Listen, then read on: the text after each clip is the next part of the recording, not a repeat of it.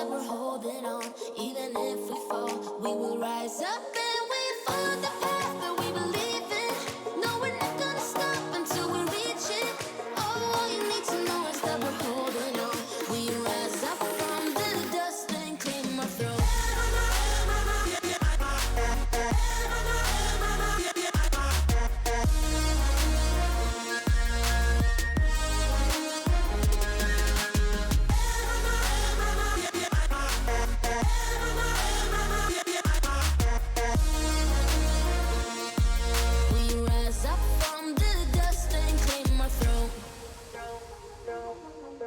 We all have our reasons why we are on this track.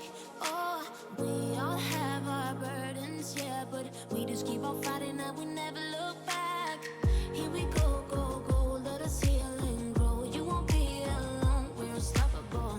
Don't be afraid to show what we're going for. This is what we know. Here we come back to life, we're still breathing. Standing up, everybody's gonna see it. Oh, all you need to know is that we're holding on. Even if we fall, we will rise up and we follow the path that we believe in. No, we're not gonna stop until we reach it. Oh, all you need to know is that we're holding on. We rise up from the dust and claim our throne.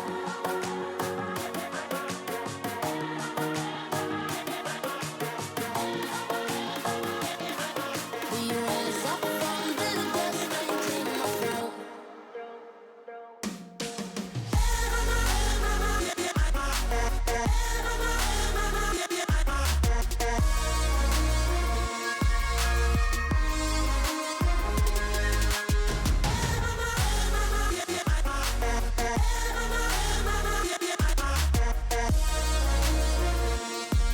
We rise up from the dust and claim our throne.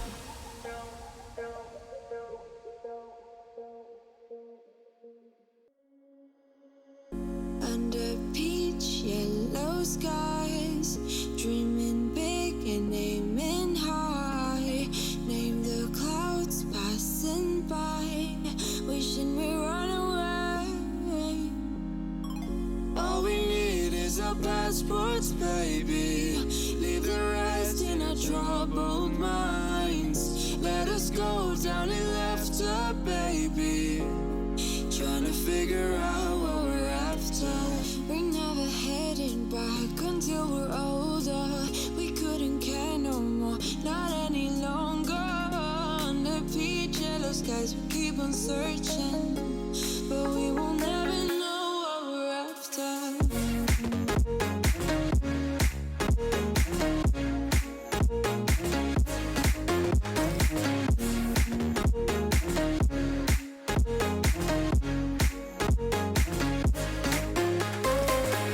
Book a plane, fly away.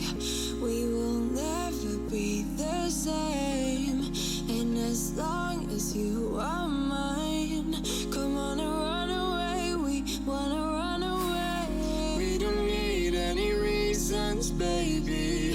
Leave it all for the faded hearts. I don't mind if they call us crazy, 'cause they don't understand what we're after.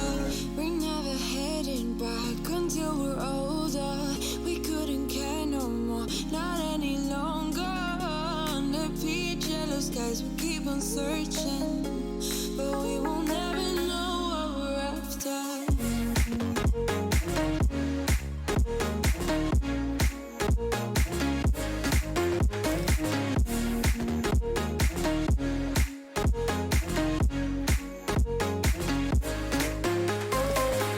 We're no kids no more. I need to feel alive in this dreadful town. I'm running out of time, and as long as you're mine,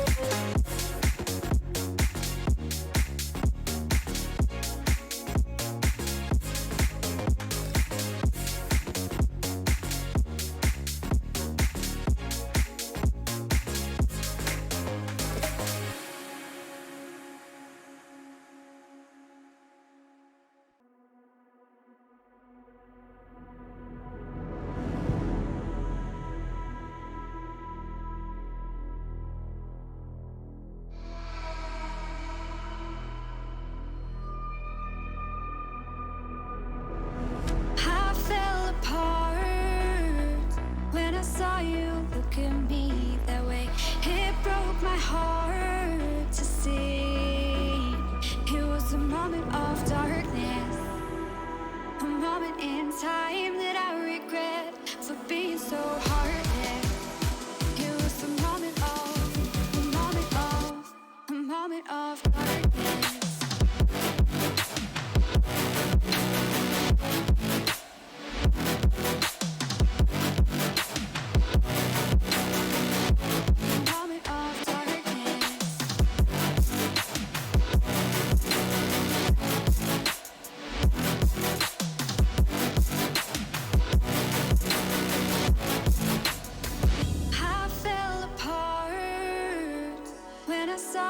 Look at me that way, it broke my heart to see. It's too hard, it don't come easy. I went dark, I lost it right away. And when it starts, God knows what I'll say. In my head, I had good reason. I went red so unexpectedly. I should have said that sometimes happens to me.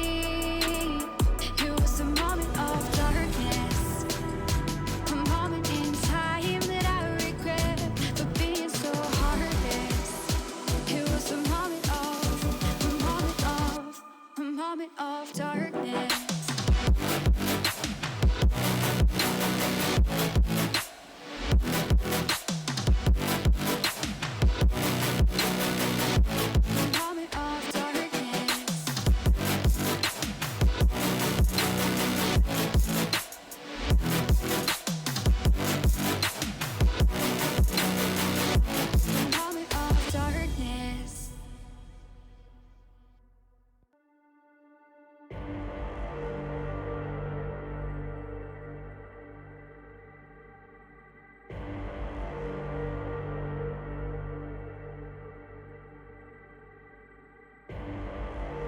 Rising out the ashes, coming from the ether.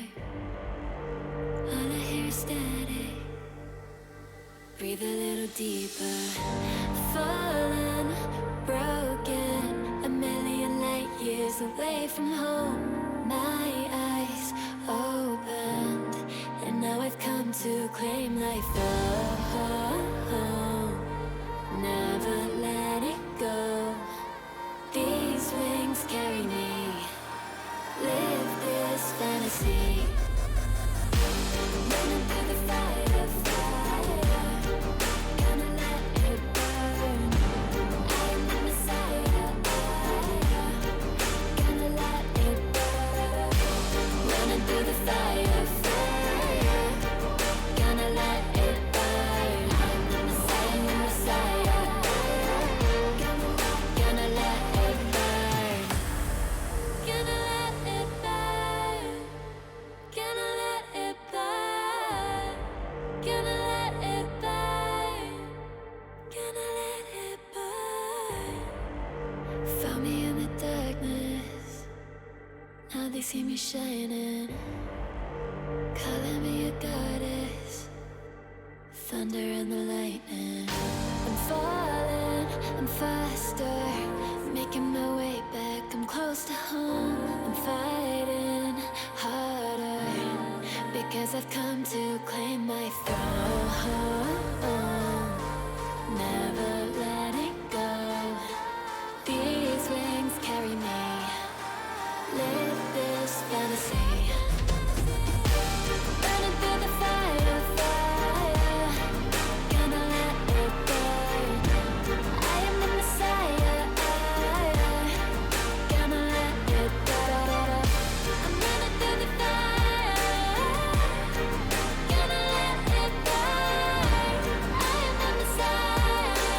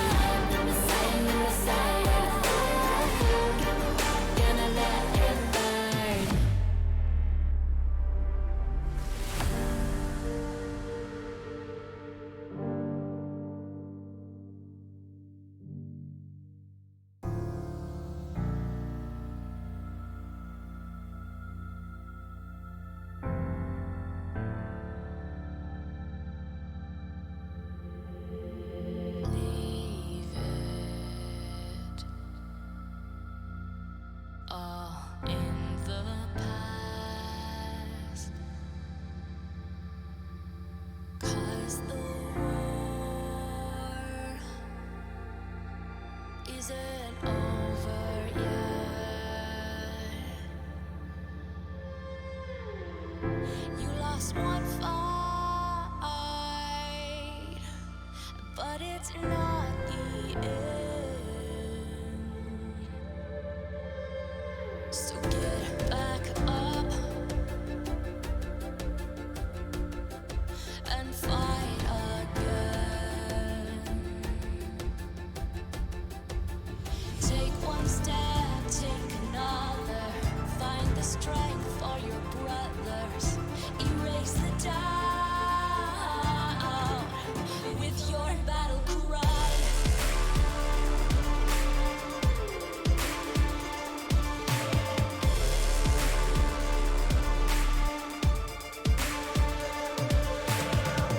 You feel the earth move to the drum of steel boots. Banish the fear inside. You're strong enough that you don't have to hide. No, you don't have to hide. You're strong enough with your battle cry.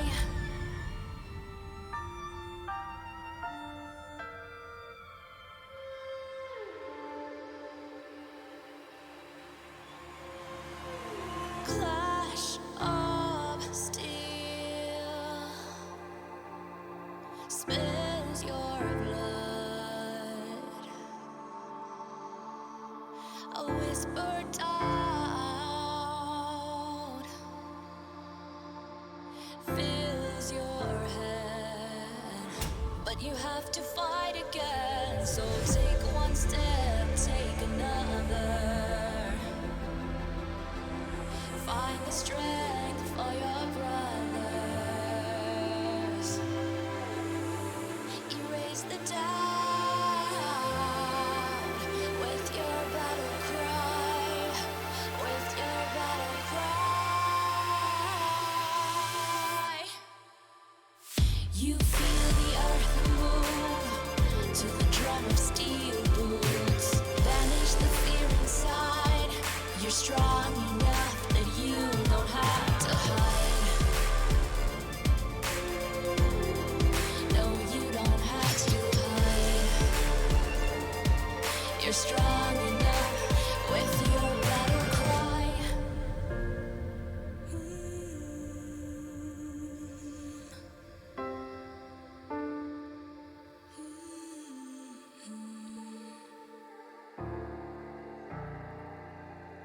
Brings you to your knees.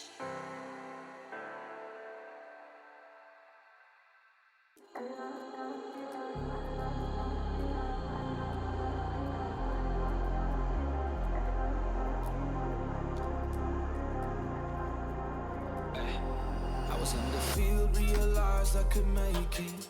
Sacrificed all my time towards greatness. Been alone in the dark, isolated. And my dreaming isn't real, what separates me. I never know, it's coming my way, yeah. Cold out of stone, stay out of my lane, yeah. Leave me alone, this is my moment. Finally found what lights up my fire.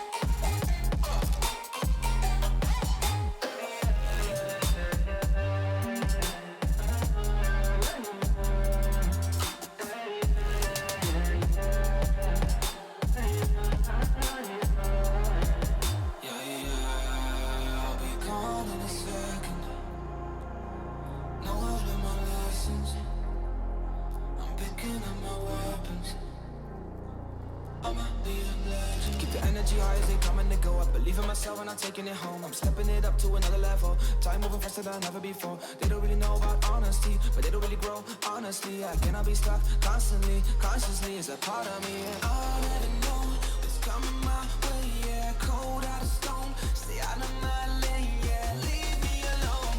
This is my moment. Finally found what lights up my fire.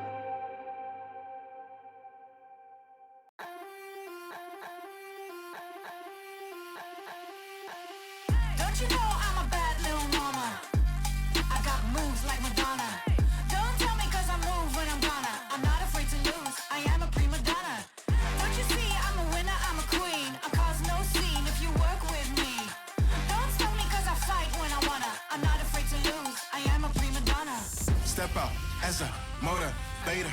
Let them know that the weight's up. That's how we know when we level up. Hey, that's how we know when we level up. Level up. All we know about is level up. Are we ready not to level up? You know we fall and we get up. Level up. All we know about is level up. Are we ready not to level up? It's time, get up. Back against the wall, still I'm standing tall. Know about the ball, I got my fan with me. All we know is ball to empty out the mouths. The chosen one they call, I take my fan with me. Know about it if you tell, know you're breaking codes. Want your credibility and all fall like dominoes. Can you really take a stance? All I wanna know. Need me real ones when it's time to go.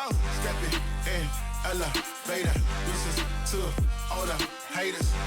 That's all we know when we level up. Yeah, that's all we know when we level up. Level up. All we know about is level up. Are we ready not to level up? You know we fall and we get up. Level up. All we know about is level up. Are we ready not to level up? It's time, get up. I found out I'm not alone, 'cause I'm just like you. We are fearless when we fight and not afraid to.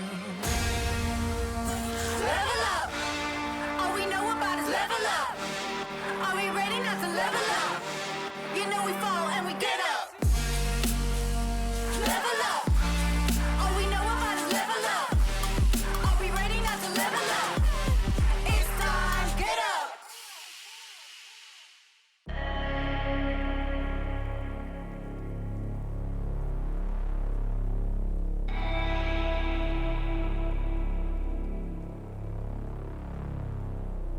Leader, I got my team up.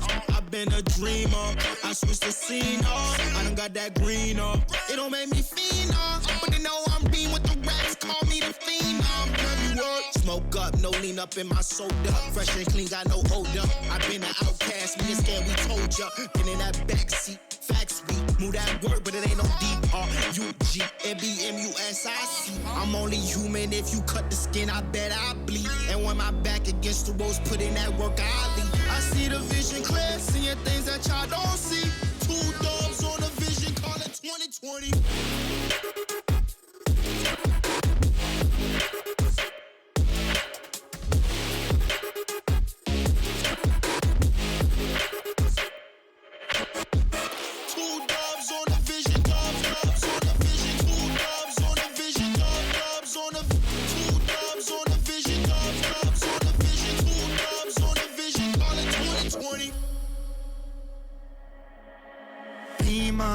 I got my team up, hit it off from rapping, we stacking, getting my green up. We all leaned up, took it a while, trucking a minute a mile, fucking up every style. You in it now, told her my family is proud. Willing to fight and we proud, bitch, I don't wanna talk. I just walk up, 100 bands, can't trying to get on my stock. Love all my fans, fuck all my ops. We just make jams, all I make pops. Girls gon' dance, homies I'll rock. Came too far, now we ain't gon' stop. Gave my life and I took my shot. Yeah, rose up top and I took my spot. Yeah.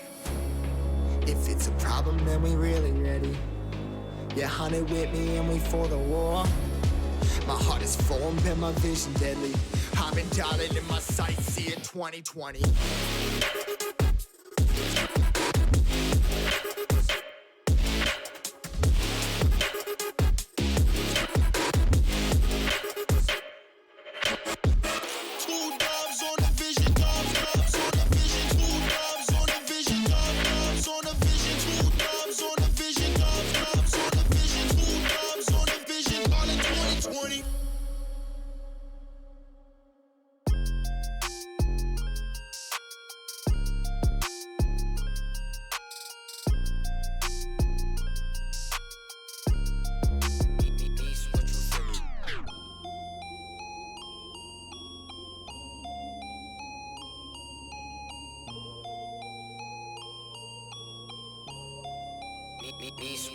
There's no defense, I'll buy it if I want it. I'm going supersonic, come on, beg for it. Alright, okay, running out of luck.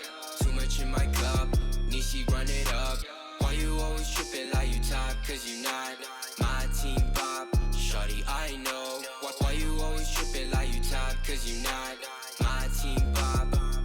team Bob. Who really got the block? Sipping to rock in a cop car. They say they wanna party with us 12 acts, and I must be that boofy, it's a la. My feature price bigger than your bank account. You talk about it, but don't show what's that about. These boys only flexing with that allowance. We swimming in the shower. I'm only f***ing you if your toes cute. Brown skin, goddamn, that's my soul food. I'm winning for the record, check your memo, bro. Generation of destruction, you'll remember us. LSD used to do promethazine. Only THC, NSC is my new lean. We no longer up next on top. Like your girl when she counting my checks. There's no defense, I'll buy it if I want it. I'm going supersonic, come on, beg for it. Alright, okay. Running out of luck, too much in my cup. Nisi, run it up. Why you always tripping like you top? Cause you not my team Bob. Shawty, I know. Why you always tripping like you top? Cause you not my team Bob. My team Bob.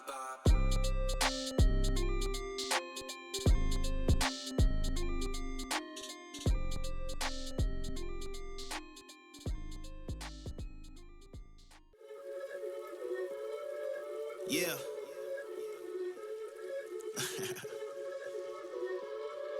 Let's talk. Look, ayo, we rose from the dust to the sun. They claiming that we the one, never one-on-one. Teamwork till we done. Sent on a mission, we got ambition. Never scared, we won't run. Never one and done. Some sit back and some like the hunt. I pick my teammates up when they fall. And if I ball, we all ball. Crashing balls, crossovers and all. Just call us the balls. Don't fear nothing, call us galore. Serving them all. We outside, we barely indoors because we gave it everything when we had nothing. Gave it everything when we had nothing. Holding on by a thread, couldn't grab nothing. Seems we moved on to a better place. Shine away from the shade. But now that we're here, ain't no going back.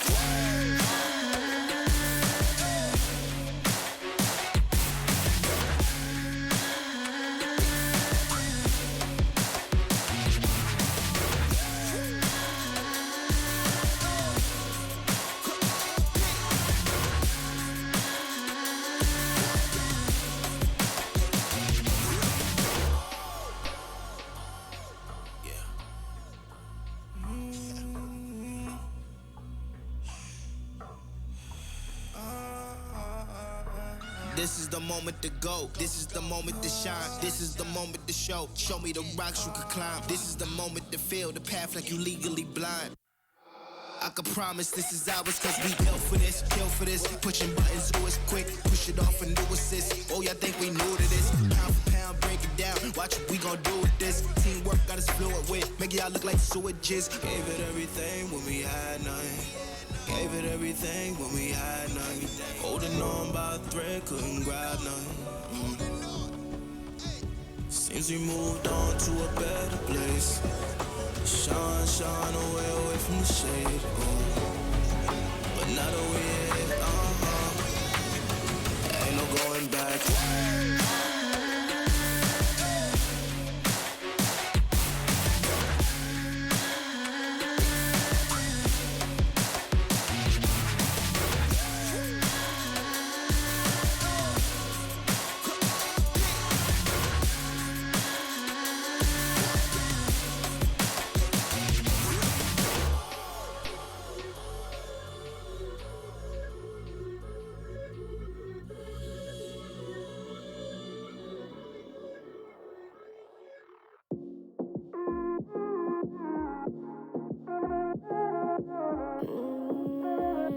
Chiqui, escucha loco, siéntate y relájate un poco, que en esta vida el tiempo es loco, puedes perder momentos preciosos y sepas que cuando pides ayuda yo me levanto, todo lo que tengo lo comparto, y aunque me sienta triste yo canto, ay canto, vive una vida llena de personas que te quieran, que te respeten de veras y que lloren cuando mueras. Deja de mirar la acera y levanta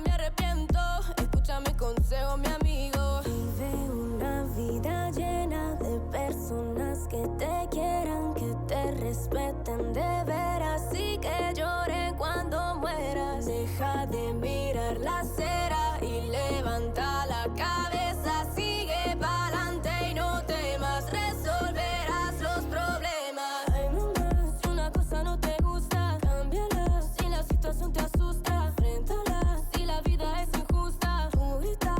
Deja de callar, escucha. Si el alegría te abraza, acéptala. Si la suerte no te roza, búscala. Nunca te prives de la felicidad, de tu libertad.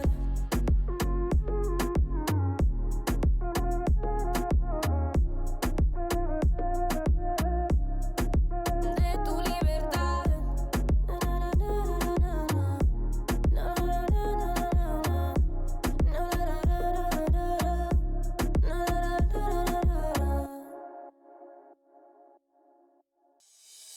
Oh, I see the signs and I see we're there. And I feel the lies and I feel the sand. Forever hold you, no matter if we cast away. A fire in the dark. I know that you will be where we'll again.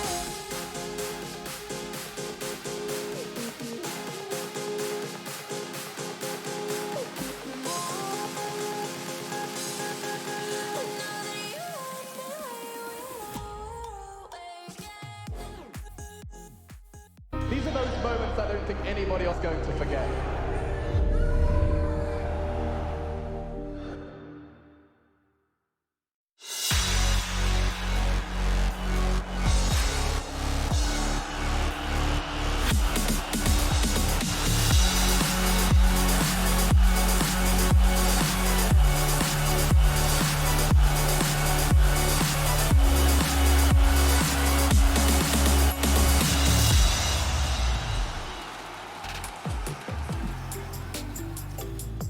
Good afternoon and welcome to ESL 1 Germany, powered by Intel. We are live from Cologne and we are in the middle of our playoffs.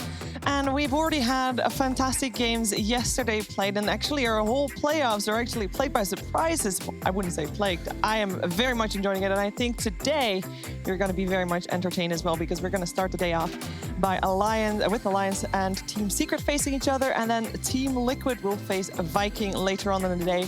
Both series, elimination on the line. Can't wait to see what happens, and that's a beauty. We don't have to wait. Let's get the show started. All you need to know is that we're holding on. Even if we fall, we will rise up and we follow the path that we believe in. No, we're not gonna stop until we reach it. All you need to know is that we're holding on. We rise up from the dust and clean my throat.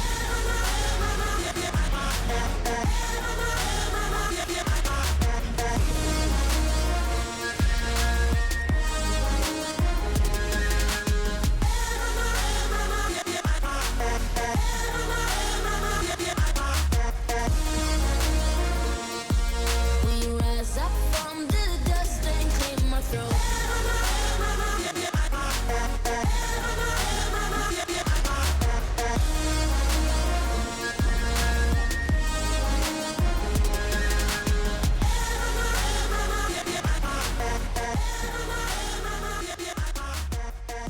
Welcome to the Mercedes-Benz pre-show. I'm Shiver, your host, and I'm joined by Cinderin and Kyle. Gentlemen, we had a great day of Dota yesterday, and I think one series in particular is one that we'll be probably talking about quite a bit, because we saw Secret fall down to the lower bracket, and we don't see that very often, Cind. I think that's where I want to start today, because that was the biggest news of yesterday, and just in case people missed it, I want to talk about that, because that is very hype.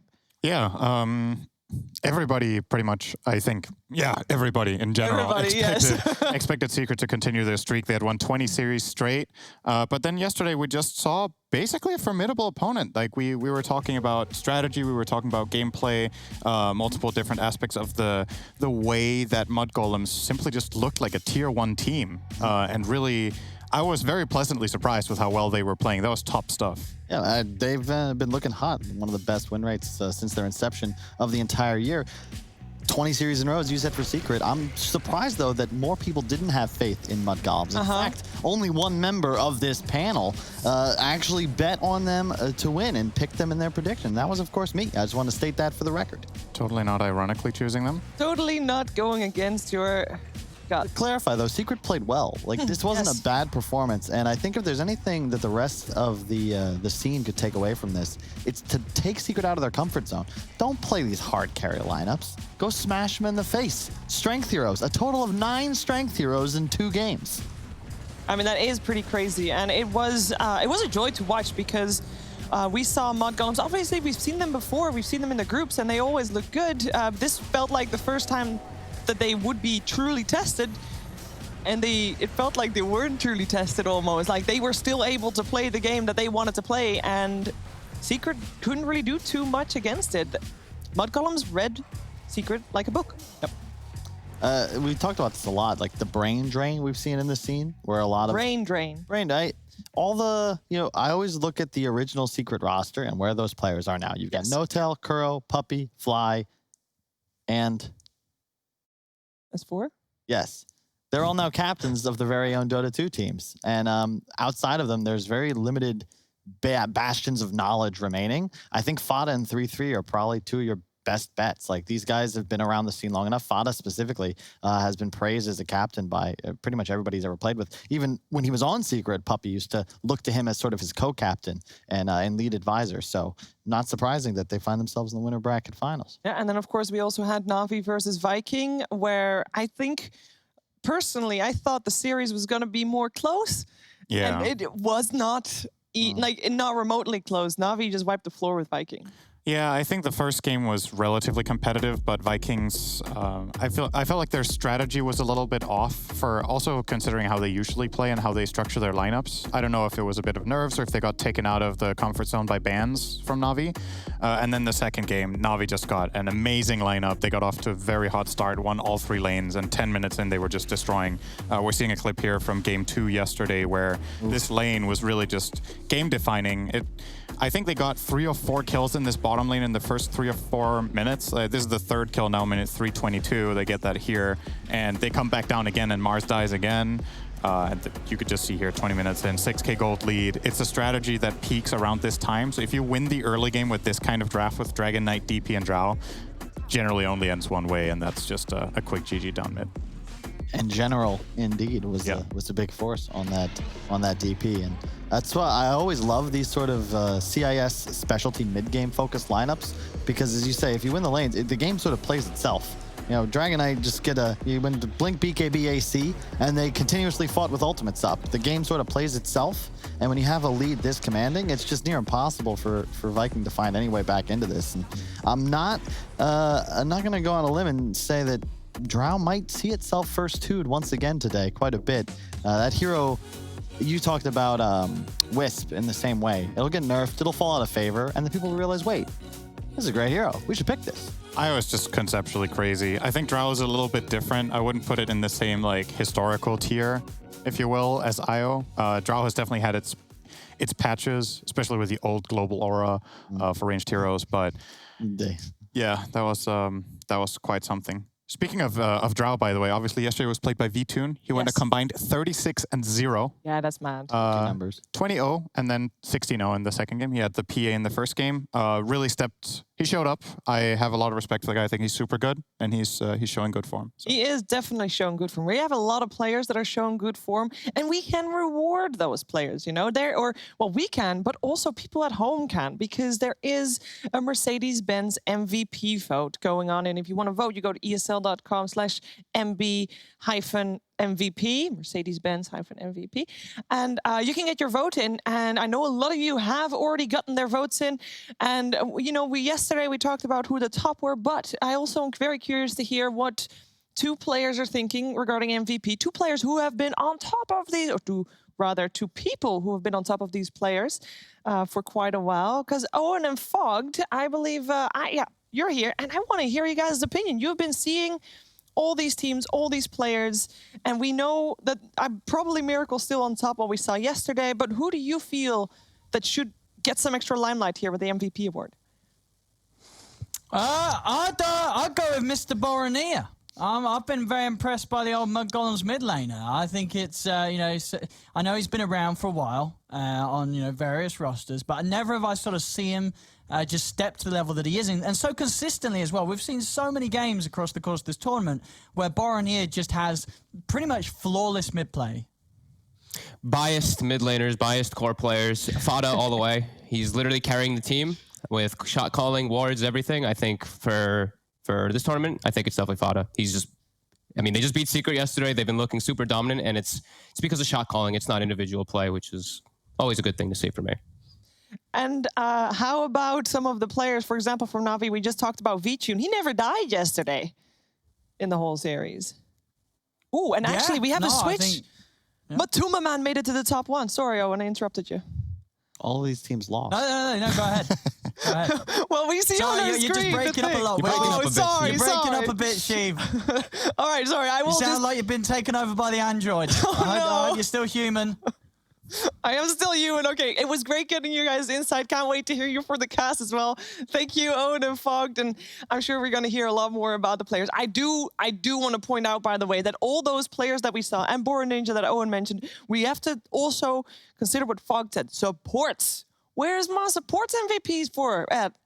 Well, apparently we can't really trust the community because the best way to get more votes is to lose. 2-0 if you can.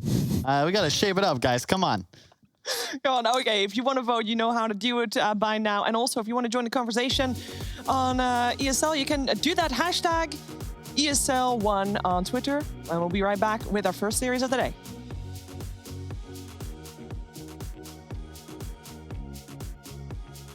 We rise up from the dust and claim our throne. Hey liebe Leute, in dieser Folge des Gamers Guide spreche ich mit unserem E-Sports Mental Coach Edgar Chiquera darüber, wie man vor herausfordernden Situationen die Ruhe behält. Also, bleibt dran, könnt ihr euch beim nächsten Official helfen.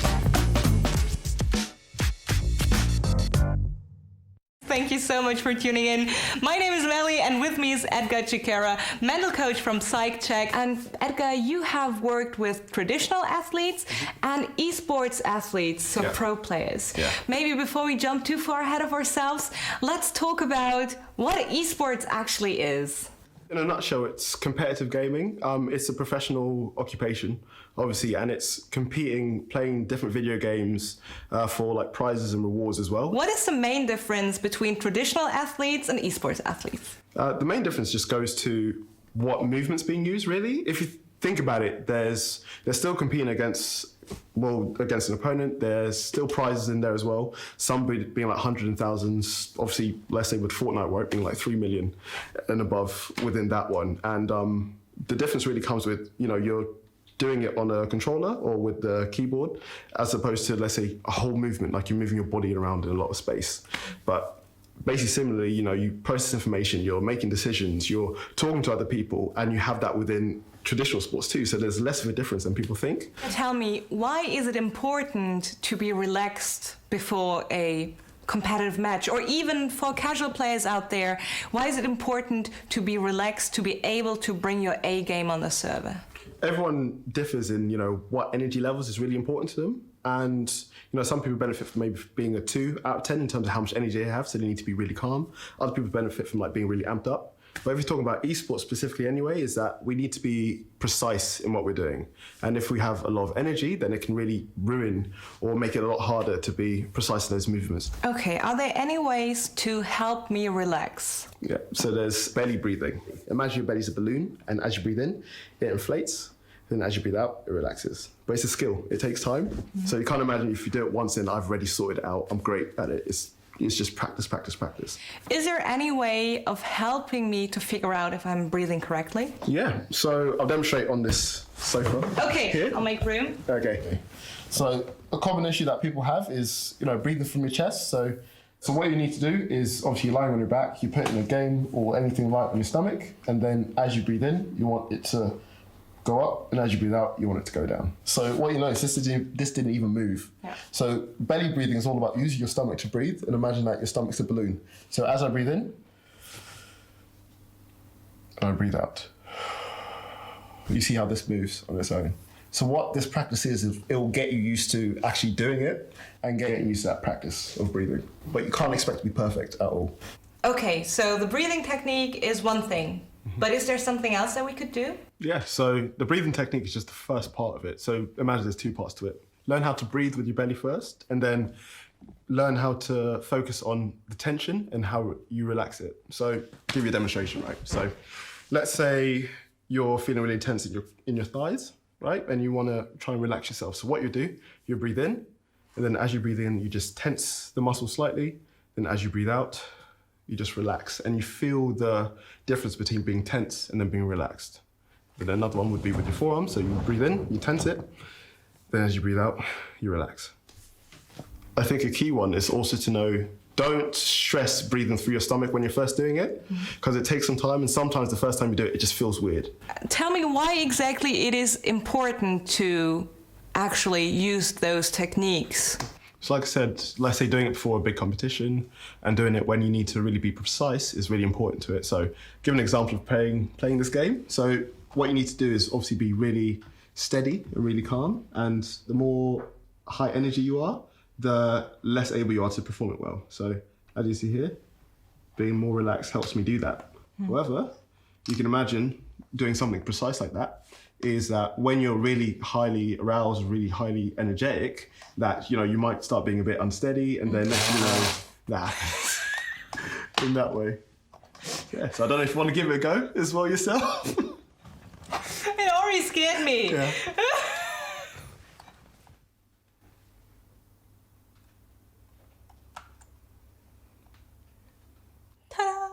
There you go. So you can imagine if you're really, really tensed up and really, really like energetic, right? Would it be useful in something so precise like that? All right, Edgar, we now know how to relax properly by properly breathing. And of course, how to lower the tension in our bodies, which is really important to be relaxed before an important match, for example.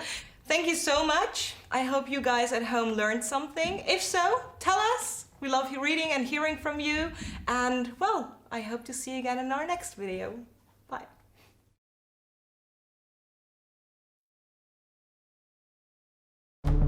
With the right CPU, you can turn any game from familiar to phenomenal. Unleash the potential in all your gaming with Intel 10th Gen processors. With its optimal balance of threads, cores, and frequency to deliver elite real-world performance, only Intel can bring Marvel's Avengers to life with in-game PC optimizations. Supercharge your Marvel's Avengers experience with Intel Core i5, i7, and i9 processors. What's your style?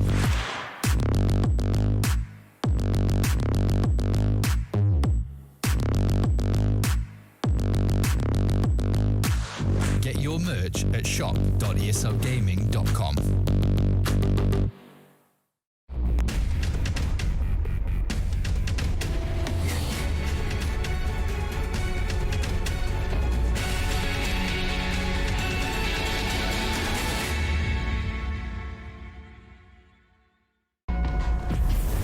Multiple witnesses have reported mysterious shadow sightings all around the city.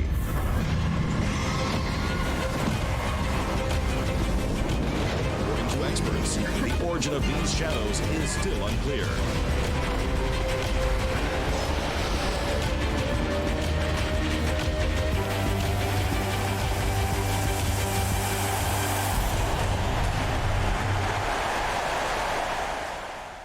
Your favorites will play soon. You hope for the win. Excited about the game. But something has changed. You start to doubt. Will they pull it off?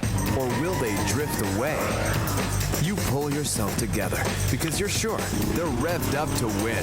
You know they've prepared. They've picked the right course. And even when there's no chances, you believe they will win. GG Bet. Be excited. These feelings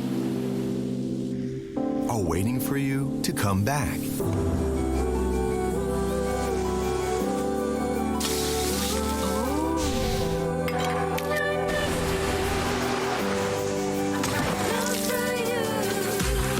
Amazing feelings are waiting for you to explore again once the world is ready. Until we meet again. Amazing Thailand.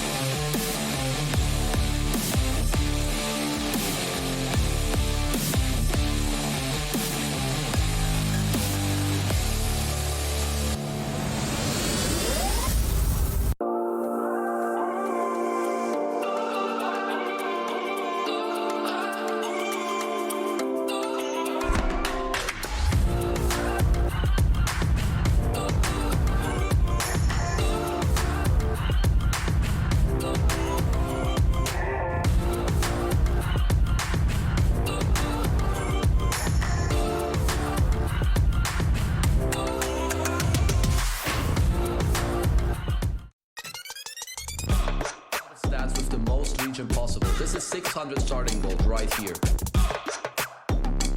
If you do half the steps, trust me, you will get better.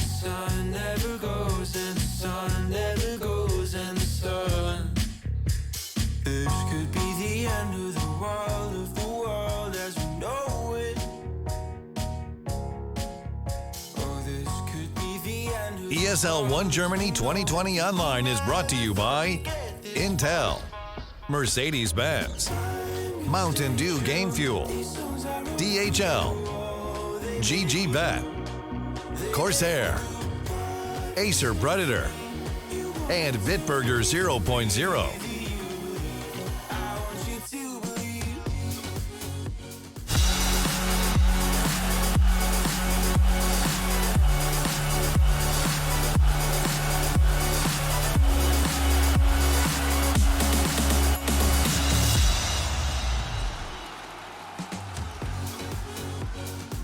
It is a rematch of the grand finals of ESL 1 Birmingham 2020. Team Secret and Alliance here up against each other in the lower bracket.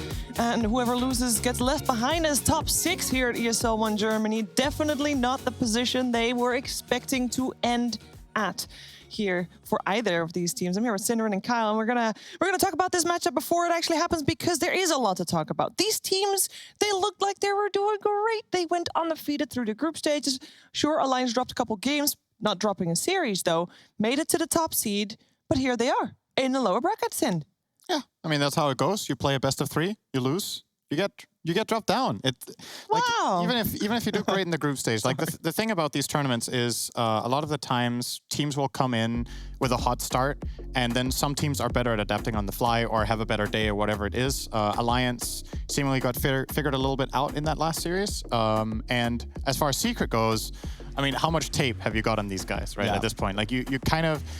We keep praising them for how flexible they are with the strategies and the draft and how they play, but inevitably at some point a team is going to figure out either what it is Secret does so well in the patch so they can adapt some of those things to themselves, or how can we counter that team. And yesterday that was Mud Golems. They managed to get that 2-0 victory that nobody has got against Secret in seemingly months.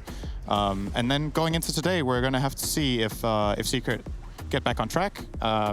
Both Kyle and I thought they played pretty well yesterday. They just got outplayed by a team that played amazing.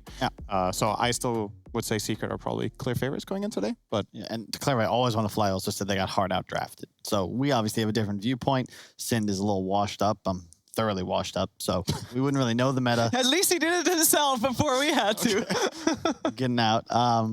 But yeah, I don't expect that we're going to see Secret play against an IO and Dying combo yet again. And if I'm looking at Alliance's side, I think that you have to try and stay away from the 4-1 that they're very reliant on. I don't think you can just put Nico on a hyper carry and try to split push. You don't want to play macro against Team Secret. That's what I feel like we learned yesterday from Mud Golems.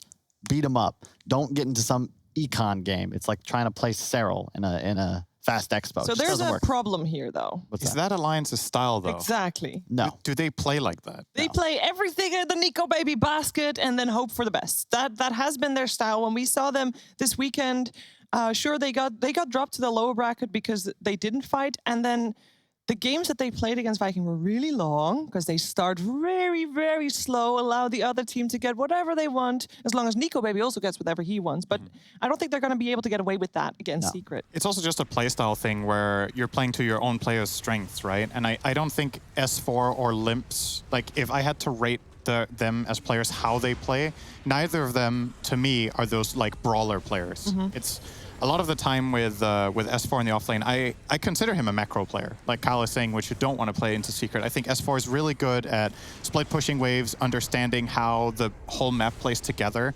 and playing like that rather than this, we're going to run at you and fight you style. Limp is traditionally a relatively greedy mid. He has some mid heroes that he plays very explosive on, like Puck. So maybe that's the kind of hero you bring out today. But yeah, I feel like it's maybe a little bit unfair to Alliance to say they just play this like everything into Nico Baby basket. Let's hope it works, because like Dota doesn't really work like that anymore. So maybe that's a little bit more nuanced. It's a little bit unfair. It's more nuanced than that, but it's still more in that direction than what Mud Golems played yesterday. And I'm with Kyle. I really want Limp and I want S4 to get involved and try to fight. It's just, it's a little bit of an uphill battle from an archetype standpoint with these players, I think. Yeah, we also, of course, just like yesterday, have made our predictions here in the studio for who we think will take the series. These are the scores as of today. Yesterday, we each got one right, one wrong. Well, I say everyone. Obviously, JJ, I mean, he's an observer. You can't really expect too much from an observer, so he's at 0. I mean, he observes the games. He should know what's happening. Yeah. Yeah, we can't insult. He can't even defend himself. He cannot defend himself. That makes it a little cruel. But today we made predictions again, and this time Kyle came a little bit to his senses. He went for Secret for the first series. I think we all went for Secret. I think, yeah. I mean, can we really?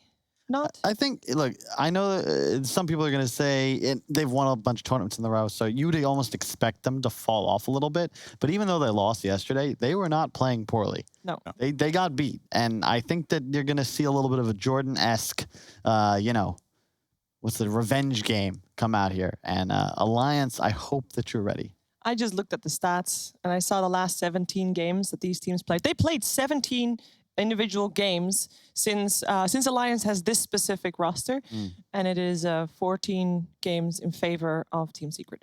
So 14-3. 14-3. The 3 games that they've lost, have they lost a series from those? Have they?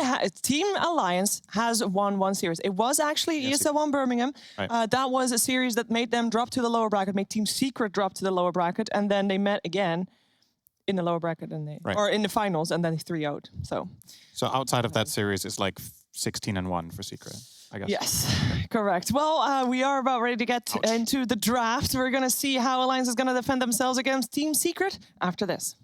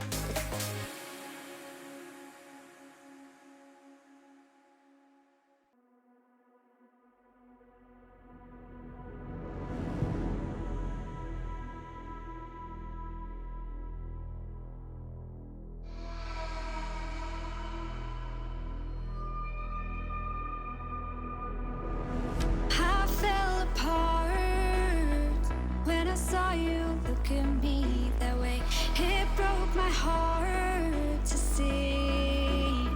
It was a moment of darkness, a moment in time that I regret for being so heartless. It was a moment of darkness.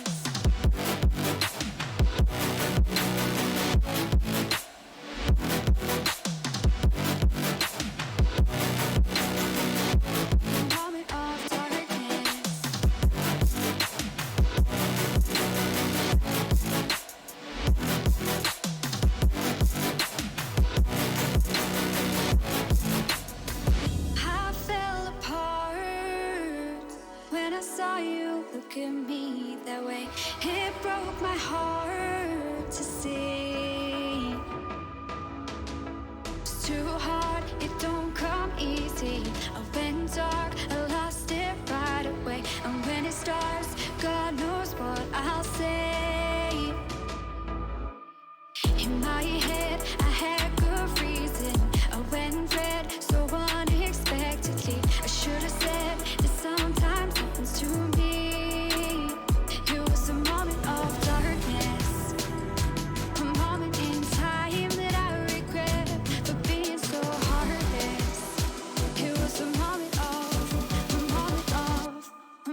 Of darkness.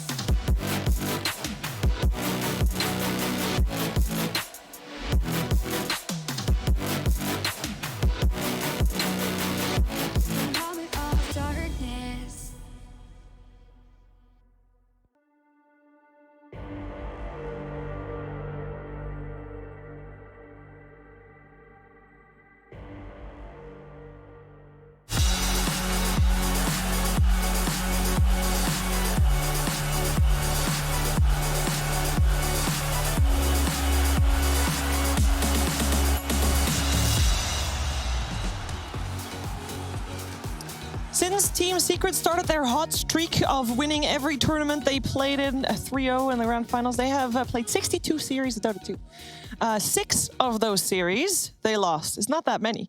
Alliance actually was one of the teams that was able to take them down in the past, and we're going to find out if they can do it again. It will be a tough ask, considering how we talked about their styles maybe not matching the way that they would want to, and Kyle is already laughing. What? Because he doesn't believe. I'm excited in for good Just Dota. dancing. Yeah. No reason. Oh yeah. Nothing to do with Alliance. What?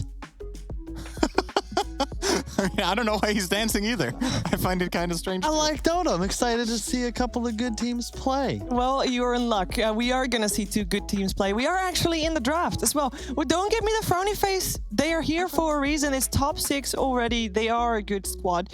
And, you know, we've seen captains that played under Puppy, beat Puppy in the past. We saw yesterday even. We have seen Koroki do it. That was still back in when there was a LAN, by the way, just in case people forgot about that. That was 9 months ago, 10 months ago. 10 months ago, 8 months, maybe something like that. But we have seen, maybe S4 can do it too. Yeah. And we are in the draft. I don't think it's too surprising to see the Faces Void banned out, nor the Mars. Yeah. And also, just shout out to Team Secret. You know, they know. They know. If you're playing against Alliance, you must ban Nature's Prophet, whether it's 2012 or 2020.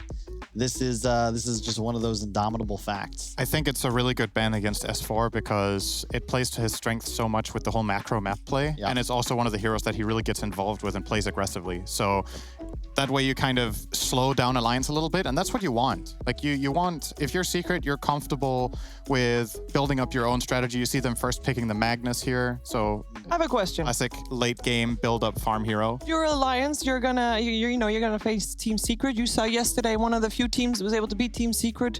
Mud Golems, you obviously studied their replay a little bit, see what they did right.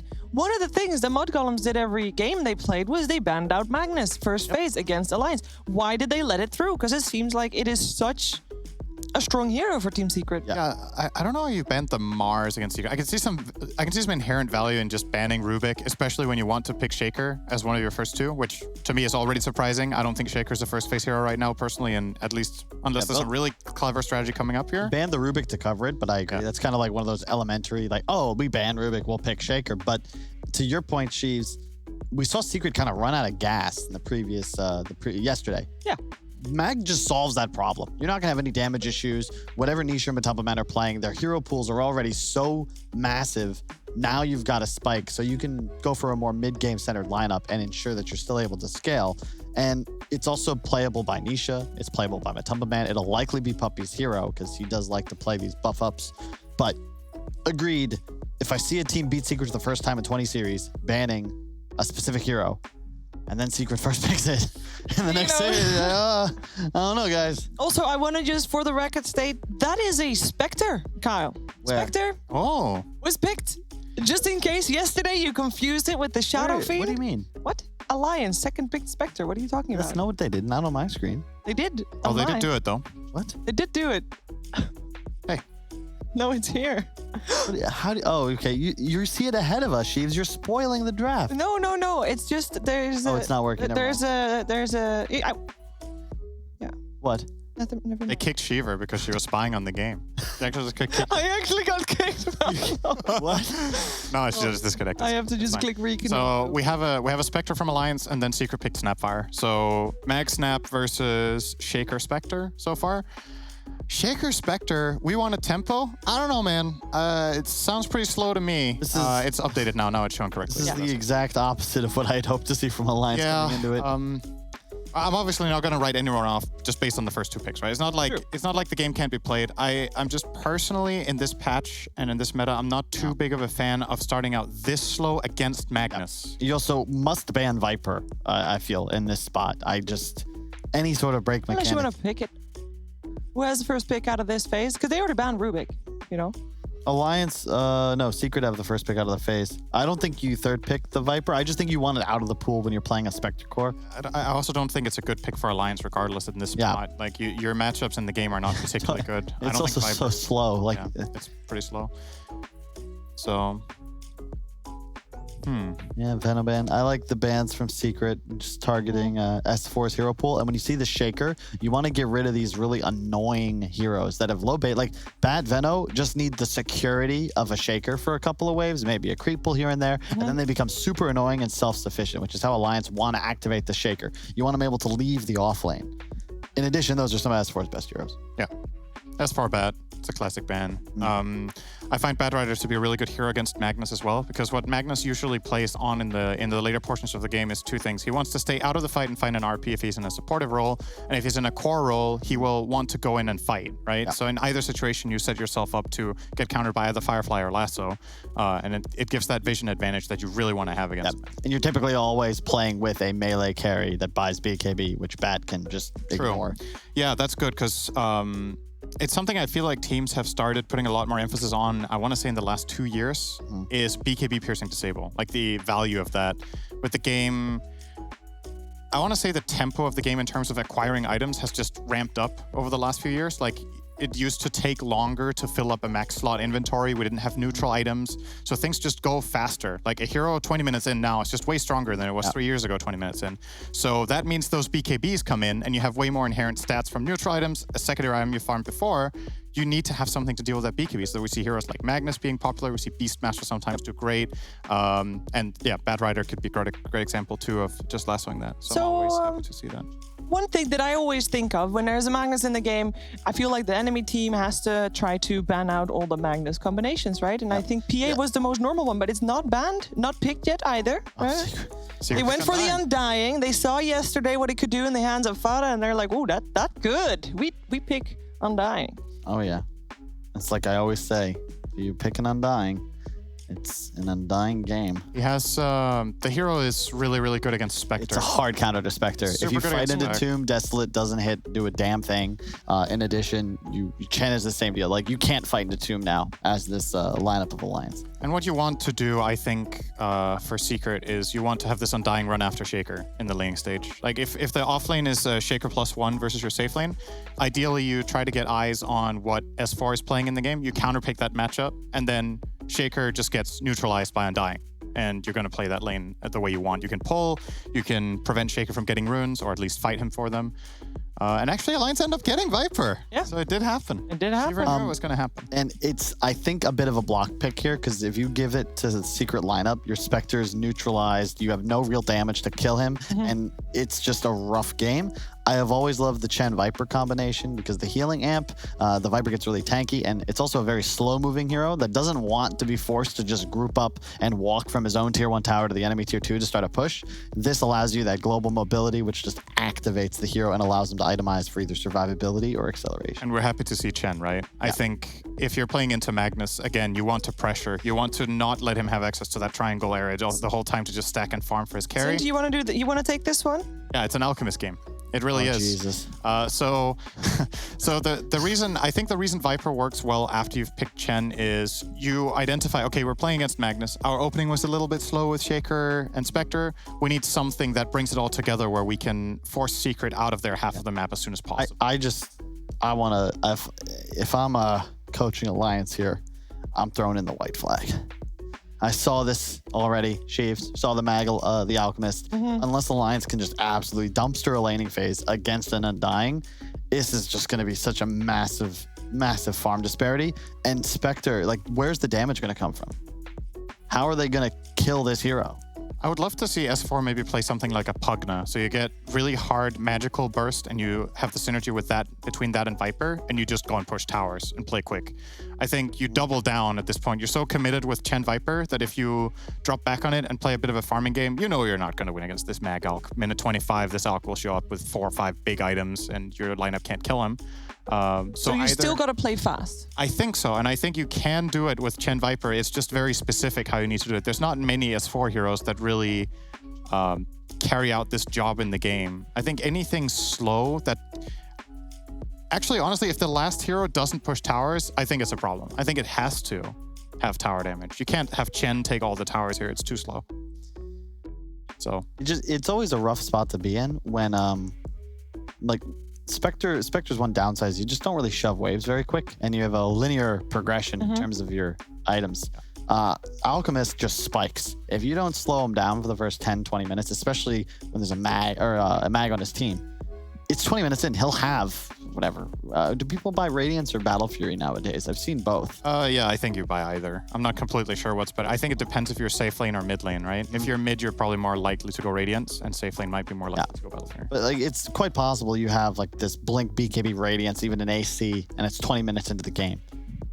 It's a big problem for Alliance. Yeah. They need these towers early on, and they need to try their best to neutralize the ability of Secret to abuse the jungle. To be fair, though, when you look at Secret's heroes, they are kind of maybe a little bit over greedy in terms of their ability to fight. Like if this Magnus is a support, let's say the support duo is Magnus Undying, which could be the case. It could also just be a mid-mag and a safe lane Alk. They have a lot of options with Snapfire Mag. Yeah, you just don't have that much playmaking, right? Like how do you start fights? You can maybe zone control with Tombstone and the threat of the RP and the asset spray, but when it comes to just taking the fight to Alliance and shutting them down, what about you don't have that much of an option. Offlane Undying?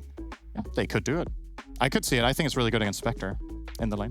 Zai plays everything. Definitely possible. It is so much fun to play Undying offlane into a Spectre because he's just trying to kill creeps with his 50-something damage, and you just smack him in the face over and over, spam decay. It's like, what are you supposed to do? With the Chen there, it's a little frustrating, but we've seen even yesterday, Yamster is always going to be capable of blocking those camps, and makes it quite difficult for the FNG Chen to make work. What up?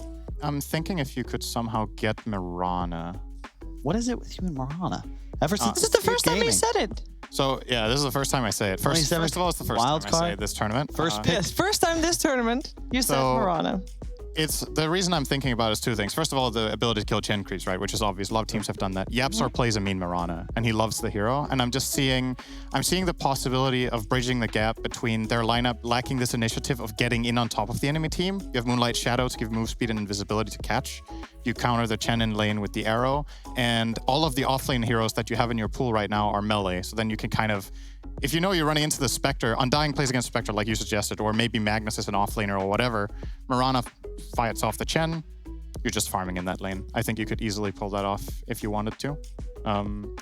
If not that, then again, I would like Secret to not go even greedier now. I think they have enough of it. You have Mag Alk. Let the last pick be someone that's online fast and can deal with the pressure that Alliance should inevitably want to bring here on the push. Still looking for that pug now. Let's see if they...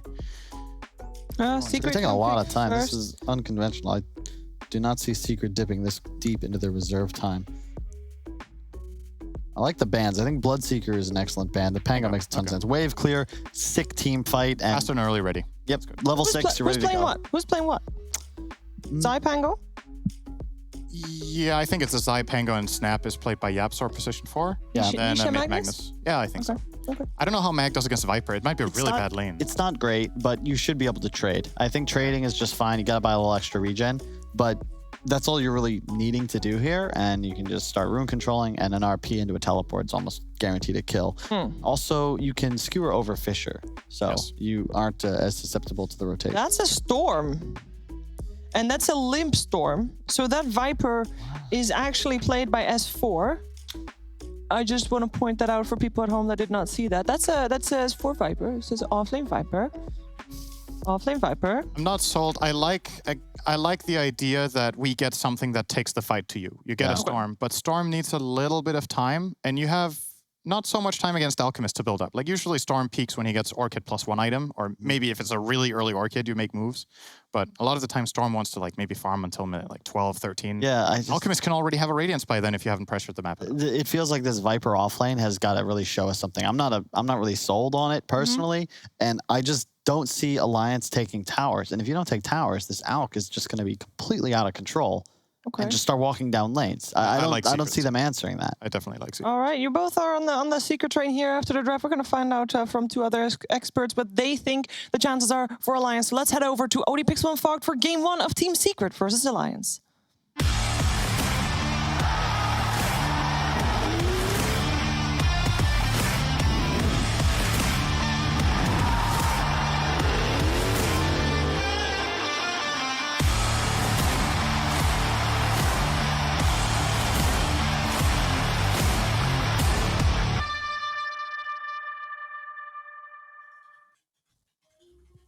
Yes, welcome, ladies and gentlemen. Here we go, Game 1 of Secret versus Alliance. Fogged, what do you reckon? We're seeing the old Alchemist come out. We did see it before from them, right? Where we get Matu going for the Battle Fury, having the Empower. He hit some pretty insane numbers. Do you foresee that happening again here, or are Alliance going to be able to shake Secret up the same way we saw Mud Golems do yesterday? I think a lot of this game is going to be coming down to S4 since they decided to make him this offlane hero. I feel like if he doesn't get the ball rolling, I'm looking at Alliance. I think that they're just going to let Secret get the free farm, which concerns me. I think this Alchemist is going to get away with the first 13, 14 minutes if S4 can't actually just dominate the lane. So a lot of eyes, I believe, to say on the Viper and on Hanskin. They got to watch their positioning too. Viper, I think this is a pretty good lane for him. He just really has to watch out to not get skewered under tower. Yes. This hero is extremely slow. Yep. That's one of the things that will just completely ruin the lane. So I think that's really what they have to watch out for. Looking at other lanes, I actually kind of like this Secret pressure lane with the Undying plus the Pango. They're probably just going to end up pulling and all that, but you actually can do a decent amount of harass to the Spectre. If you get him with a couple too many decays, you know, Swashbuckle does do quite a lot of damage, so could see him popping maybe even at level 2 if they get very aggressive. Yeah, and what about this mid lane Snapfire against the Storm? I feel like the Snapfire could do some damage early on, right? Yeah, definitely. Yeah. I don't think you can ever really pose any type of threat as the Storm Spirit. No. You'll get the free farm though. That's the thing. Okay. You'll get pretty good for farm, but you can die as the Storm Spirit with a single rotation, while the Snapfire most likely won't die if any rotation does come. So Limp could get pressured a little. But yeah, it looks like a pretty good Alchemist pick from what especially from what they'd seen so far. It looks very greedy coming out from Alliance. It looks like they do take time to actually get invasive. Like the panel was mentioning, 13, 14 minutes, the Storm Spirit, that's going to give the time for the Alchemist to get away with his Battle Fury, what we assume is going to be the Battle Fury. Yeah, I mean, I wouldn't be surprised if he does, of course, as we were saying, if you didn't see it before. I can't remember. Can you remember what team it was they did it against? But we didn't see Matu still buy the Battle Fury despite having the Magnus. Just going for the full greed, having the maximum cleave for maximum farm. I have it all open. I have to scroll. Because they did it really recently. They did. And it was against? versus Nigma. It was against Nigma. Versus the Spectre. Okay. They raised it because Nigma had the Warlock Phoenix cores, so they couldn't make any moves. So I feel like it's a similar read in that kind of sense where they saw Chen and Earthshaker. Those are the two supports, so making moves around the map can be a lot more difficult. Hanskin can, but this hero has definitely shown a lot of weakness in just laning prowess. For like forever, pretty much, it feels. Yeah, we'll see if they are able to slow Matu down a little bit at the start. Well, Poppy. Securing back S4 there, but Matu, he's not going to be too fussed with this. He's got the creep wave under the tower. Quelling and the Gauntlet shouldn't have too much trouble getting these CS. S4's going to keep this pressure on, though, with this level 1 and the W.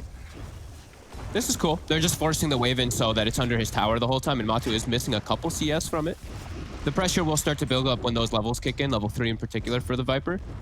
And I just actually remembered the last time he was playing the Alchemist. You remember it was Mind Control gave him first blood as Mars.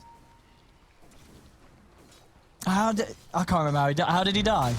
He died to acid spray. Oh yeah, he died. Well, yeah. that's not happening here at least. Right? It hasn't happened yet. We're not having anyone die to sort of level 1 acid spray. It is something that is very threatening, especially like Viper, 275 movement speed, 2 armor. You get skewered under tower with an acid spray, something he should watch out for. But Alliance playing this lane perfectly so far. Yeah. And we're seeing the other lanes, they're doing really well too. Spectre's getting good farm. FNG is getting pressured. Both getting very low. They have got the soul rip. They got him. That'll do it. Yeah, I like this dual lane actually quite a bit by Secret. I think it really does bring the pressure to Chen and Spectre. Look at this as well. Nico, baby. It's going to get pretty low, but yeah, he's going to be fine. Salves at the ready, so he'll be able to stick around in the lane. And this is what we were talking about, how as soon as that level 2 really hits for the Undying, you have huge kill threat usually on most of these squishier heroes, like an Undying, or like a Spectre. Even if you do have your stick and wand charges and all that, you can threaten decently. We do see FNG get the best creep. He got the Hill Priest, so he's going to be able to sustain the Spectre pretty well. And Nico Baby's still farming just fine top. Yeah, Zaya's going to get pressured back a little bit now as he is out of regen, as he got more coming out on the lane. Not quite yet, so they will be able to keep Zaya away for the next wave. They've got some soul rips. Soul rips from Yapsor will help a little bit, but yeah, he's going to really need this bottle to come out soon because they're just constantly harassing him. Oh, we'll see bottom lane. They're able to get the kill onto Matu. See if they can maybe find Puppy as well. There's the poison stacks up. Puppy is able to turn, but the shockwave and the skewer gets Hanskin under the tower. Will still die, so S4, he's going to soak up a kind of a scary amount of XP there. That's going to push him all the way to level 4. This Viper is definitely going to be a bit of an issue with the fact that he picks up those 2 kills, gets the solo XP on 1. He's got the urn, and he's got a couple of charges to play with now. I love that he went for this urn build in the lane because it just works. It works so well. Like with you just spamming out, getting so much damage on them anyway. Just any little bit more. This is a disaster mid. He was trying to TP back to the tier 1 tower to escape it, but Nisha just swings across and just gives him the old cookie. Cookie straight on top of him, and now he's out of the mid lane. He's not going to be. He's going to have to take the walk of shame. Oh no! And it's gonna now. Snapfire is level 6. Nisha has the map is completely open for him now to make ganks. His kisses can punish any lane. Yeah, I guess he just didn't expect Nisha to be able to get in range in time to come over and cookie on top of him. And that's a huge loss for Limp in the mid there. And we were saying how his timing, him and the Viper's timings feel so crucial this game to pressure Matu. That's going to hurt a lot. At least S4, as we said, he's having this phenomenal game, this great start down bottom. He's going to need to. Yeah, he's really going to need to. Nisha now you can't lane now until you're level 6 in Storm Spirit, so you have to play very careful. Right now, when he's going to check the runes, you can get some XP. Oh, how did that swashbuckle mix? That looks like it went right through him. That was weird.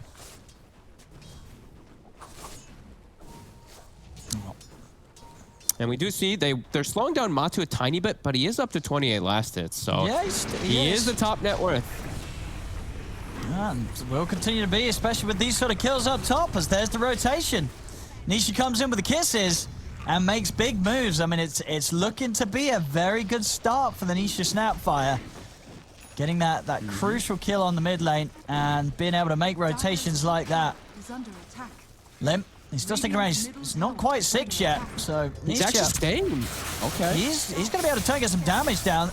Matu, he's around, but not going to be able to do anything himself, of course, to help out against the Storm. Still, though, Limp, be a little careful. 6-minute runes coming up. Nisha's going to hunt for them. See if he gets lucky. Won't be the case. It's down bottom, so Limp, he will find a DD. That'll help him a little bit catch up, clearing through the jungle. Yep. And we see the reason why Matu TP'd mid, not only because he's pressuring bottom, but he TP'd so he can get the double stack off. I actually think he missed the double stack, though. He missed the camp just south of him with the acid spray stack, but he'll have these two and he gets a nice mud golem spawn. Pretty ideal for him. S4 is going to have the whole lane to himself now, though, so we'll see what these two do at the space, because Puppy's not going to go down there either for some time. Yeah. So they have Catapult Wave pushing it. I think you forced the tower extremely hard. Yeah, it's going to be hard to TP in against him, too. As, yeah, they're just already level 6. If you're TPing in, you're not going to have the TP available to TP away from this damage that S4 is going to throw out towards you. Top lane, Zai. It's gone on Limp, makes the rotation. Makes a bit of usage with that double damage rune, and is able to take down Zai. And bottom, we see S4 cutting the wave, making sure that they can take the tower. They're actually bringing Yapsor down to defend with his level 1 tombstone. Oh. Gonna take some XP. Puppy will die. Yeah, he's not getting out of this one. S4 and Hansken just grabbing another. Yapsor's gonna step over. I mean, S4's gonna start laying down the poison on him. He's gonna look towards him, but indeed, S4 immediately going for the TP out, but the damage is too much from the kisses and the soul rip. As Hansken, he is still alive. The creeps, the zombies, they're taking him down. Again, Nisha just... I think the kisses probably only just came back. As soon as they're back, he is looking for a side lane to head over to and get them the 2 kills. He's done so twice. Top and now bottom. Hey, Owen, you were talking about how you didn't want to... TPing down there sometimes can be scary. Hey, that's the beauty of Snapfire. Don't have to TP. Just launch your ult from 2,000 range away where they can't even see you. So Yapstor comes in, gets a ton of experience. Almost level 7 now on this Undying, because he was in the midst of all of that getting it, while Nisha was just blasting from far away. He got a lot of solo XP. It's pretty huge, and now we see Matu, he's getting away with just getting in the jungle. He's got the Battle Fury queued up. Yep. He's going to get that farm going. He is. The pressure is on for Alliance. They've got to have really something to deal with this Alchemist. Obviously, Secret very clearly don't care about the Spectre later on when they run the Alch like this, as they did it against Nigma's Spectre, and now they're doing it against Alliance the Spectre. So if the Spectre doesn't scare Secret in the late game, after this Alch gets his farm, what is going to scare them? It's not going to be about late game. I think Alliance, they really have to start kicking the pace in pretty damn soon to try to pressure towers, but I don't really know how they do that. Like the panel mentioned, they don't have great ways to take these buildings. Like we see S4 again, he's running himself down bottom trying to take it, but he's just a free kill now. Zai turns up with Yapsor. Yep, they're going to go on in with the Rolling Thunder. Meanwhile, Hansken does still die to Nisha and Puppy chasing him down.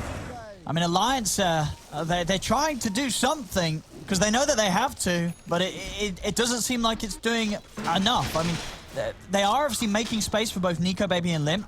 Both of them still continue to farm, but Matsu he's getting away with this unchecked. Nobody's doing anything about the out. No, they're getting away with so much on the map, and I mean, I actually just don't even really know how Alliance can just full pressure, because FNG, it's not like he has like a full mech or anything, I don't believe. Yeah, he doesn't have a full mech or anything to just push towers. They just died to Nisha, like S4. He goes to a lane, and they can just, I mean, he just survives this time. But every time S4 shows, they know that that's probably going to be the lane that pressures, and Viper's an extremely immobile hero. So Nisha just walks to that lane every time.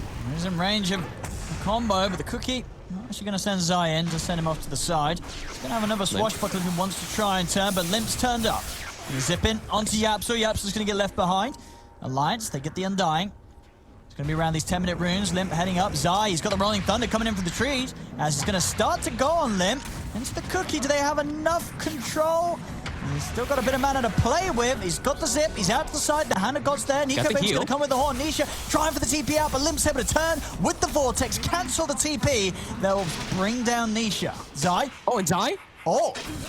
He still gets it. He gets the job done. And he might actually get out here. I think so. He's got Swashbuckle back up. He's going to be able to jump to the side. FNG is trying to swing around into position. And actually, FNG turning up will do it. Gives him a clap with the old Hellbear. And we'll find Zai. So, I mean, Alliance definitely, they're getting the action here. They're not letting Secret get anywhere close to their towers without any sort of response. And they are getting kills for it. Yeah, and now they can actually set up maybe to push tower in mid a little bit here with this catapult. Bottom, S4. Yeah, YapzOr just immediately parks the tombstone down to stop the push. But S4, I believe he's pretty much has Atos done. So at least they have a good way to hold majority of actually these heroes. Pretty good versus most of them. But yeah, Matu, he's got the Battle Fury finished. So yeah, the pace of farm is gonna go 11 minutes skyrocketing. Yeah, this house. Alliance, FNG, he's caught in a very precarious position right now. He could try and force no. Okay, no, never mind. Doesn't need. There's Nisha's here. Everyone's here. FNG. Oh no. No escape for him. He got his creeps away though. His creeps went and farmed some camps, so he did deny some farm from the opponents. That's some efficiency with his invasive play. Yeah. Right, we got a Secret. They're just ready to make all the moves whilst Matu gets all the space. It really doesn't feel like Alliance, like their heroes just don't make the moves too easy. S4. They can rally around S4, but there's so much damage. Kiss is coming down, and S4's gone. Zai, he's going to roll over, see if he can find more out of this, but Limp's full HP, full mana. Limp, is he going to be able to turn? No, can't do so. Nisha and Puppy still by Zai's side. And what, Limp? He gets caught. He's just... Wait, what was he did? I didn't think he would go anywhere near them, but he did, and he died for it. All right. They can't have these type of plays happen either. Like any of these plays that stop their momentum. It's 25 seconds now where they just get to farm on the side of Secret. This is... They can't be making these mistakes on Limp. He really needs to have a much more perfect game. It's already 3 deaths for him. Mid. Set up with the rod onto Nisha. The disarm. They haven't got the damage. And now Hasken, he might just die for this. Dodge the cookie. Ooh. He's actually going to live. He's going to get away.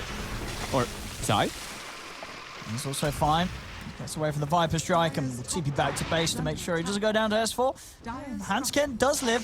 Matu, though, top lane, is beating off the tower.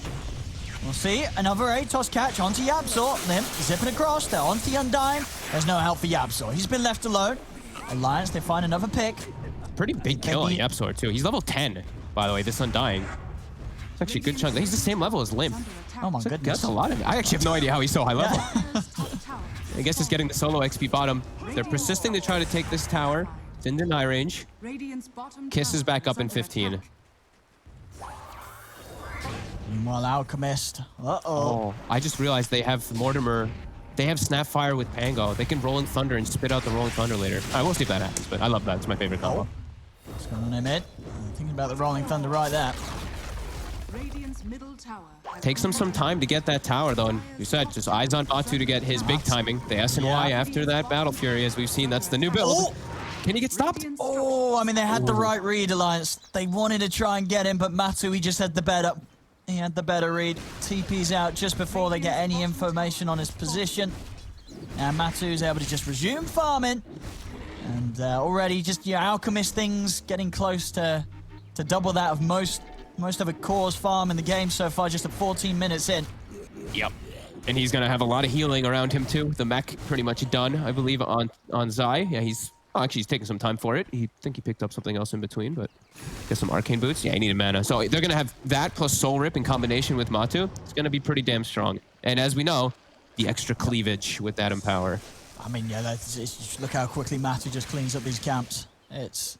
You know, it really does go to show, because I think as well, before we saw Matu do it the other day, a lot of people will be like, oh, you have a Magnus, why are you buying the Battle Fury? I mean, you don't ask questions. When Matu does it, you should emulate this. This is what you should do. This is how you play the Alchemist. Yeah, people have really shifted away from the Radiance build just because the item is just... I mean, it's still very good, but it's just countered so hard by MKB. There's not really any MKB builders this game, but yeah, he's still just valuing the Battle Fury much more. I think it's just fast with the Battle Fury. It's regen. It gives you, the mana regen, too. That's the nice thing. This hero has no mana regen anymore. That's one of the big nerfs, so that always will provide you mana to farm constantly. Yep. So it's actually quite nice compared to Radiance. Yeah, I feel I think if you're building Radiance, you might be deserved to be flamed actually as an alchemist nowadays. This is just the build. This is the build. Yep. Nico Baby is still getting away with everything, but when it's an alchemist game, as we know, it's an alchemist game. So Matu is getting just a bit more, and he's actually getting aggressive onto Nico Baby. Maybe just pushing him out of lane a little bit. I mean, he knows that Nico Baby can't do anything about him on his own. So yep. Heads over, gives him a bit of a punch. Nico Baby gets out of there. I mean, what is the move for Alliance? What is the play for them here? They have to get a bit more map control. That's the thing. It's still scary. But how can they force the issue so hard? Because Secret, they have this great team fight that's going to all start kicking in together, too. Radiant's top tower is under attack. Just got to be ready to fight at all times, really. So Nico Baby, he's a bit low on mana. He's bringing the clarity, so at least we'll have some mana to haunt, but still very limited on mana. Hanskin still doesn't have Blink either. Fight's still looking pretty hard for Alliance. We'll get this tier 1 tower top. Level 12 with War Kick. And look for plays to be made. They look to set up onto Zai mid. Go in with the zip. Zai's out to the side, still committing. He fishes out to the two of them, and Zai, silenced by the Orchid, can't escape. Nice. You get the kill on the Pango. And we'll find the towers in as well. Yeah. And there's actually still bounty runes bottom. If Limp, I guess Limp isn't going to go over there yet, but S4 is going to see them. I can't believe nobody took those. Those have been there for 1 minute and 40 seconds with an Alchemist on. I was going to say, that's pretty rare when there's an Alch around. Yeah, they didn't even check them bottom on the side of Secret. They just they were farming the camps right next to it, too. But yeah, Limp, going to be eyes on him to make a lot of plays here with this Orchid timing. And they have the Blink Dagger on Hanskin. Right. So now, Alliance does have some things kicking together. My thrift rewarded. Secret just have an easier form of initiation. Now they have the Gobble Up. So Nisha does have it ready. He also has a Haste Rune in his bottle, so for next fight, very hard to catch Nisha, especially with that Spectre. And there's the timing. SNY, an AC on top 2 for Matu, and the Battle Fury. I can't... Where the hell did the AC come from, right? Just I don't think we want to know. It's just appeared out of nowhere. 17 minutes in. Nico Baby's got Manta too. I mean, his timing isn't bad. Radiant's bottom tower is under attack. They do have some strong team fight around them too.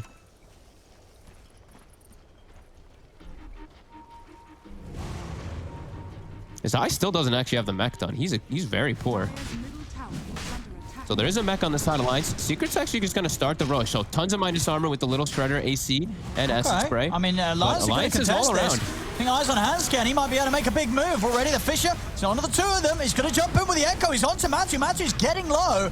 He's struggling. Matu's dying. Hanskin's able to keep him contained inside the pit. They're going to be able to bring him down. Alliance, they find the three of them. But whoa, here we go with the Gobble Up and the Kisses. Straight back in. Nisha turning it all around here. The RP from Puppey onto Nico Baby. Do they have the damage though? Not quite. Nico Baby's going to live. And now Nisha, he's full committed for this. He's got to go for the TP out, but the clumsy net is there. Alliance, they're able to stop his escape. Nisha's in trouble. He's going to go down. And now there's a DD right outside. And they have Manta up. They can take Roast themselves. Oh my goodness, Alliance. What some incredible moves around the pit. I mean, Hanskin getting in with the Echo, the Haunt, and then there's nothing. Secret tried to throw everything into it. Matu was just stuck in the pit. He couldn't get out around the Fisher. Now Zai. That's a dieback. Alliance. Oh, baby. So, I mean, the move to the pit, it was perfect. And the greed, it certainly hurt Secret there. They were trying to push that Roche. And Alliance just turn up and they say no. I think Alliance got there faster than Secret was expecting. The Tombstone came out, but they were already in. Hanskin already blinked and jumped in, got the Echo off. S4 gets everything off onto Matu. They get him down to less than half HP before he's even able to get Chemical Rage off. Fight was already over immediately from the way Alliance jumped it. Very nicely done. Look at the ward coverage too. 4 wards in the area. Even putting an extra one down in the middle of the fight just in case of just anything. I mean, this is massive for Alliance now. A big shake-up. Still, the out obviously very far ahead, but, you know, that, as an Alchemist would be, definitely some incredibly promising signs there from Alliance if they can pull more moves like that out of the bag. Yeah, I mean, they insta-kill Puppey too, and he didn't have the Blink Dagger. He still doesn't have the Blink. Yeah, just phenomenal move. And Zai's game just gets put further in the bin. He's down their second lowest net worth. This is definitely one of the poorest games we've seen from Zai in terms of just farm. He's got nothing. I mean, look at you. Like, Absol's literally 2,000 gold over him as an Undying. Alliance, they've actually halted Secret pretty hardcore, and look at the net. It's an Alchemist game. The Alchemist has been slowed down a lot. Now Alchemist has to wait for next timing. He has to wait for BKB, it feels like. Nisha. They're He's actually going to send going Puppey in, in. Going to be able to steer him underneath the tower, S4. S4. Okay. He is going to die underneath that. Zai, is he able to find more from this? Trying to chase in, they'll get the slow onto FNG. Secret looking to run him down the horse out and Limp. He's going to go straight for the backlines. They're onto Nisha. NicoBaby trying to focus him down, but the Soul Repeal comes out, but he's been clumsy netted. Nisha cannot escape. The disarm is there onto Limp, but Alliance again seizing the opportunity to kill off the Snapfire. Over towards Yapsor they go. Natu, he's going to have a stun to throw out, is down onto him, giving Yapsor some time to run, but the Echo's back up. Handscan pops it. Yapsor goes down. NicoBaby, he's going to be able to take outside. Matu, he's the last one left, and NicoBaby's moving in. He's got the basher, he's got the damage. The fish is out. Matu, he's trying to run, but another bash comes into play. The blade mail's there. It's not enough damage to kill Matu. Matu's still alive. Handscan, he's going to have Blink in a second. He's in. Bam! Gives him a slap. Limp actually comes in for the kill. Secure Alliance. They're doing what seemed to be the impossible against the Secret out. They're breaking them. They're absolutely breaking them. Just out team fighting them over and over again here. Secret, they forced the issue here onto the Viper. Arcane Rune found by Limp. Spectre ult back up. They just commit into the fight. Nisha, he can't protect himself. This Snapfire in the front line is just always getting jumped, and now this Alchemist game has been heavily delayed. He was trying to farm his BKB, but he got called into the fight, and they lose the fight again. Alliance. Secret, they're losing their flow here. They're making some moves, in Alliance are just outplaying them. As NicoBaby, 5-1 and 10. He's been having a great game. Limp after the rough start. These moves, these catches that he's getting in the team fight, absolutely huge. Inside bottom. He's gonna try and set up onto the team's gonna turn up. It doesn't look like there's any way of getting S4 out of here, so he will go down.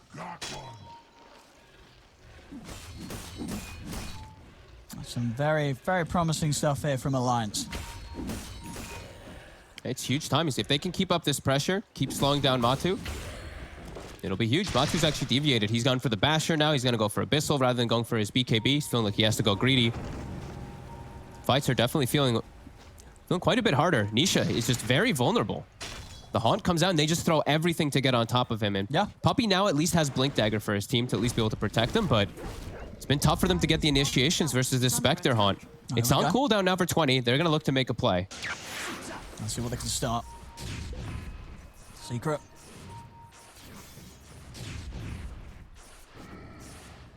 A little worried about forcing it. They don't want to probably run think up here.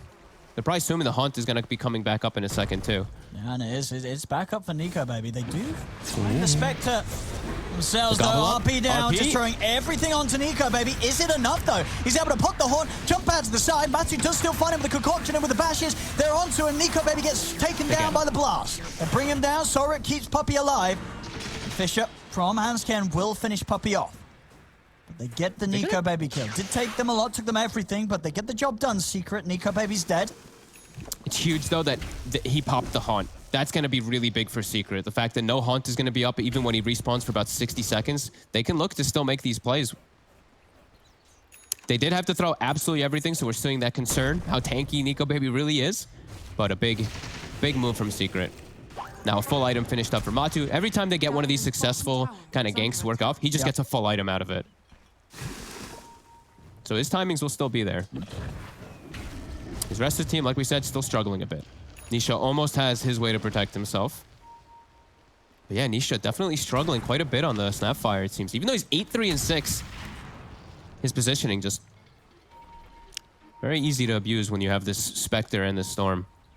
As Yapsor's higher level than him, by the way. Just ate the Tome.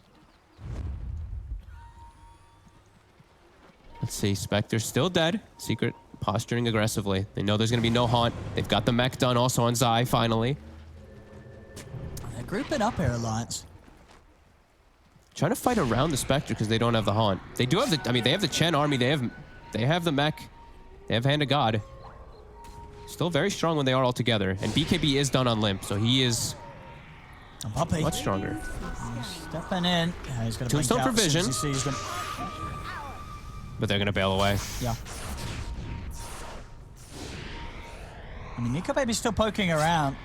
They have the vision here on the high ground, Alliance. 25 seconds till Haunt. Some other big ults coming up. The RP's back up for Puppey. They're actually going to cut Matu up, but that's a tough target to just go for here. Esco's going to start poking. Limp, he's going to straight up go in. Have a bit of a poke reaction from Puppey. As Puppey's blinked in. He's blinked in to be instantly silenced by Limp. Puppey's gone. He's dead. Hanski's on the low ground. He's moving in for the Echo. The Echo? He's able to walk in, get the Echo onto the two of them. Now committing straight on top of them. They're looking for Yapso. Yapso's going to heal himself with the Soul Rip, but he still goes down. Zai gets the Rolling Thunder off. He's killed off Hansken. Also finds FNG. Now Zai and Nisha, they've got to be careful stepping up to the high ground with the root. And the silence is in again. They're on to Nisha. Nisha's going to get dragged back as him and Zai will go down again. It's just Matu left alive. As Alliance, yet again, in these team fights, they're doing it. Secret can't seem to deal with Alliance in these 5-on-5s. No, Puppey with a huge mistake. He just blinks in. Limp has all the vision in the world from the ward on the high ground. He gets the pre-silence. Yep. Puppey just gets silence instantly and kind of gives up the fight. As Manta dodge coming out from Nico Baby. Matu does have his Chemical Rage back up though, feeling strong. He's just going to start running into them. In fact, he's going to go for the kill on S4. He's going to get it. Matu still as strong as he has been this game. Still sailing ahead of everybody else when it comes to net worth. But the rest of the team definitely falling behind. You know, we are seeing, you know, there's 3 cores in Alliance in a pretty good place. Secret, I mean, they've got Nisha still up there on level with Alliance. Obviously, Matu's miles ahead, but Zai is far behind. Yeah, it's really just all about Matu. I'm looking to see them pick up some items to buff him up. I'm not really seeing it right now. I think they have to get these Glimmers, Solars, Lotus Orbs, everything. It's all about Matu at this point. They're too poor, though. Puppey especially can't buy it, but Yapso, he's gone for this greedy build, the Atos. Not really feeling that Atos too much, instead of having some type of saving item for his Alchemist. They'll find a kill on Hanskin. He's always got the Orb of Destruction too, so that comboed with the AC Aura. He's tearing through these arrows. But Nico Baby's just getting so much farm, and he's getting these item timings, and he's picking up the items to counter the Alchemist. First the Basher, now he's gonna have the Scotty very soon, counteract that healing. Yeah. That's gonna make the fights pretty impossible for Secret. Yeah, the Spectre's just too much of a problem. They don't have the damage to deal with him at this point when he's this tanky. They have to commit just way too many spells, and then it allows Limp to just get away with everything. And Limp is going to be able to find the tier 2 tower down bottom. No defense here from Secret. God, how much health actually does Spectre have right now? Greater Fairy Fire. He's about to have Scotty. He has Hand of God. He has Mac. He has the Divine Favor. This Spectre's got effectively like 7,000 health. Yeah, just little things as well, like having the pipe buff from S4 by his side. There's many ways to keep Nico Baby alive, as we've been seeing so far. Now, we're going to have this Roche attempted from Secret again. Remember last time, though, Alliance, they were able to really shake them up around this point, and Alliance is going to look to do exactly that once more. They're heading over. Secret's not putting everyone in the pit, though. They're only having the 2 showing in the pit. Tombstone's down inside the pit, though, not on the outside, so no vision from it. But it'll stay alive, and they do get that Aegis. Yeah, and now they're going to start chasing down the members of Alliance. They're going to look to S4. Limp's going to come in with the Vortex, drag off Matumba Man to the side. He has been blocked off by the Fisher. Back in the pit, Puppey, he's silenced. Nico Baby's on top of him. Puppey's going to put the RP onto Nico Baby. The kiss is coming in from the side, but Puppey goes down. Nico Baby, he's more than fine as he pops the Manta. Limp jumps over towards Nisha, committing with the BKB onto the Snapfire, pulling him back with the Vortex. The concoction comes out to Nico Baby. Hanskin, he's in again. The Echo onto the 2 of them, locking down Nisha and Yapso. Nisha cookies up to the high ground, but he's dead. Nisha goes down. Nico Baby turns over towards Yapso. Yapso, he cannot run from these heroes as Alliance doing it yet again. Whoa, won't be able to get a chance for it as Nico Baby can't quite get in on top of Matu before he's out with the TP. But nonetheless, even with Secret getting the Roche, still Alliance showing an incredible potential in their ability to fight. He got Matu got kited his entire chemical rage. He got fissured, he got stunned, then his own concoction stunned himself. He comes back into the fight, and his chemical rage is done. He actually just has to walk away, can't contribute anything. Yeah, damage issues continuing to be there. And Alliance, the heals, the Greaves, the Hand of God, it's too much for Secret to deal with. Yeah. Matu, he can't do this by himself. And absolutely not. It's just the heroes around him are starting to feel pretty helpless. Again, Zai is just so poor that they are without an offlaner, it seems. 30 minutes in, he's only got a mech. Yeah, he's really struggling, and they can't seem to get the good RP initiations off for Puppey. S4, he's spotted. Gonna have to fish in the Force, and S4's away. The gobble up. Oh, it is going to be in. Cancels the TP. If they got anything else to save, S4 is going to turn. Zai actually nearly going down here as S4 hits him with the poison. With that dagger, Zai actually will go down. Dead. He's dead for 80. I mean, S4 will take that. Again, just sort of rubbing extra salt into the wounds for Zai. This is feeling like such a hard game for Matu to really put on his back by himself. We're just seeing the rest of the heroes just don't provide the damage for the Spectre. And then there's just too much for them to deal with. See, he's itemizing to deal with that Spectre. He's going to try to go for that Silver Edge. Which, hey, that could be pretty decent, but it still feels tough for him. I mean, it really is. It's going to be the ultimate test for him. Yeah. He's going to have to carry harder than he's probably had to carry in quite some time. Over the losses that they've had, but if you consider the games that they've won, it's not sort of every day that the wins from Secret are wins that are just on the back of one player. It's normally them all playing at a very similar level, but this game, Matu is way ahead. As expected, the outcome. Whoa, he's been found! He tried to TP up, but Limp's in straight away with the Vortex to cancel it. Matu's got to put the BKB. He's going to move him with the Abyssal onto Limp.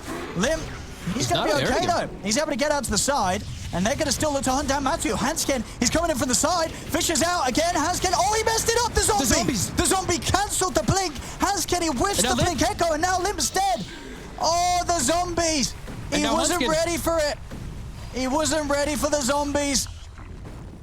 Oh, it's always the worst. One of the sort of the less easy to notice ways to get your blink dagger cancelled. The zombies popped up behind you, and suddenly you can't get the blink off. They're still chasing Nico Baby. Matu's got the Silver Edge too. They're in, and they've got the control with this Rolling Thunder. And my goodness, just one little zombie. One little zombie. If that weren't there, Hansken, he was getting a 3-man echo, and we were going to see a repeat of what Alliance has been able to do, but that one little zombie, and the whole move from Alliance is just put to a stop. It results in them not only losing that, but losing Limp and losing Nico Baby. And look top. FNG's TP gets canceled. Puppey, they set up for the quick move. Yapsor's running to catch up too, and he's going to get cut off for sure. Here comes the creep. Yeah, FNG's not got any escape. Oh no, Alliance. Dire's middle tower has fallen. That's now Secret. How quickly things are turning as Secret They're going toward high up. ground. Nice fissure. Wait, he has spider legs. I was like, what? I was going to say, he just walks through the fissure. I was about to say. I saw him using him earlier. Oh, he's it. Oh, S4. S4, he gets the Ghost Scepter off. Yeah. They're still in on him. Matu, he's deep. He has got the Aegis and the BKB. See if they're able to take him down the once. Sai coming in with the swashbuckle. Matu's going to put the BKB turn over toward Hansken. Hansken's dead. Hansken is dead. The three of them do have buyback on Alliance, but it would be buying back into an Aegis Alchemist as Matu takes the tier 3. Hits level 25 now too. Aegis still for about 20 seconds. They have their creep wave pushing in. 15 for Nico Baby. Oh, Matu. Been fishing. Creep wave's all gone. Limp just took out the whole wave. All right, that'll give them some time to breathe then. Time to wait for people to respawn. Secret will have to back off.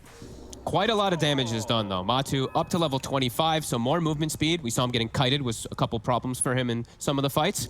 And now even more items. He just had finished the Silver Edge. Now another one finished, if he chooses to purchase. And the rest of his teammates now have a couple defensive items to bail themselves out. Zai, Greaves. He's got his items, Zai. He's got his items. He's got his items. Yapsor, they got a couple different tools. Alliance, they're ready to go out, though.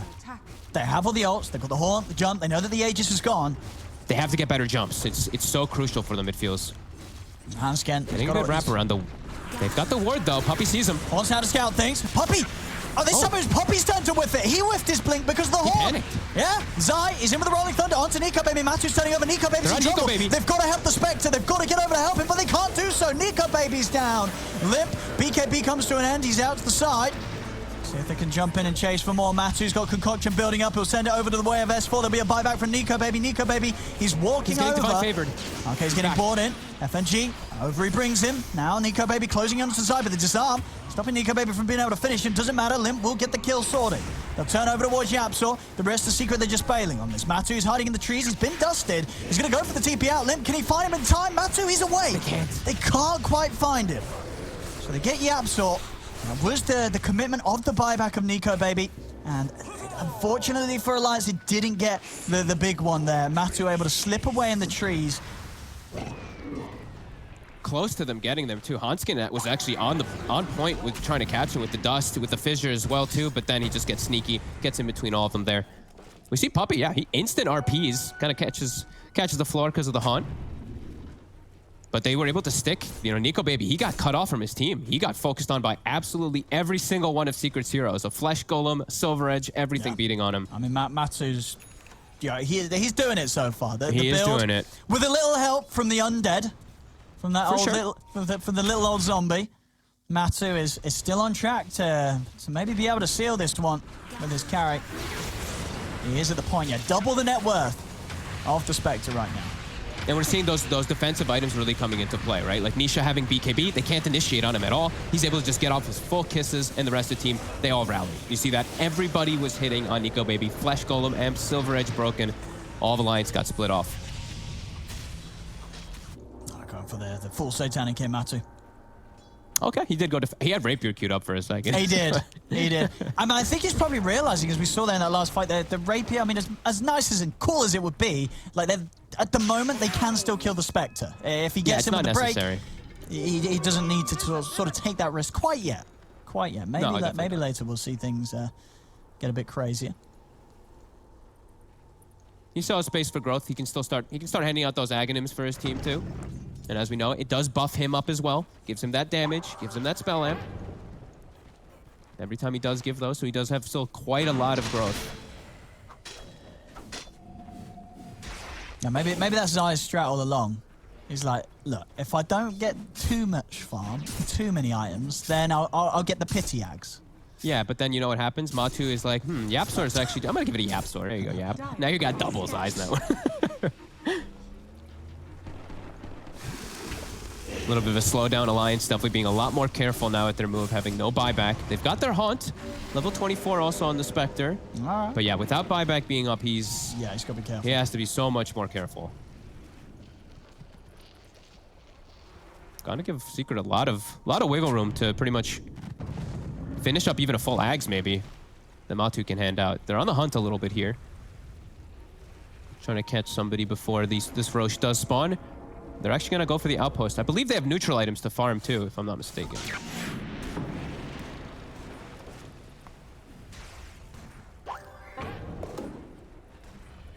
And ooh, okay, Spell Prism for Alliance. I got quite a few heroes that want that. Yeah. They got the Illusionist Cape is on Secret, actually. That would have been pretty nice for Alliance if they got that one. No one's carrying the Illusionist Cape, though. No, they don't really have a good hero for it, right? It's not a Radiance out. It's not bad on the Alk anyway still, but I think he's really just seeing how useful Spider Legs are versus the Shaker. Because that one fight when he got split off, he just was useless. His whole Chemical Rage got kited, so I feel like he's noticing how mobility is his downfall a little bit here.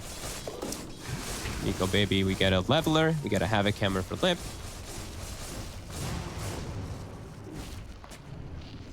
And first Ag's almost online for Matu to give out.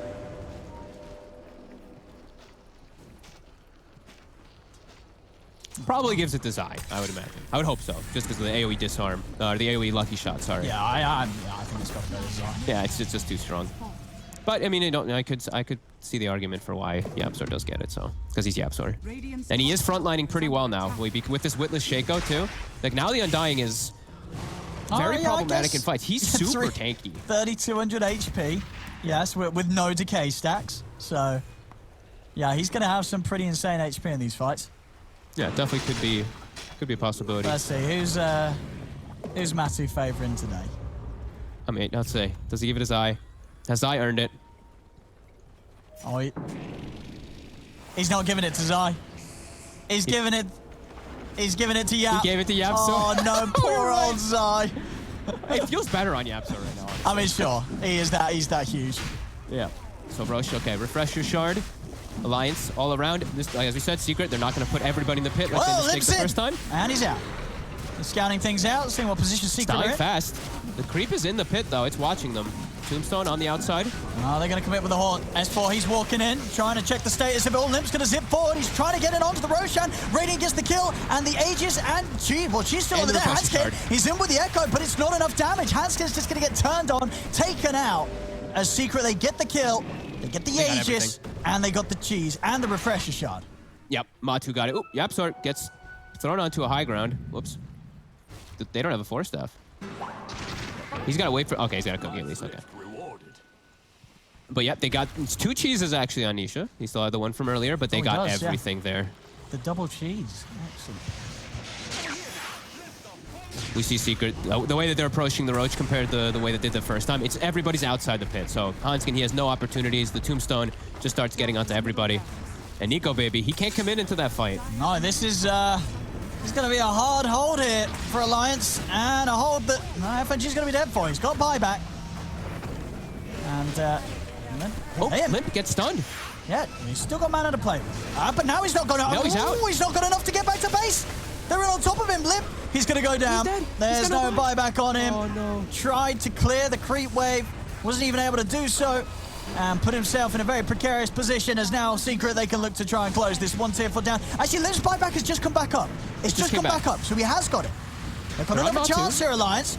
They're turning on to Matu. Zion with the Rolling Thunder. Stunning the 2 of them. Matu heals up straight away with the Satanic. Nico Baby tries to jump in with the Abyssal, but they turn. They root him in position, pots the man to Limp. He's looking for Zai in the backlines, committing with the BKB. Zai, no, Zai's going to be saved. Nisha gobbles up Zai, shoots him back to safety. Not even Zai's going to go down this time. As Yapsor... They'll leave Yapsor in the back. Matu, he wants to get back in. He's got a concoction cooking up. Has to put the BKB. He's worried about stunning himself. Does still have the Aegis. They're chasing. Can they get the bash? Oh, no, they can't. They only have 1 hit to try for it. They don't find it. Now Limp, see if he can cancel any of the other TPs away. Zai, been found by the Fisher. He's still on the run, but Zai... They have to get him here. I don't think he's running away from this. They do get another. So Alliance, they hold. They hold. They lose 1 tier 4. They come in with the 2 buybacks, Limp and Hanskin. Very expensive. It was 4 buybacks.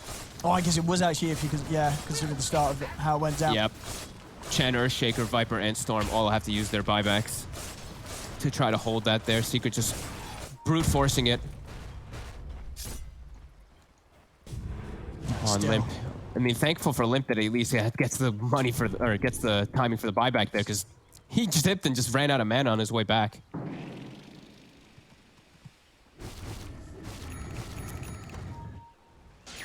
Oh man, this Alchemist. Look at the rest of his team too. They've all just, it's all recovered. It feels like Alliance just, they really hit a wall at some point in this game where everything just turned on them. The 2 times that Nico Baby did get picked off. Yeah, for sure. It's just a tough game for Alliance, but yeah, I mean, definitely the way that they've been able to show up, throughout the game so far, despite how hard it is against this Alchemist, it has been impressive from Alliance. Yeah, they definitely had chances to win this game. They had a huge momentum swing at some point. Secret, they've absolutely broken that though now. Another Ag's given away. Who earned this one? Did Puppy? Oh no, he gave it to himself. Poor Zai. Oh my, and everything on Nico Baby. And he's gone. He's just dead. He has got buyback, absolutely everything on him. They've got the Hex on to S4. He might need to buy back on if he wants to try and help his team out, as S4's in trouble. They'll force him out to the side here. Limp, zipping in. He's going to pull back Yap. So here comes the buyback Horn. The see they want to try and get themselves on top of first. He's going to go with a Echo Slam. They've managed to take out the Aegis and Japsor. The Aegis is gone off Matumba Man. Can they kill him a second time? Matu's up to the high ground. Zai creates a space for the Rolling Thunder, but now Zai's stuck. Puppy, Stewart has low ground onto the 3 of them. Nico Baby still trying to chase on. Limp zips in. Dust is out. They're onto Zai with the Vortex. Matu going away with the BKB, but Nico Baby's in. The Abyssal. They've cancelled the TP out from Matu. He's picked up. He's chucked over to the side. Nisha, he's away. No, he's not. The bash. They cancel his TP, and Matu, he's still having to deal with Lim. Jump forward from Hansken. He's closed the gap. The Yule sent him into the combo, but Matu, he comes in with the Abyssal to stop the stun. It doesn't matter. Vortex is up for Lim. He pulls it back. Matu, he's trying to turn and fight, but he's inside the poison. He's ticking down low, and he's gone. He's dead for 100. Puppy's tried to come in, but it's too late. Matu's already dead. Alliance, they'll clean up Puppy. As Nisha and Zai, they've just been chased away by FNG. Nisha's still alive over here. They ditched him. They went for Matu. They wanted the bigger They got the big one. They got Matu. But Nisha, he's going to be able to scurry away. Is under attack. And Zai somehow still alive during all of it too. I think Hansken will have something to say about that though here. Or maybe. Lim, he's not got a lot of mana to work with. As, yeah, I think Zai's out. He is. Rolling Thunder and Zai, he's going to be out. Oh, and he's going to get bounties. Oh, very nice. Oh, and a second one. There you go.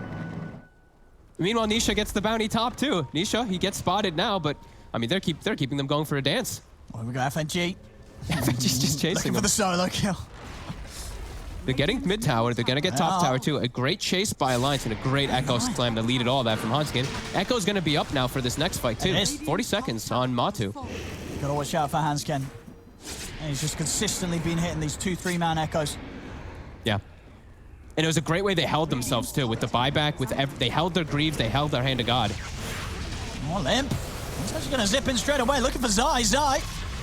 He glimmers. Hansken jumps forward. They've got the silence in onto him. They'll cook him out to safety. S4 still punching him with the poison. Zai's going to tick down low. Zai, he's going to dagger. Nope, he lives. He's able to get back into the base. He's still holding here. A secret. They've got Matu back up in 10. They haven't had to use the buyback on the Alchemist. Alliance haven't quite been able to force that out. Yapstor's got a lot of strength stacks. He's at 7,700 HP. So he will push them away, but yeah, 7,000 health with the ult up. Radiant are scanning. I'm looking forward to that level 25. Even though, is he going to take it? I think knowing Yapstor, yeah. I mean, I think I don't think he has the mana Yapstor's to do it, to be honest. FNG will get killed on the retreat. Oh my god, look how much gold he gives Matu. That's a lot. Wait, what the hell? Why did Chen give 700 gold when that's a winning team? I just quick maths. That's a lot of gold, though. All right, well. Some Valve maths right there. But he's the top net worth hero versus the bottom net worth hero with a 23,000 gold lead. I don't understand how he got so much gold. Anyway, they're gonna go top racks. No buyback. FNG, they don't have the heals for 80 seconds. It's all on Hansken and Nico, baby, to jump the right targets, really. Oh, and I mean, I guess all of them, really. They've all got some form of lockdown. Alliance, the four of them. They do also have the level 25 on the Viper, so Nether Toxin Silence might trip some people up. Yeah. Yep, that's pretty big. BKB's getting low.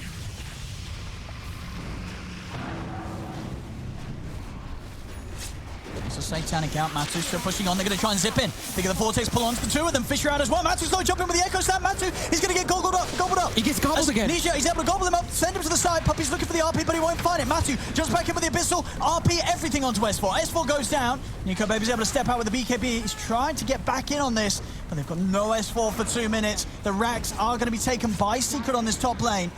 Now Matu goes over to the tier 4s.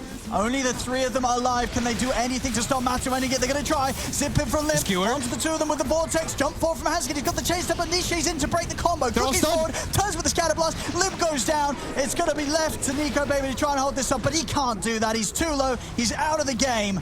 As Secret, they'll get the team wipe, and they'll get themselves the victory here in game 1. They will manage to close it up. Matu, he is indeed able to do it here as the Alchemist with his insane amount of farm. He's able to carry them through to the victory. But I mean, an excellent game. And Alliance, they certainly put up much more of a fight than I think we thought they'd be able to against the Secret Alchemist. Alliance made some fantastic moves from behind. Yeah, some great reads of the map, really. Like that first Roche situation, then Hansken getting some great echoes. I know that one, of course, as soon as I say that, we see him echo the floor. That really was the big turnaround, it felt like, for Secret, though. These situations where Alliance couldn't get these perfect initiations, Secret would end up getting these big tombstones that would just turn the fights around. I'm starting to see Undying. You know, people are Undying's haters, but I'm loving this hero right now. After seeing Fada playing it and now seeing Yapstor have this impact, too, this hero, I think, is going to start getting picked a lot more. There we go, ladies and gentlemen. Very, very exciting game 1 to this series. It's, I'd say, only going to kick off even more as the games go on. But for now, Secret, they'll take game 1 here against Alliance.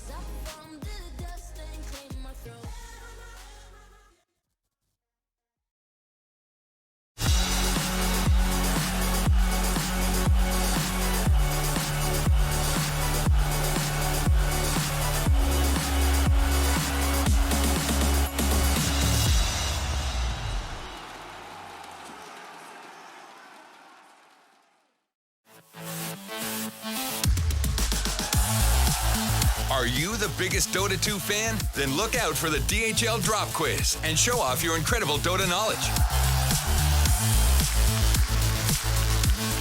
Reply with the right answer in Twitch chat and track your position on our live leaderboard. Will you make it to the top and win the €1,000 prize? Hashtag Gamers Unite.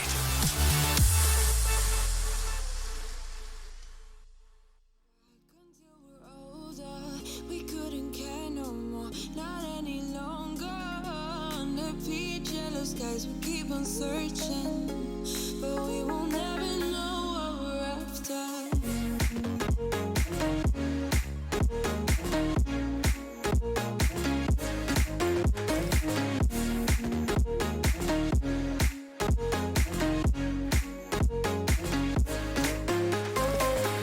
We're no kids no more. I need to feel alive in this dreadful town. I'm running out of time, and as long as you're mine, I wanna run away. We're never heading back until we're older. We couldn't care no more, not any longer. Under peach yellow skies, we keep on searching, but we will never know what we're after.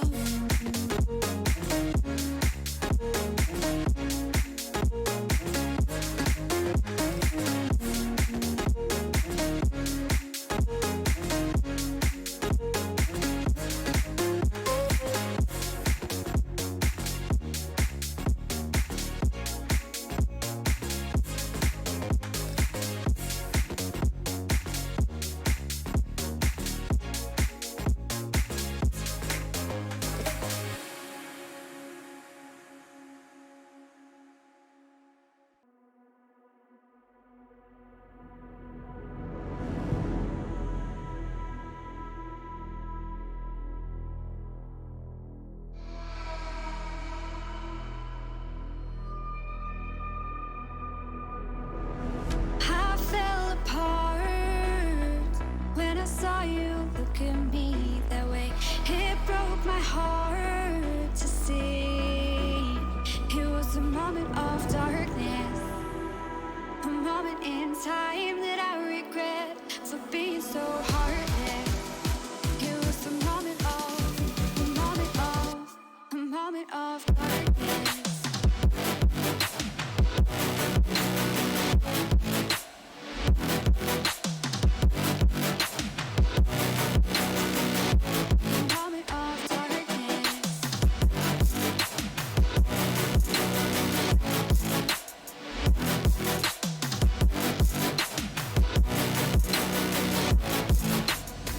I fell apart when I saw you look at me that way. It broke my heart to see. It's too hard, it don't come easy. I went dark, I lost it right away. And when it starts, God knows what I'll say. In my head, I had good reason. I went red so unexpectedly. I should have said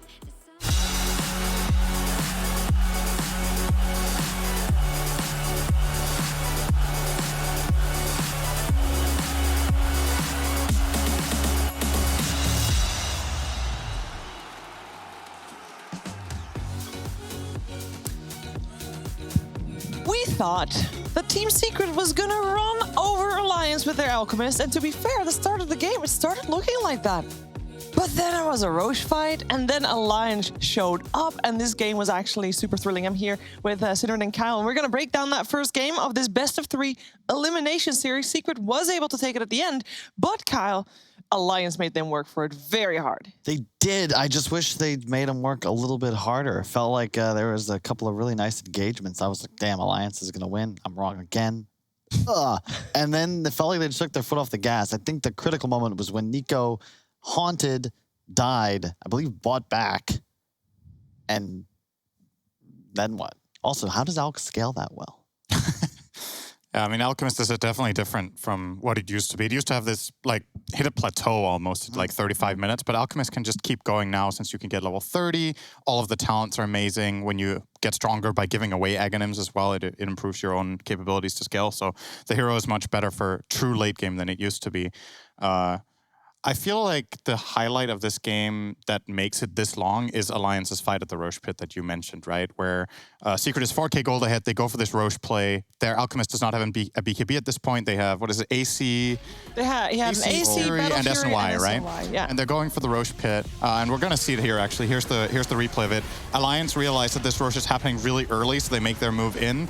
I'm not sure I agree with Secret's choice to have Puppy break the smoke on Mag. I think you put Undying out there, and then Undying, the moment the smoke breaks, he puts down a tombstone, and then you try to fight. Because what ends up happening is that Alliance instantly ATO'd Puppy and took him out, and you see he reconnects to the fight now, but it's over. Alchemist's already dead. He bought back and TP'd on the Mag, but he has no tier 2 tower top, so the connection play, it takes way too long. And Alliance, after this, end up getting 4 kills. They got the Roche here as well, right? I believe off of this. Yeah. Yeah. So this really equalized the game. Turning point, though. Secret won. Right. It was the turning point from an expectation standpoint. Okay. For me, like, the way this game was going, I thought it was going to be over at 30 minutes. Yeah. Like, at this point. If Alliance don't find this exact fight and they lose that Roche for free, they're going to get stomped off of this game very quickly. And then it got really exciting. And I think something that Alliance did very, very well this game was playing the Storm Spectre together. It's something we've seen other teams do with great success as well. You haunt, you give vision of the enemy team. Storm is like, hey, I can pick any of the 5 heroes I want to go on with my Orchid. And they start off the fights. They did a good job going on Snap, but when Snap got BKB, that's when stuff got really tricky for them. It was kind of cute putting the Viper against the Alchemist. I think if it were similar to how the Nether Toxin affects Monkey King's Jingu, where it removes the stacks even after they're accumulated, it would actually be like a hard counter. But it didn't really slow Matumba down as much as maybe they hoped. He was massive, and the benefit of this lineup that Secret runs and why I like it in their hands, they're already a team that makes so few mistakes. They made a couple critical ones in this game, but it's fine. And when you're playing this draft and you can afford to make egregious mistakes 2-3 times in a game as a team and still win, if you're the best team in the world, that's a pretty nice spot to be. I think what happened in this game and what Alliance were going for with the Viper bottom was to try to, they actually shut down the Alchemist decently. Yeah. You're pointing out that it counters Grievous Greed to an extent, but not fully. Matsu had to go jungle level 4. He actually just left the lane. And that's where, the bigger problem for me is Alliance can't take towers fast enough. Like, you're getting back into this game through really good team fighting and mid-game prowess as a team, but you're not, like, strategically countering Alchemist in the strategy. So he was just, strategically countering him in this. You're not strategic, yeah. You're not. You have a way with words. He still got to free farm, even though he got beat down in lane, even though he got countered at the Roche Pit. He's still easily the biggest hero on the map by a mile. It's like you always say. Yeah, it's an Alchemist game. And do you counter the hero or not? I must say, though, Alliance did a really good job. All things considered, especially, with the first phase Mag coming out from Secret, we knew that was happening. We knew that's one of their strongest ones, and they were still able to punch back. We'll see if Alliance is able to punch back fully to get in third game of this series very soon. But first, before we go to the break, we have something for you because it is time for a DHL drop quiz question. So if you know the answer, !DHL drop A, B, C, or D. And the question is, which North American team has recently won 2 ESL tournaments in a row? Is that A, EG? Is it B, Quincy Crew, C, Crazy, or D, Business Associates? And you'll find out the answer after the break. It's a trick question. It's only 3 innings.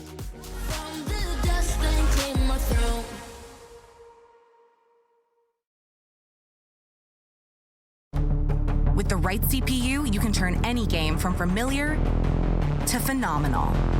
Unleash the potential in all your gaming with Intel 10th Gen processors. With its optimal balance of threads, cores, and frequency to deliver elite real-world performance, only Intel can bring Marvel's Avengers to life with in-game PC optimizations. Supercharge your Marvel's Avengers experience with Intel Core i5, i7, and i9 processors.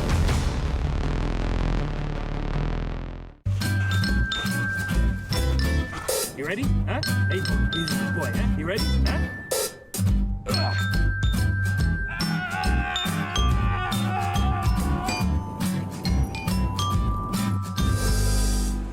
Start your esports career now at play.eslgaming.com.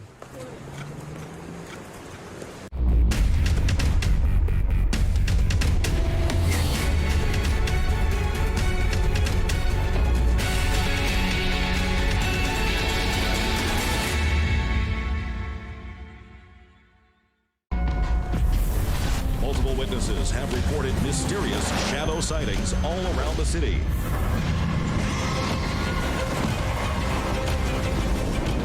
According to experts, the origin of these shadows is still unclear.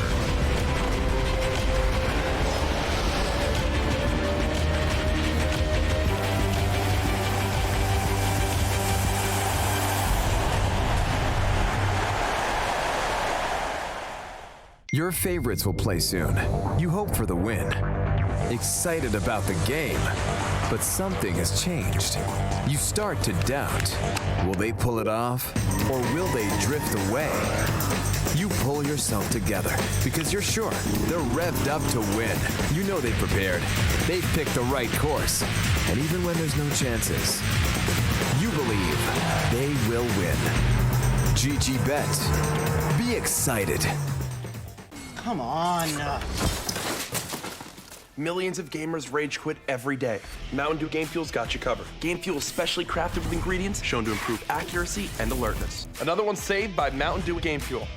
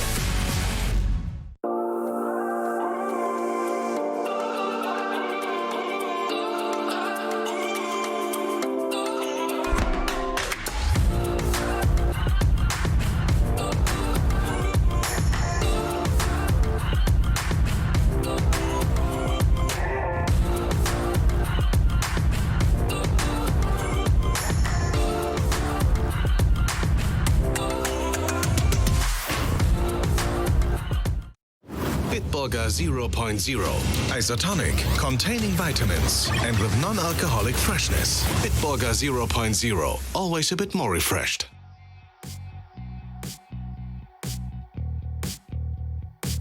I want you to believe.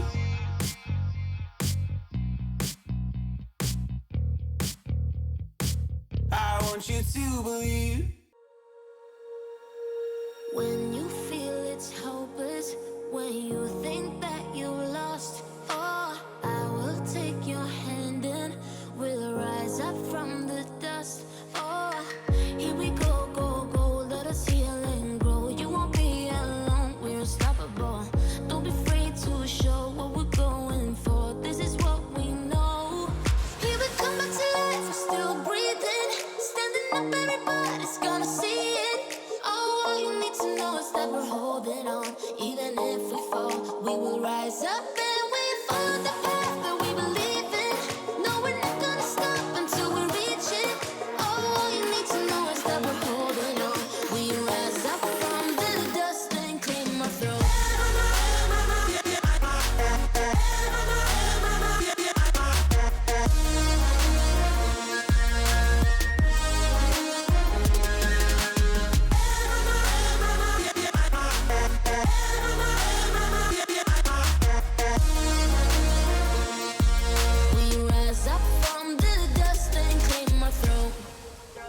ESL 1 Germany 2020 Online is brought to you by Intel, Mercedes-Benz, Mountain Dew Game Fuel, DHL, GG Bet, Corsair, Acer Predator, and Bitburger 0.0.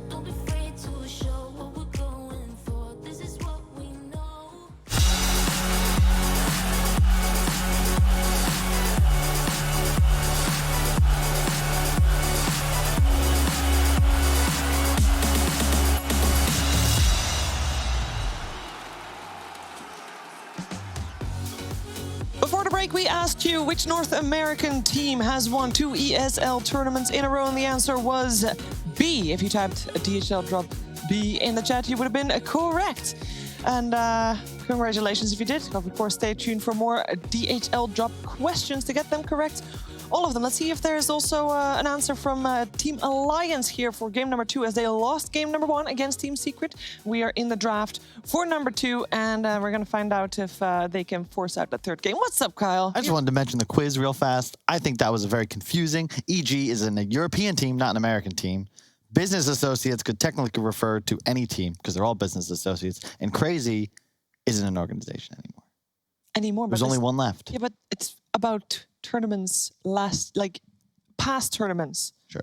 Kyle lives in the moment. Oh, yes. Anything that happened 5 minutes ago, he forgot. It's true. You should dwell on the past. It's reflected in his analysis too. It's going great today. It's going great today for Team Secret as well as they took game 1. They also managed to get Magnus for a second time in a row as the first pick. So as far as problems go, you know, you always try to find out what the problem was in the first game. It was not Magnus, according to Alliance.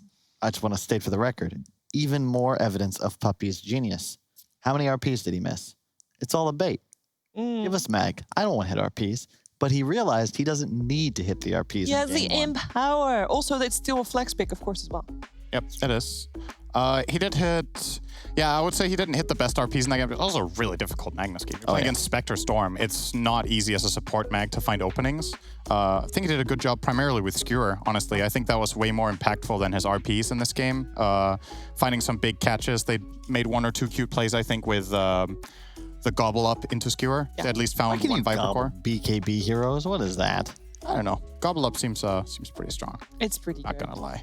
It is pretty crazy that you're allowed to eat them. Have we had any changes to the new Ags? Like there was a patch and Icebox was like, you know what?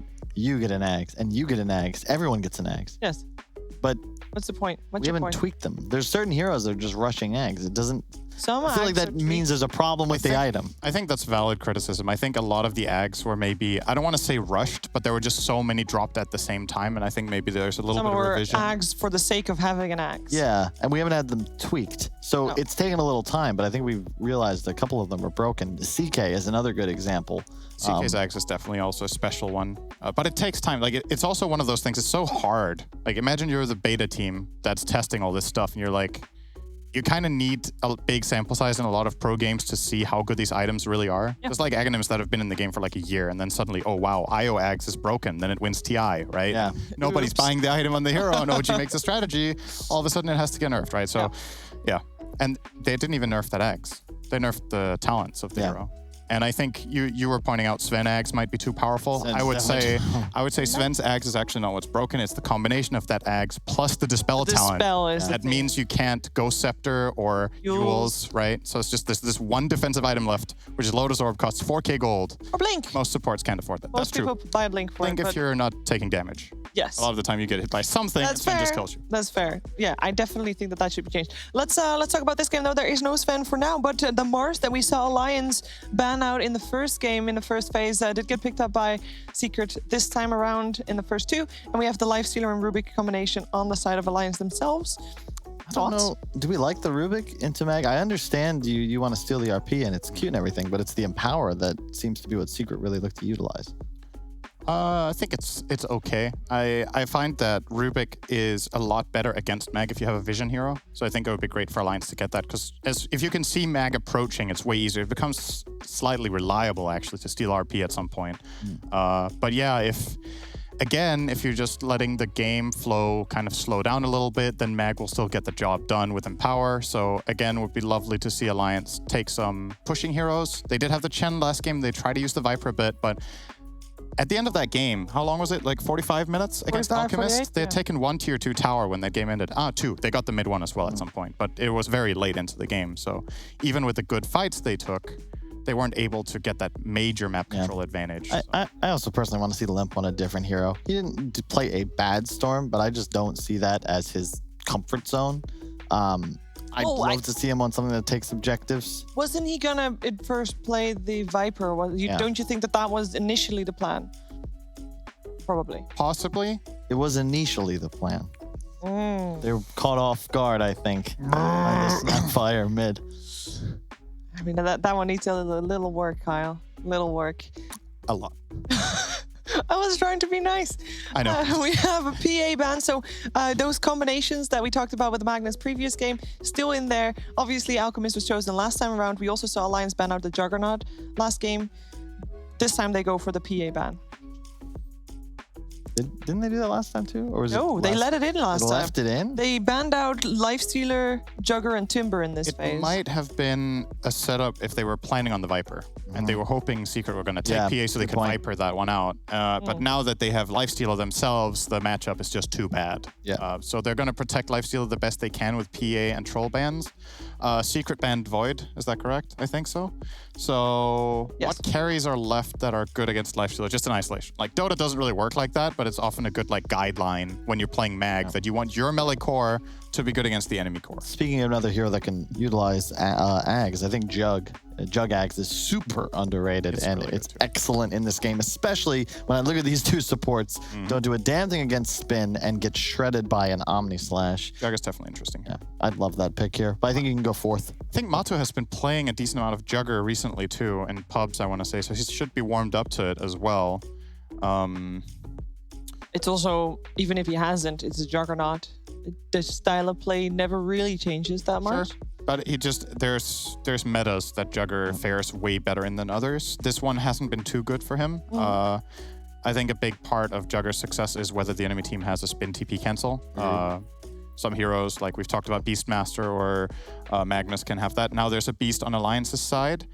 Kind of liking potentially a CK here. Yep, I had the same thought. Because that decreases the Jug value, but it bumps up the CK value, and that's another unconventionally strong matchup against the Lifestealer. Because with illusions and enough items, you can't fight into him. The only thing is you don't really have the greatest illusions on your team. I think you don't go Ags with CK. You just play for yourself. Play it as a carry. Go Armlet, Heart. Yeah, it's just Ags is so fun. It is fun. Fun isn't always good. I know. I disagree. I think the most important thing is to have fun, Sind. Okay. Chose the wrong place to be right now then, Kyle. Not gonna make it fun for you on this panel. But laugh now, Shiver. Good. See? No fun. Told you. What? He's trying so hard. Now he's having fun. This was not the point. This was not the goal. Sind has a candy bar named after him. It says corny. You probably can't see because you're not zoomed in. I didn't know, but you already told me this joke in the green room, and I already said I didn't think it was that funny. It still sucks. It still sucks. You showed it. You can't just say, hey, this is Sid, and then try it on camera. Different audience, hey guys. I saved it for so long. Oh, it was literally one day. You said it yesterday to me. We forgot about this one. We didn't think about Terabyte. Terabyte. Oh, that's a big hero. You're going to need a terabyte of data to think about how to beat Secret's draft here. Because they have got an excellent matchup now. The Lifestealer, even with Rage, is just neutered completely. You can get RP'd through it, and just smacked by this TB going toe-to-toe with him is near impossible. And it's a hard counter to Beastmaster, both in lane and throughout the game. Yeah, it's definitely good to get reflection off. You get the Inner Beast aura, correct? Yes, you do. So wow, excellent analysis. That's amazing for the Terrorblade. And when he has the Empower on top of that, so you get both attack speed and damage kind of quote-unquote for free in this game. The reason we didn't really think about Terrorblade, it's not very common pairing with Mag, because it's kind of mega greedy, and your illusions don't benefit from Empower, because Mag will not cast it on the illus. So the only time I remember seeing this was old school OG and old school VP, when they just had Pasha playing these buff heroes, and they all end on Rams this game. But it is something we don't see too often, and the lane bottom could be a little tough. Beastmaster Rubik's going to apply a lot of pressure, and you have a Mag TB. Like, that's just not really... How about band, by the way. The reason that they pick a Terrorblade is not because he's expected to get empowered, but it's going to be a Nisha Magnus, and he's only going to empower himself. Ooh. I like that a lot more, Sheaves. That's another reason the Mag for Secret's just so strong, because it's a tier 1, tier S, really, in the hands of multiple players on team. That would mean you last pick Puppy's hero, which, you know, there's nothing wrong with that. If your strategy can do that, that's amazing. Sometimes last pick 5s can just define laning stages. I always visualize it as I'm last picking the core, the hero that becomes the core. Like, I think that even though you pick the Mag early, the decision to make it core comes at last pick, so that's where the value comes out of. And also it guarantees that they can most likely win this bottom lane. I wouldn't be surprised to see something like a Witch Doctor come out, especially with the setup from the Mars. Doc is fine for sure. Although it's a little weird if you have a Skywrath as your other support. Quite a lot of value in Oracle, I would say, in this game. I don't know if your lane is too weak against Beastmaster Rubik. You can purge off Fate Bolt at least, which is nice for the Terrorblade lane, but maybe it's a bit overwhelming. They're going to get Enchantress. Classic puppy lane control hero, so they will last pick his. And looks like it's going to be a Mars Sky top. Great lane, very stable. I like the decision. I agree with saying, it's unconventional last pick your 5. Typically, it's not as much value. But if you consider that the TB is their key hero and Ench is just a 1-to-1 hard counter to Beastmaster in the laning phase, like you've given now your safe laner a free game. Yep. And yeah, you can last pick now the mid for Limp, but what does he really want to play against this mag? What do you play against Lina? No, banned. So Secret banned the Pugna, which I think, once again, against Magnus' strategies could have been really good. Pugna has a great matchup against Terrorblade, so I would have loved to see Alliance grab that, similar to a previous game, but it's just not available. The Zeus ban was excellent, too. Zeus This is great, the dream Zeus game for Alliance. Amazing, too. So Sniper? Can you get a vehicle for Lifestealer that actually... Right now, I'm not seeing Infestus at play for anything else than healing your team. Is it then a Storm Sniper game DP. again? No, I really don't want to see another Storm. It is a good pick, but I just don't think that that's Limp's bread and butter. I've played with the guy for like 6 years. I would go DP, Sniper. Timber? Damn, Sheaves? No, I saw it. Oh. Like, I can claim that I, Look how honest she is. She could have just not said that. Yeah, totally predicted Told you. that pick here. I'm so smart. Very nice. I'm a Play little... matchup. They could put Sky mid if they wanted to get creative here. I don't know how that does against Timber. I don't know if you win hard enough to really justify that. It might also be one of the few heroes in Dota Nisha hasn't played mid, actually. I'm not sure if I've ever seen him play this guy. It's a nice pick. It's one of Limp's comfort heroes, so in that case, I'm happy with it. My concern is you do have kill threat against this Timber in the game. And once again, Alliance are kind of limited on mid game. Like, it's a lot of farm required to come online for them. Are they less outdrafted than previous game? I like the Timber. I think it's pretty good here. Yeah. If it's going to be enough, I'm not sure, but I like it as a kind of solution to what Secret's bringing. So Okay, well, let's find out if this solution is enough for them to force out a third game of the series and head over to a commentary team of OD Pixel and Fogged.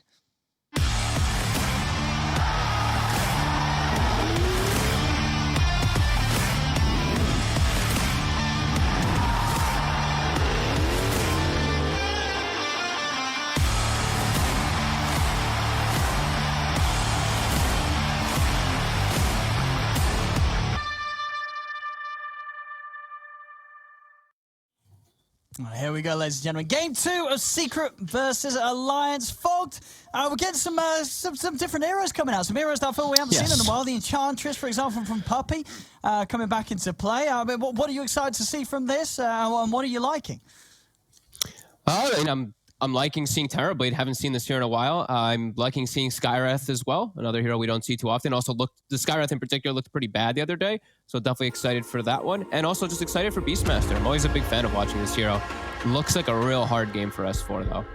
Yes. Yeah, we'll see. I mean, S4, last game, he was able to get some action going on early as his Viper. And we'll see if he's able to pull up anything similar on the Beastmaster. See what sort of lane pressure he's going to be able to put on to this TD down at the bottom. And the Timberman Terrorblade. Very exciting to see. I mean, Matu, he's getting the big farmers today, and he just had quite a showing on the Alk. We'll see what he's able to do on the Terrorblade. He's got some pretty damn good matchups in this game. Of course, he's disturbed a little bit. Rubik, Jakiro, and the Timbersaw, those heroes, they are the ones that can bother him a little bit in the mid game. But he's king versus the Beastmaster. He's always going to be really good versus, and same thing versus the Lifestealer through most of the game. And just looking at the lanes, this last pick Enchantress, I was a little worried because they have this Magnus that was set up as a 5 before for Matu. Having this Enchantress, I think that's going to be enough to just secure him the lane. I want to see what Alliance does to adapt, because right now I'm looking at Secret's lanes. 2 very, very dominant lanes. And I think mid lane too, it's kind of this farm lane for Nisha. He's going to back up in jungle. It's going to be up to Limp to chase him around. 2 very long, strong lane setups. Alliance, they have that 1 lane for Limp, and he's really going to have to make it. He's going to have to make it explode, really. Limp Timbersaw has popped off in the past, and in the river, he might just have found Puppy. They do. S4, he's going to be able to get first, but they're going to turn over towards Matu as well. And Matu. He's looking for the body blocks. They've got the slow of the ball beaten down on him. The dual breast back up. Matu's in trouble. Alliance are going to be able to run him down. They're going to be able to get the two of them. Double kill for S4. I mean, what a way to start the lane. What a smart way to set it all up, too, bringing the 3 heroes down. This is exactly what I was wanting to see. Some type of change-up, because everything else was pretty predictable. You know the lane setup that they were going to do? Start with 3, get themselves 2 kills so that S4 can get a better start. And that's meta down. Meta is on cooldown, and the first boar was not taken from Puppey. Great stuff coming from Alliance from the start here. Awesome. It will hurt FNG a little bit up top in the amount of spam and how much he's going to be able to secure Nico Baby, because he had to use, I think it was 3 dual breaths for that pressure. Oh, but it's definitely But it's worth it. Absolutely. Yeah. Matu will get a bit of revenge. He's able to walk in and take out S4's courier. A bit of money. Okay. I mean, he's able to just walk up to it, I guess. And Nico Baby should overall be able to farm up here pretty decently with the Jakiro getting pulls and having that mana.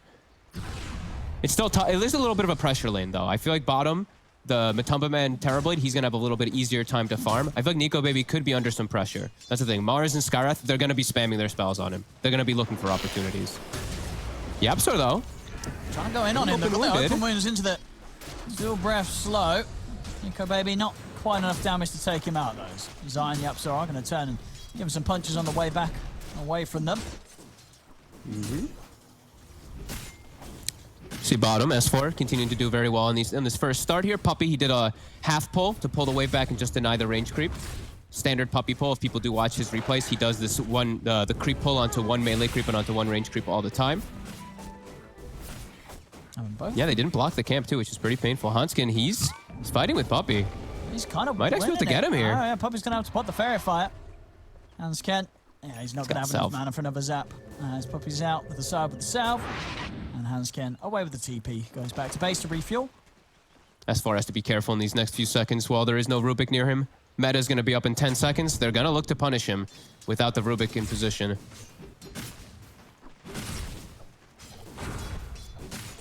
He's got to be cautious. They're setting it up. He has the TP available, and he's just going to use it. No messing around from S4. As soon as he senses danger, he's able to stop the amount of damage they can do to him on an attempted escape. Now he's going to have to be very, very careful, though, because now if he dies, it's 70 seconds without a TP. So positioning for him, he's going to be very wary. And top, we are seeing Nico Baby getting slowed down. The pressure is coming there from these two at the moment. Yeah, that's true. Level 3 already on Zai. Only the 8 CS. FNG trying to make the pulls happen. And they're able to disrupt it, keep control of the creeps. Here's Secret up top. There's a lot of spam on Nico Baby. Lots of harass here between the spears and the bolts. I like when I see players do that. I don't see it too often, but when you spear one hero through the other so you get the damage on both of them. Pretty nice harass coming up from Zai. And yeah, the 3 lanes looking very solid from Secret. Zai getting gone on again. He's able to turn with the spear, though, and push them back. And how are they doing? They're now totally out of regen on this top lane alliance. They just have the stick charges on Nico Baby. Yep, and we see more regen being delivered for Team Secret. The boots as well for Zai, so pressure onto Nico Baby. He might even go down here. He's got the stick. No mana for spear just yet.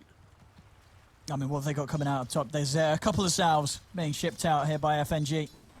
Oh, I did not think Nico Baby was going to get this pressure, though. Only the 10 last hits. He's not able to actually walk up too well versus the wave. That's a concern. Bottom, we do see Limp. He is doing very well in that matchup, as expected. And as soon as he gets at 6, that's going to be kill threat constantly on Tanisha.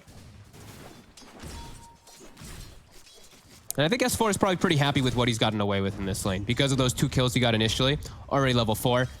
It's just, the nature of the lane, though, is just going to be hard for him to get any more now after that point.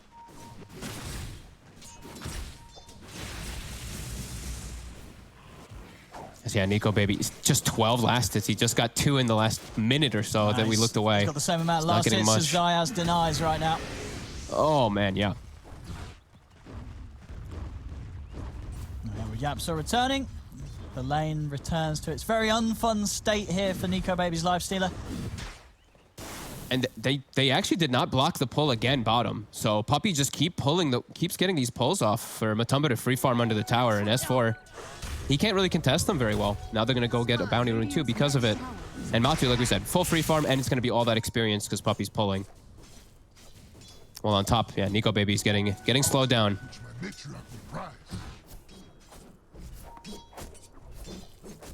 having to use the rage to secure any sort of CS here in this lane. Yep. They just have to chain pull at this point and just try to maximize up there with experience and then let Nico Baby recover afterwards.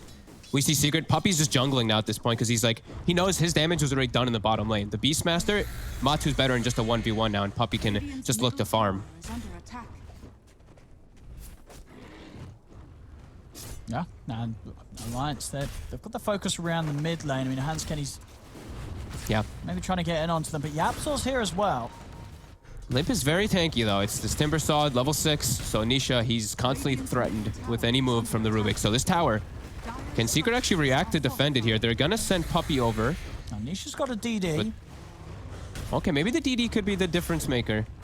So they're gonna need something to stop this pressure here. Limp is taking the tower. I mean, and he has got the 6, so he's got the RP. So he can get on top of Limp. He might have a chance to look for Hansken to the side. Hansken is going to try and save the telekinesis, but Skurin to close the gap, and Hansken will fall. Pushing away, Hansken has also pushed Limp away, so they keep the tower safe for now. They bring their 3 heroes mid because they know they don't have to help the side lanes. They don't need the supports there. Zai, he's just standing toe-to-toe with Nico Baby, just fighting him. Every time the open wounds comes out, he spears him away. And Matu's just absolutely free farming. Already a 2k advantage for Secret from these lane setups. This Terrorblade looking very scary top. Nico Baby rage on cooldown for a little bit. Zai is going to try and get the angle. He's got the spear up. Doesn't use it in time here. Rage is back up. So Nico Baby's going to be okay. But no regen. Now he's at 300 HP and he can't actually walk up for any creeps. He's got the raindrop to help him a little, but... Bottom, they're getting kills. Matu's able to pop the meta takeout as S4. Hansken. The book, though? Might just get him with the help of the book, and they do. So they bring down Matu in return. Get the trade kill Alliance. Not bad. Not too bad. Janssen gets all that experience for himself, too. And it was just a meta used. Nico Baby getting speared, though. Still sitting very low on this top lane. Okay, Limp is going to be the one to alleviate the pressure, and I think this is the right move, going to the Strength Heroes lane. He can definitely look to punish Zai and get Nico Baby some much-needed breathing room. And Nico Baby's just chilling at 300 health. He's got a raindrop. Another spear, though, could just take him out. Rage up. Nico Baby able to keep it safe. Meanwhile, S4 down bottom. He's able to find Puppy, pops the Roar. Blows up the Enchantress, of course. An easy kill still at this level. Hell of a start for the Beastmaster, all things like versus a full counter lane. Like Terrorblade Enchantress sounds like one of the worst lanes for the Beast, but he's done pretty decent. As mid, Nisha can't quite set up for him. And we see Nisha skill build. He didn't skill the RP, by the way. He's going full farming this game. Yeah, just power and shockwave. That's going to clear the creep camps up. I mean, maybe feeling there's. Do you think he feels there's no real pressure for him to like do anything active? Really, he can play the farm game because Matu's having such a sort of good start on this Terrorblade. This TB's getting a lot of farm. Yeah, absolutely. Yeah. I think he's just knowing that the game is right now was just being played as lanes. Yeah. So he just needs the level 2 shockwave to at least nuke the wave and slow down that tower push. Now he's going to take the point in RP because now we're getting close to that 10-minute mark where people are going to start collapsing on these next catapults and bounty runes. And level 6s will be hitting on everybody. Secret, they're gathering. Zai, he's got his 6. They've got the RP as well. Oh, they can't get it on Limp, though. Bit awkward. Wasn't in range. Wasn't in range. I mean, he went for it. Gotcha. Well, given tried. Maybe it's just like a pixel out. It was that close. I'm sure it was, but not quite close enough to grab him with the RP. And they're getting away with now the jungle on Matu. They're splitting up and sharing experience in all 3 lanes. Same thing for Alliance, though. Getting time to recover, especially for Nico Baby. Much needed. On top. Zai. He's going to look to burst FNG against the wall of the arena. Infest heal will come out from Nico Baby. It's not enough to keep FNG alive. Nice attempt. Limp continuing to look to take down this mid tower and bottom as well. So they might be able to just take out 2 towers pretty soon here. So pretty decent for Alliance still, all things considered after this very devastating laning phase.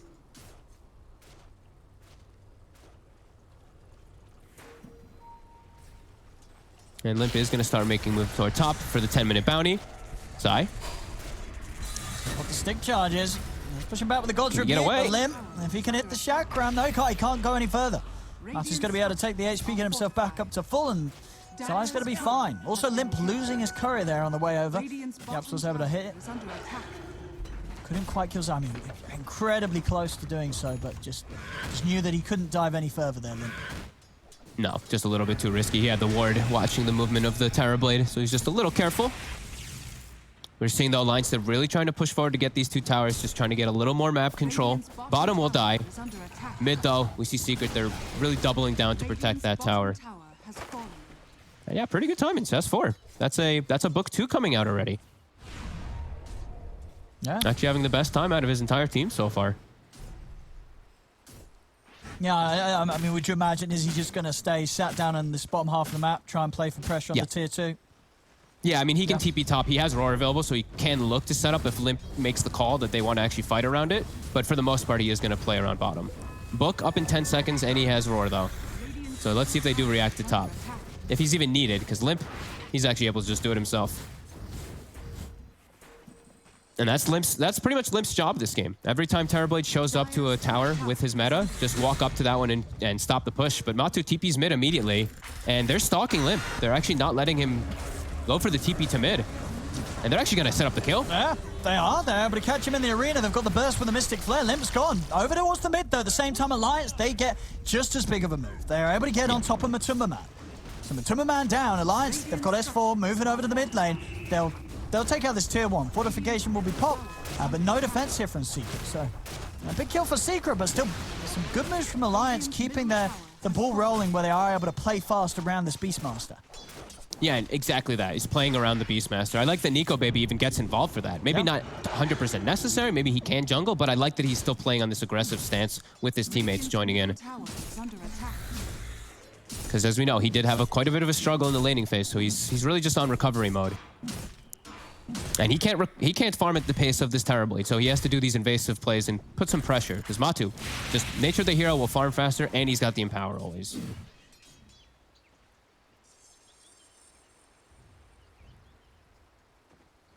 I think we're still yet to... I mean, do you think Hansken, is he ever going to be able to grab that Empower from Nisha? Or do you think Nisha's going to keep it covered? He might get it once or twice here. Nisha's kind of just been hiding himself, though, in the triangle for a very long time, so it's tough to actually get over there. But yeah, I could see the Hansken Rubik definitely getting some pretty big steals. I think something that Sin said was really important that I actually like to have, especially when you're playing Rubik versus like Magnus versus these initiators. They've got Hawk. They've got a vision aspect, so you can actually get these lifts, get these steals off before the fights sometimes because of that vision. Top. Limp's got the hood finished, so he's feeling a lot safer. S4 has the book too. They're trying to get a wrap around this tower because they still have this ward behind. And Limp definitely feeling strong. The biggest threat for him was that spear into Skywrath ultimate. But he's a little too strong now, and they're actually going to look for mid. They've got the level 3 silence on Yapsor too, so that rage, that silence is going to be really good versus him. That silence into this combo from the side would do it. Go, baby. Can they get the high ground catch?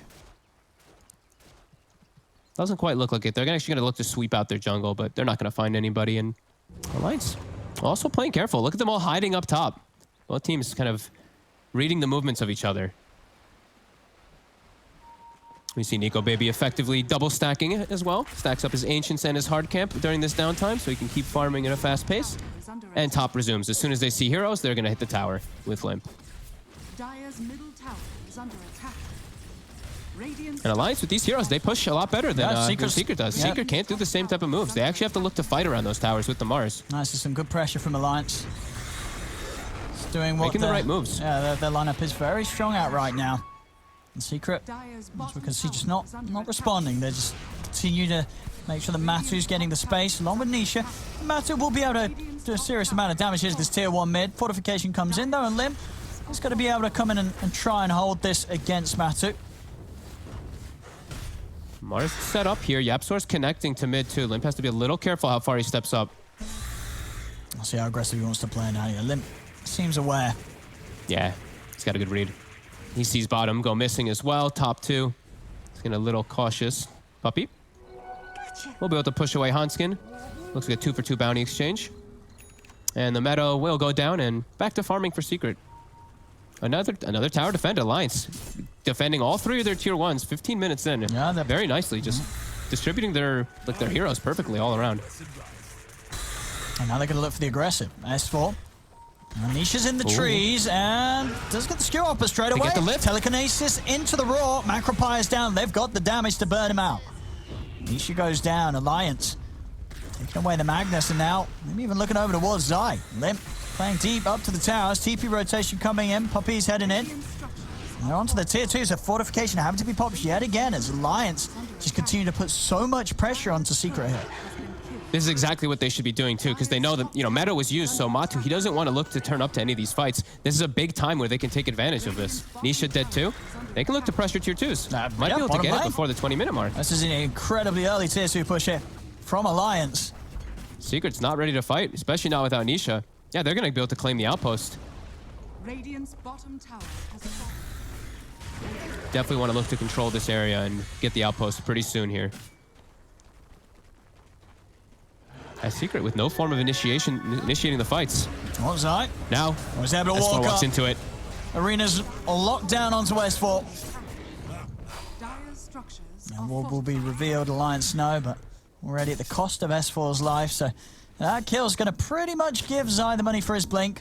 Nisha also very close to his, so just a few hundred gold, and Secret will have 2 solid initiators. Nice little move there from Hanscam with the telekinesis, able to get the last hit in on the tower, find that tower deny in the mid. So now, but with the blinks, Secret, Blinks are going to make it a lot definitely going to harder. be looking to hold on to the remaining of the tier 2s that they do have.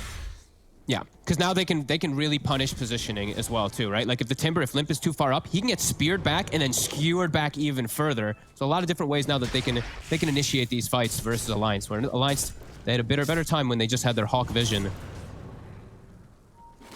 Still with this book 3, they can at least take out most of the wards from Secret still.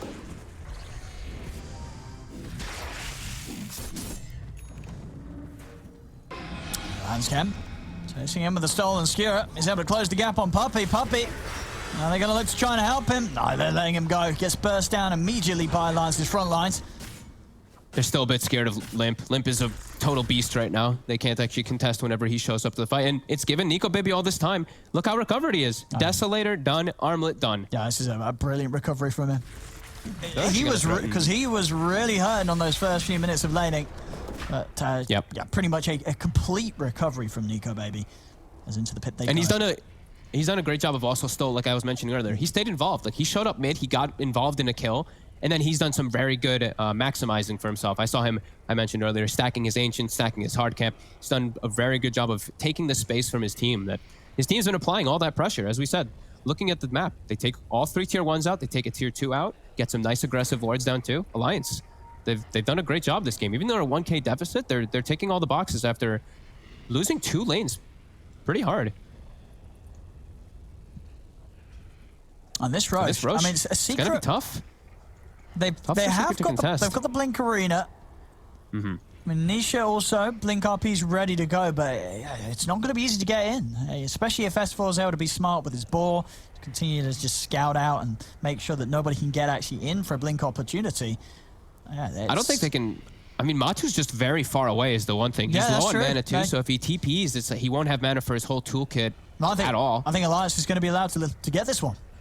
Yeah, they kill it so fast, so very likely that it will go down. The Deslo is also about to arrive on the courier too, so that damage will kick in. But let's see. Zai, will he make the jump? No, surely not. Yeah, they're not going to head over for this. Nah, it looks like suicide. He's going to get scanned. Zai's a bit too quick. But yeah, they know Secret. They can't get over in time to do anything about this one as Alliance. He's just on Nico Baby. On top of that, Armlet Deso, 18 minutes in, after Secret really did do their best to bully him in the laning stage. I mean, it does not show at all right now on Nico Baby's lifestealer. Yeah, and we've been seeing a lot of the times these lifestealers, they've just been going, Armlet AC, I think, exclusively. I think every game, but I think this time he's playing versus Terrorblade. He doesn't want to give a free AC aura, so he's just going for more standard items, just going for himself. Just Deso, SNY, maybe eventually, maybe he goes for a Halberd potentially versus Terrorblade. But yeah, all about himself rather than going for any of his auras for his team. That's bottom. He's going to jump straight away with a commitment onto Hansken. TP's coming in. Zai, he's trying to get out with his own TP and he'll be able to do so. Nobody's in time to cancel it. S4 acquiring raid. with the Roar. So they get the kill, and they get out. Secret able to back off before Alliance does chase them out. And, yeah, Matu, throughout this all, he is going to still hit these good timings. Dragonlance bouncer into the Skadi. He'll always have that good matchup, too. Bottom, Nisha. S4 actually there for the cutoff. Do they dispel the haste? They do, with the book 3. I think Nisha is trying to run. He has got the RP, but he's still going to die here. Limp's able to cut him off. That was a bit of an awkward blink as well. As he sort of blinked in and then immediately started to walk away. I think he very quickly realized his error there, Nisha. Good read by S4. Just he was expecting somebody to go down there. He was set up around Nico Baby, so he just gets the cutoff there. And now also, look at this. It leads it right into Yapzor, who gets slowed by the boar. And another one. As Limp goes in, Mystic Flare is going to be easily stepped out of. It's Alliance keeping this tempo very nice. Puppy's out with the TP, so is Matu. As soon as they swing up to the top, Nico Baby, he's down here. He's got the Aegis, though, and Secret, no real way to deal with the Lifestealer quite yet. But still, I mean, Alliance, they definitely have to keep this pressure up. It's all about being able to break the high ground right before this point of the game where Matu's able to just stand there at the high ground, pop meta, and suddenly you can't push into it. Yeah, they still have to keep applying this pressure. They can't really let up off the wheel at all. It's still a very hard scaling lineup that comes from Secret. And Secret, it's a tri-core that scales. That's the difference. Alliance, they're much more around this. It's just the Lifestealer who's really going to get to this really hard scaling point. Beastmaster and Timberstar, they're going to start falling off. But this is really the big timing here of where Alliance has to just keep applying pressure. Don't give Secret breathing room.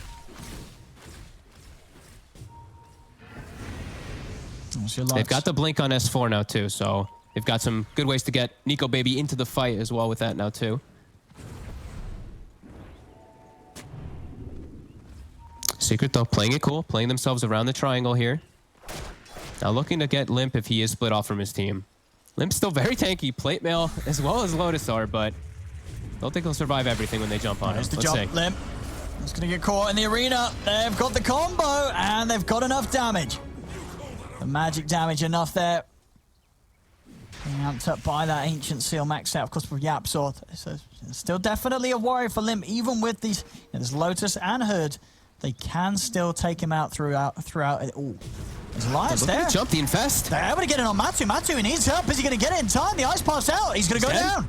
Alliance, they'll get Zai as well. He's stuck in the Macropire. Just a quick double kill as they instantly make the jump onto the 2 cores. And they don't need Limp to make these sort of plays. Just a straight up raw. I mean, S4 just continuing to find these setups this game. 4-2 and 7. Some very nice action from him early on. Some great reads of the map again from Alliance. That one, they saw the cutoff point, right? Like Secret's coming from top and walking toward mid. They found the intersection where they would be able to cut them off perfectly. S4 again, leading the charge for his team, getting these picks. 4-2 and 7. A great job getting Nico Baby involved. And yeah, just slowing down the Terrorblade, who now Lifestealer has surpassed in farm. Yeah. Terrorblade with Empower. That's how impressive Nico Baby's farm is. And no save, right? No saving item coming out for Matumba Man there. No force stabs, no nothing to actually protect him. Puppy, he had I think he has Glimmer and Mech, but he wasn't able to bring him down. Now he's queuing up force stab so they can have something to protect, but they definitely need something to break him out of the ice path, out of the lift, all these different annoying disables. So Nico Baby, he just Ooh. very close to this AC. He is going for the AC, okay. I thought he was gonna go for the SNY for the selfish build. Now we have to remember, reflection. This is gonna be a pretty strong reflection in a lot of situations. If he doesn't have the rage going, reflection, inner beast, as well as the AC aura for Matumba Man, he's gonna benefit a lot from that. Yeah, we'll see if Matu does find the opportunity to do that around that rage. Yeah. That big aura steal potentially in these fights. And things are starting to calm down a little bit again. I mean, Alliance. Do you think they do feel though that despite how scary they look like this Terrorblade's going to be later on, that at this point, because of how farm Nico Baby is, they can afford to just sort of play a bit of a farm game themselves, get their next big items on before they really try and push it? Yeah, they can play a little bit of the farm. It's going to be a lot around that Roche timing. Yeah. I think the next Roche is going to be huge, though. I think if they don't get that next Roche, it's going to start quickly getting to a point where it goes downhill. The Secret, we know, it's a Magnus, Terrorblade, it's Mars. These three heroes scale very hard. Timberstone Beast, they will just start to fall off. And Nico Baby, at some point he will have to start dealing with Glimmers, Force Staffs, all these different kiting abilities that will be picked up. And that high armor Terrorblade will become quite a big problem for him.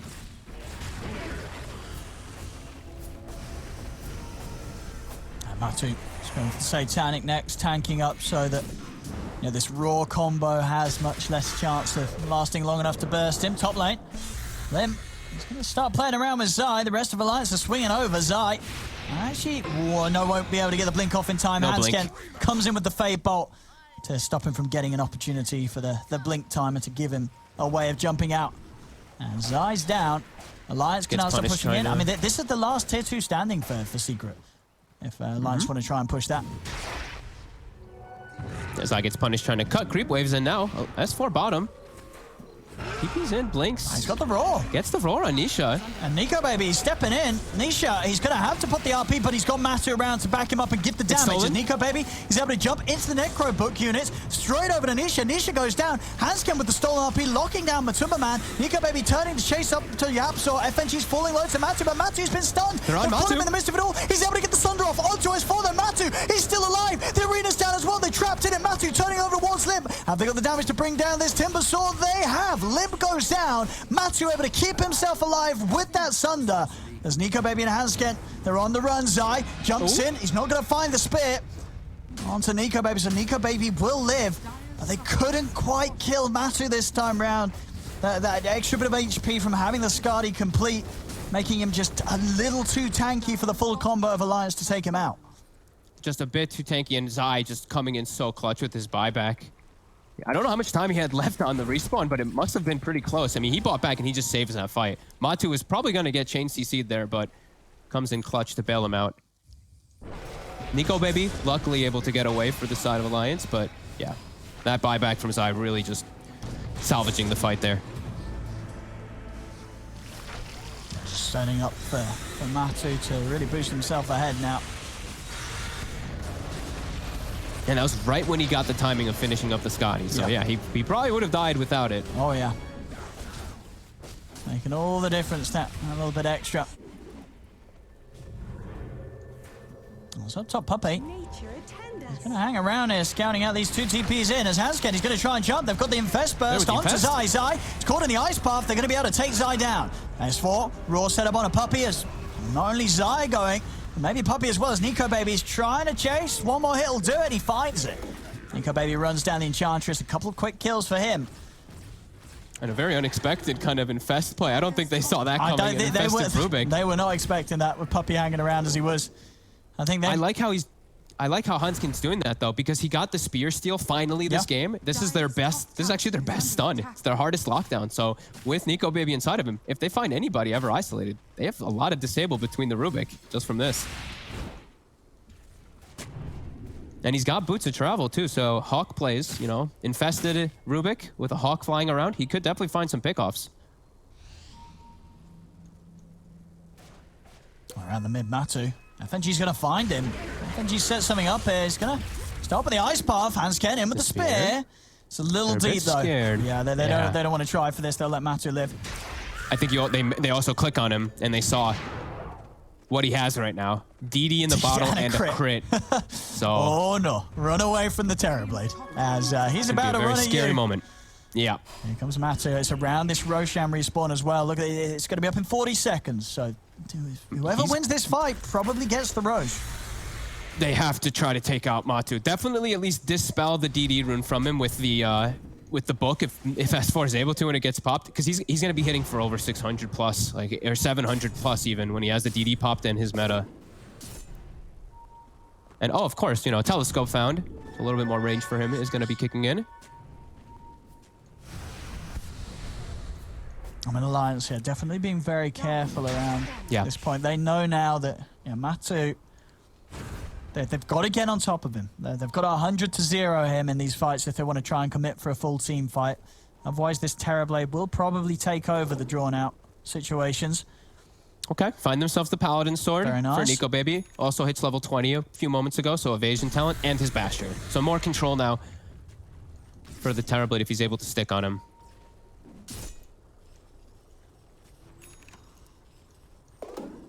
Just fighting for control around this pit. Stealing Hawks, in the vision. BKB for Nisha, Shiva's Guard for Limp. And as Alliance coming in with the smoke. They're going to see what S4 can find. Yeah, and the DD used. We see Matu, he's now got the lifesteal in his inventory, but they're not going to have to worry about that crazy amount of damage, at least, from the DD. And I'm looking at Limp, because I did see that he got the Craggy code earlier, too. Look at his armor. He's probably going to get ignored, I feel like, in these team fights. That's a lot of armor. That's a lot of physical resistance. Yeah. Definitely not the target that Secret's going to be looking for.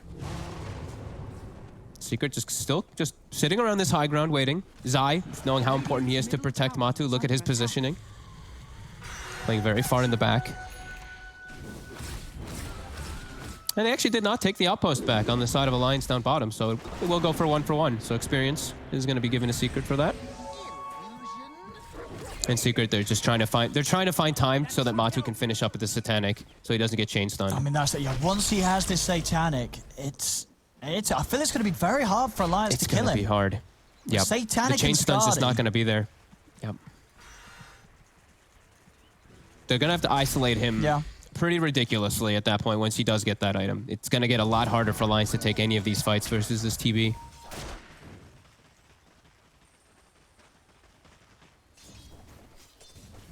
They've done a really good job of breaking Nisha, though, right? 0-3-2 this game, too. Like, some of the quieter games I feel like I've seen from him almost ever. Bottom. Just a poke on Puppy. They're not going to try and push high ground for him. Puppy trying to farm the book.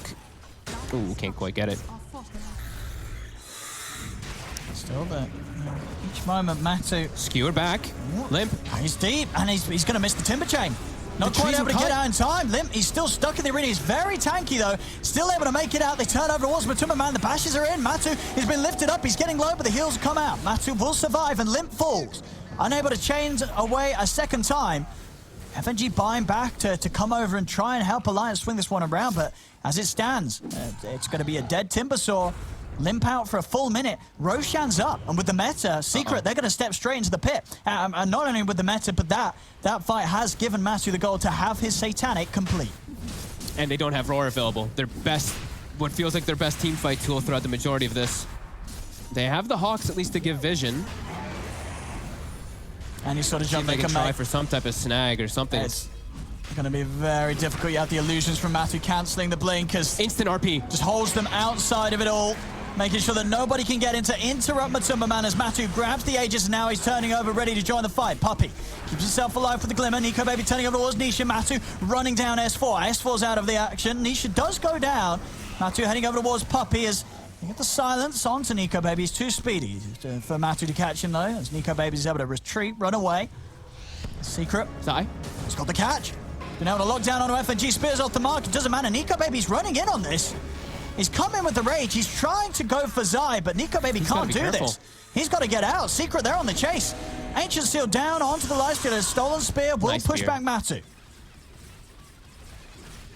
We're really feeling that Terrorblade, that Lumen Doom really kicking in. Nico Baby 5-0-4, but he can't do anything in the fights now at this point. Can't stick on these targets very effectively with all these defensive items. And Matu's just taking out everybody else in the back lines. I mean, how do they kill him? Of hits. That's going to take so much. Especially now Aegis and Cheese. And now, like you said, he finished the Satanic. He's going to be finishing the Daedalus any minute now, too. And they're actually looking forward. Try and go on Puppy.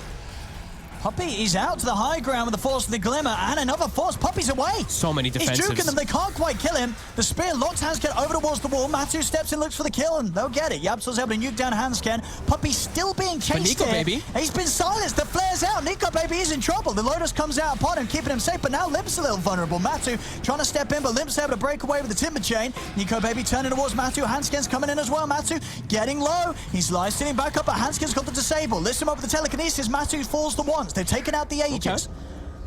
See if they can do it a second time as they look to surround him. Matu trying to step away. Limp blocking him off. Matu's going to put the meta and he's going to choose to try and stand his ground and fight. As the buyback comes in from Yapso, he's heading over. He's fully low. Matu, he's going to get taken out. There's no chance as the Satanic and Sunder both on cooldown. Oh my god. They get the kill. Matu's out of the game for 70 seconds. Alliance, they take off his Aegis and they take away his life. Both him and Nisha dead for a full minute. They just kept dancing with him. It seemed like Secret was kind of dancing on Nico Baby for a while with these 4-steps and glimmers, but then Matu gets caught in between everybody, and he's just alone. Everyone else from Alliance starts respawning.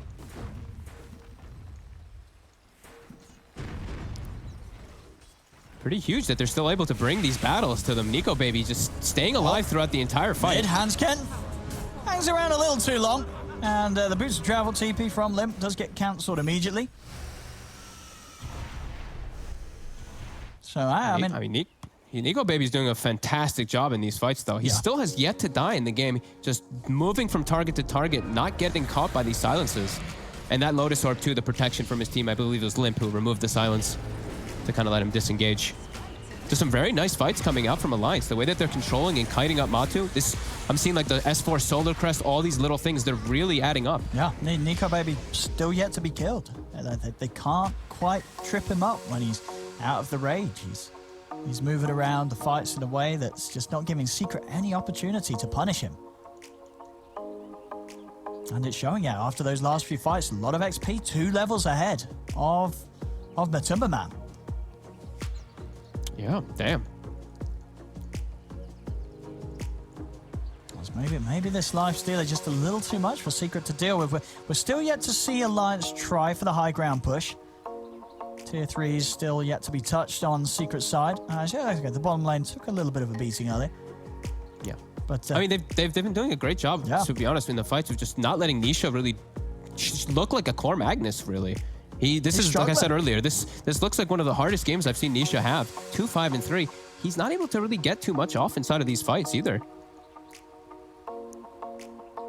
They're definitely making him struggle a lot. And yeah, Limp's tankiness and just them being able to just bail people out of situations. It's doing a lot better than I had felt that they would be at this point in the game where the TBs you'd usually expect it to really start taking over. Nico Baby holding his ground. Abyssal done. More control. Yeah, they've got quite a few ways to get on top of this TB now. Secret, they've got to come out with all their evasive maneuvers to keep Matu safe if he gets jumped on. Still very much at a point where if Alliance take out the Terrorblade, Secret's fight does pretty much fall apart completely. Top lane, Yapso. Few hits from Nico Baby gets the kill. I mean, that full level of XP pretty much there. Nico Baby, he's about to hit level 25. And Zai's actually blinking in aggressively. They're trying to start something whilst they're a man down. I mean, FNG does get caught. The RP's out onto S4. S4, he'll fall. So still able to make moves despite being down the sky. They don't need Yapso to make plays as they get the jump. Yeah, didn't have meta. They were still looking to take that fight. Zai just jumping in. He has the cheese, so I guess he was feeling a lot safer. Just trying to force any type of fight. We have the money pretty much here for Matu to finish his Daedalus. Yeah. Okay. Well, I mean, the Daedalus is going to be nice, at least for damage. The evasion, though, there is that 16% evasion that comes from lifesteal. I saw him dodge quite a few hits in the last fight, too. So that is one thing. And, you know, that butterfly is going to get delayed, too. So his own protection versus lifesteal won't be there. 3 cores in the mid lane. Oh, they get the silence. They get the silence into the spear. Nico Baby is getting chain controlled, but he still gets the opportunity to pop the rage. Turns over towards Matu, but he's falling low. Able to jump in. Oh, just in time. He's straight into Limp and he's out of the action. Nico Baby able to save himself on the most minuscule of HPs. He is away. He's out of there. FNG will get left behind as they take down the dragon. Massive, though. That was such a cute play by Zai, too, with the Mindbreaker. Blinks in, God's Rebuke, applies the Mindbreaker, then goes for the spear, but they can't get the kill. Nico Baby's ready to jump back out. He's looking for Puppy for the heals and pot. Now Nico Baby, whoa! Nico Baby. This Daedalus is hurting. It's hurting real bad. Nico Baby is going to pop the armlet toggle, but they've got the skewer control. Nico Baby, he's out for 100. He does not have the buyback money up. And Matu, he's going to be able to tear down this tier 2 tower. Secret, we'll see what else they want to look for. They're stepping up to the high ground. This is quite a long time without their main force in the game. I mean, Nico Baby really feels like he's everything. S4 is doing a fantastic job of cutting the creep wave here, but Nico Baby, the first mistake he's made in the game, and he's dead for so long. S4 with the roar. He's battling between Zai and Yapzor. He's going to continue to play around with them inside the base. I mean, he's cut the creeps. The backdoor protection's kicking in, as well as the repair kit. They're keeping the rack safe. Matsu being forced back to safety, but that move from S4, making sure that they don't lose a Rax here. And look at bottom. The double catapult wave it's taking out the majority of the tower here. S4 with a real clutch move. I mean, making it look like that lifesteal not having buyback is not as bad. Yeah, saves the Rax. For now, at least. Still 40 seconds. They've got to hold Matu. He'll take the easy objective. Head top. Tier 2 goes down. I think they're going to realize, that there is no buyback on this lifestealer. See how much more they can get away with. As the range racks will fall. Well, Matu, caught in the Macropire. He's getting pushed pretty low. He'll have to turn with the Sunder onto Zai. Himself up to full HP. Another Ice Path from FNG comes out. And Secret, they're going to have to back up now. 10 seconds until Nico Baby's in. Yeah, they're giving the respect to the amount of control that Matu's having to deal with. Even with the Satanic, I mean, Spear, Ice Path, Lift, just still so many things that he is getting controlled by. But a big punch back finally from Secret. They find Nico Baby. We see that Daedalus. We see the damage really kicking in from Matumba Men.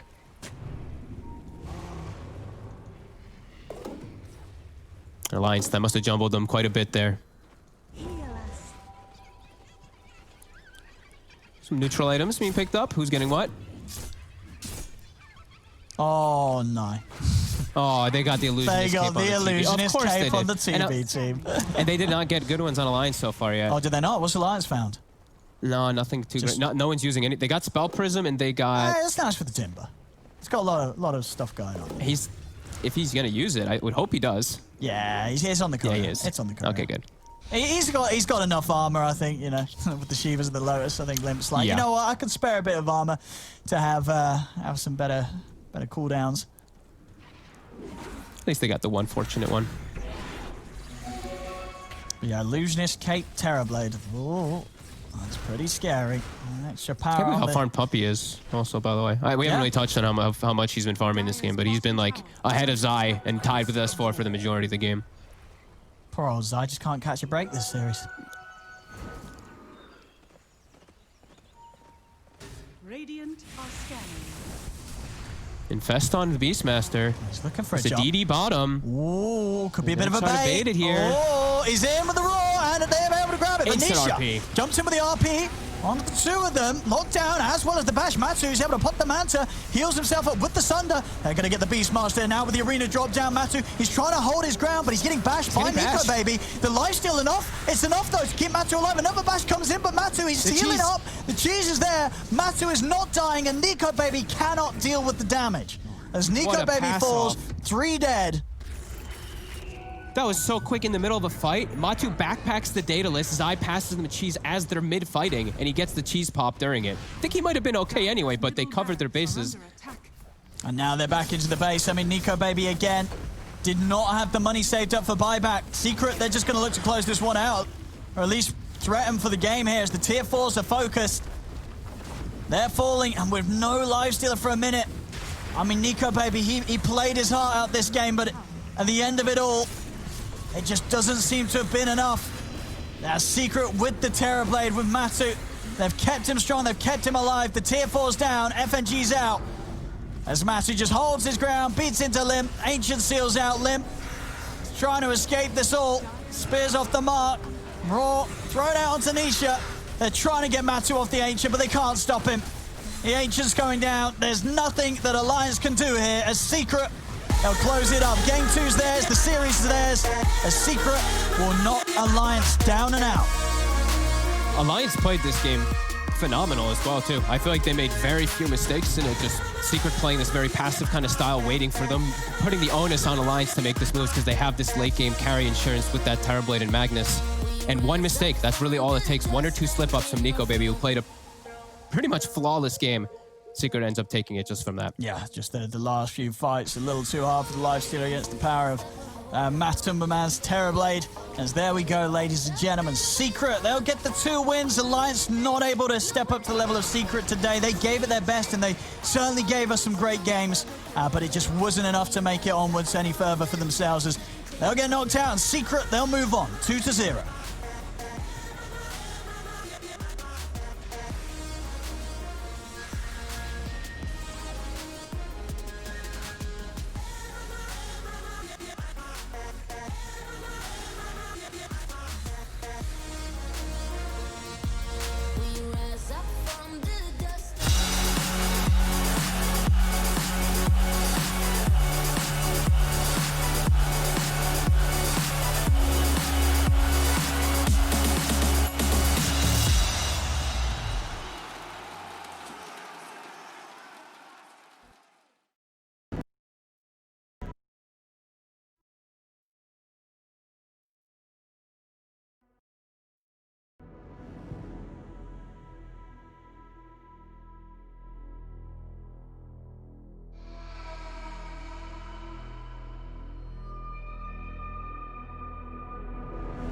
I fell apart when I saw you look at me that way.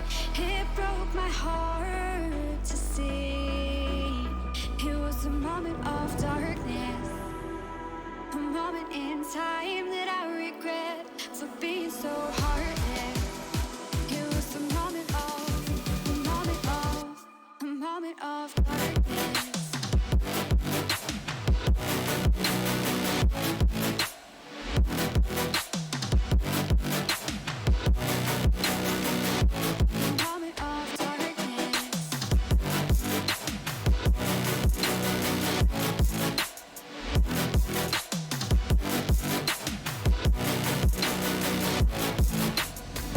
I fell apart when I saw you look at me that way. It broke my heart to see. It's too hard, it don't come easy. I went dark, I lost it right away. And when it starts, God knows what I'll say. In my head, I had good reason. I went red so unexpectedly. I should have said that sometimes happens to me. It was a moment of darkness, a moment in time that I regret for being so heartless. It was a moment of darkness.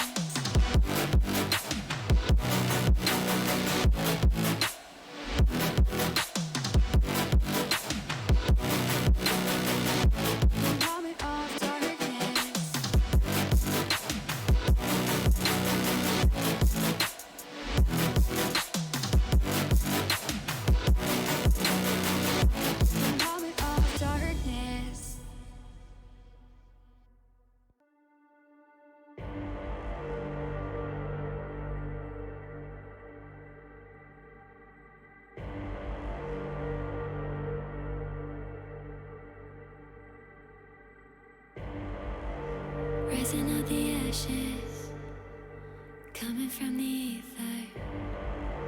All I hear is static. Breathe a little deeper. Fallen, broken, a million light years away from home. My eyes.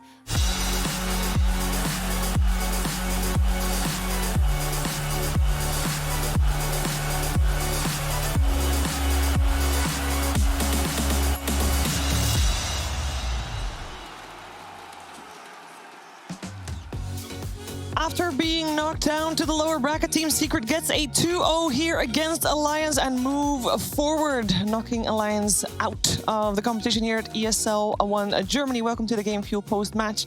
And that 2-0, it sounds very easy, sounds very simple. Even this second game, it did not feel easy like we sometimes see coming out from Team Secret. They definitely had to work for this one as well. Sind, I am curious to hear your thoughts on what you thought made this game tricky for Secret. Alliance is they're playing good Dota. I think in this game, the primary factor that really made a big difference is what happened in the bottom lane in the first 2 minutes. They get a double kill on the Beastmaster, who's supposed to have a terrible matchup in that lane. Yeah. So Alliance identify this will be a problem. We're going to start as 3 heroes, get a jump out of that, kill him in the Metamorphosis, and get a big start. And the Beastmaster is really what made this game. He got the bottom tower, he went mid, he put pressure there, they get that tower with Timbersaw, and then they start placing aggressive wards using Hawks to get map control. And they get a lot of really nice jumps out of that. To me, it's so impressive to watch still how Secret, being down on map control like that, still managed to just, I mean, that's just part of Terrorblade's biggest strengths, right? Is his ability to push waves without commitment. Like that you can always just send illusions to deal with that.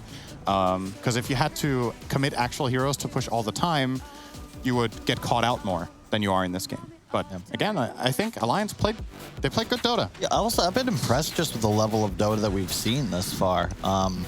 Not just Mud Golems yesterday, but really Alliance looks better. I know they get 2-0'd here, but they look better in this series than I've seen them in the past 4 or 5 tournaments going up against Secret. Now, I don't think Secret's off.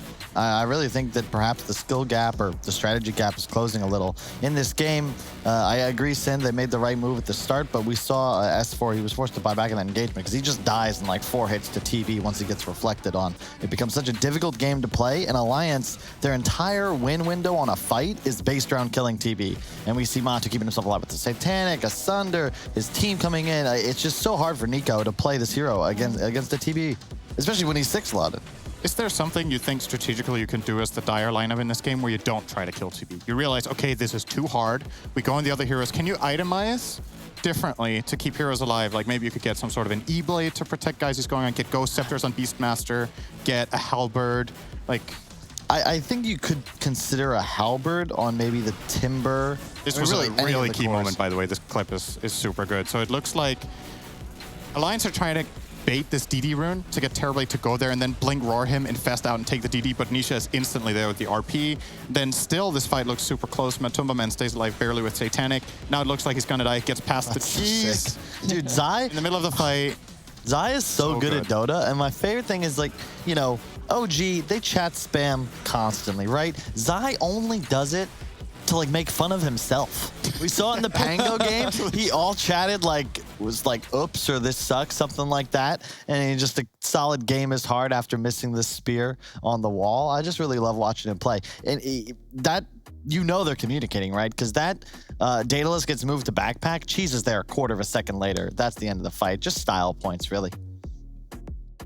Yeah, great performance here from Team Secret.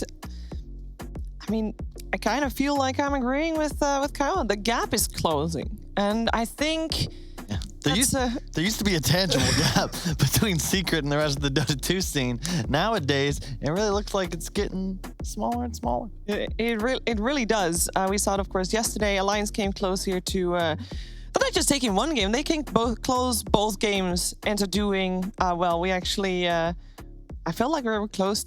Are you okay, Kyle? Are you okay? Yeah. Nothing. Sin's making funny faces at me. That's it. I do it all the time. Oh, you're doing it right now? Yeah, I know. I have a funny face. That was too easy, of course. No, but Secret does move forward. We have seen them in the lower bracket before this season. It's still crazy to think that they are in the lower bracket. They've only been in the lower bracket twice this last 6 months. And they did win the tournaments that they played in the end. They have not lost a single tournament since the end of April, if I'm correct. And the last one that they did lose was ESL LA. ESL LA. Yeah. They were like, we don't like losing. And from there on out, they started winning. Yep. Sometimes it is just win. Just that simple. Just win. Yeah. Just win. It's easy, right? Well, I don't know why we ask you. You wouldn't know, so. That's not true. I won a lot in Heroes of Newerth. Thank you very much. This is awesome. that means no one can take that away from no one can take that away from you. But what we've seen, dark basketball court. What we've seen from Team You were the Secret shining light. today and yesterday, both of you agree that it's not Team Secret playing worse. It is everybody else stepping up.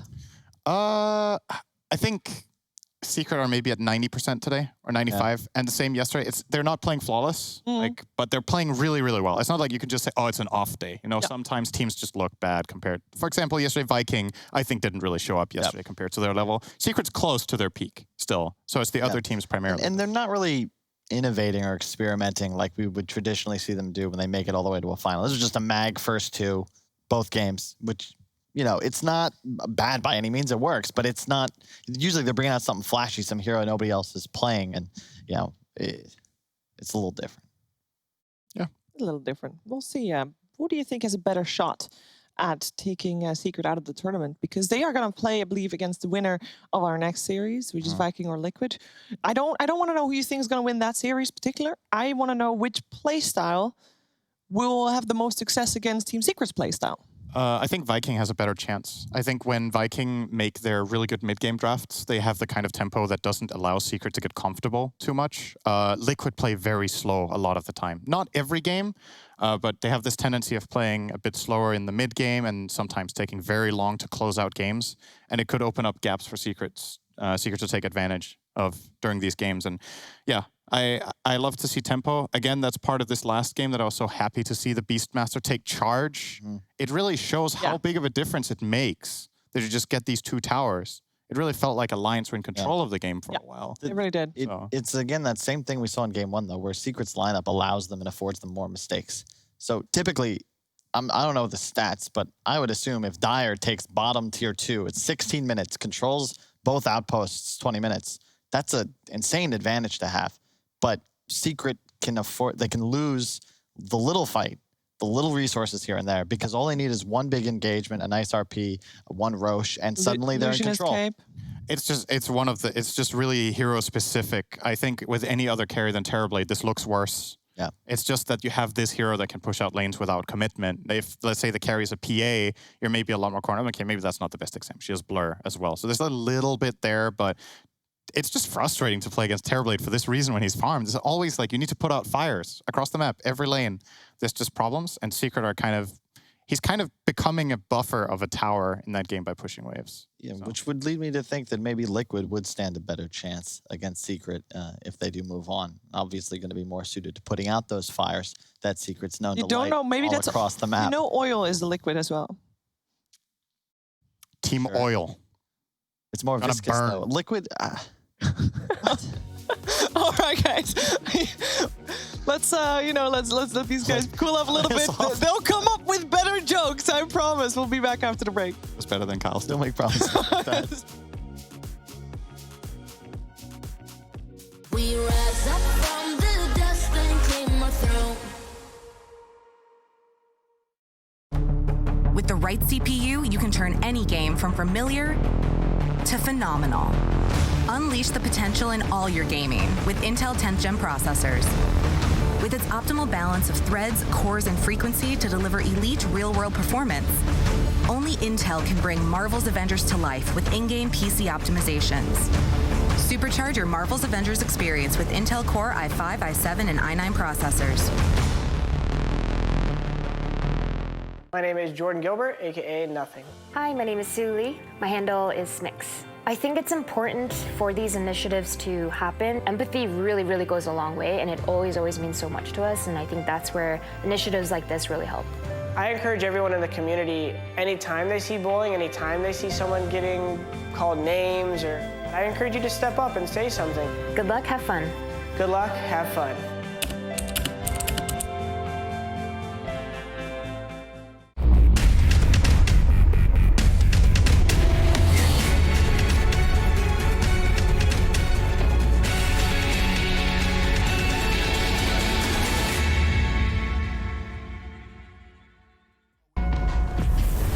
Multiple witnesses have reported mysterious shadow sightings all around the city.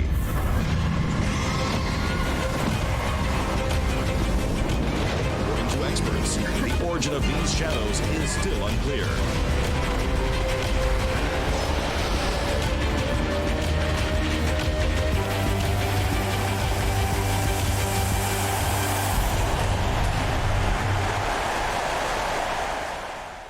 Your favorites will play soon. You hope for the win. Excited about the game, But something has changed. You start to doubt. Will they pull it off? Or will they drift away? You pull yourself together because you're sure they're revved up to win. You know they've prepared. They've picked the right course. And even when there's no chances, you believe they will win. GG Bet. Be excited. These feelings are waiting for you to come back.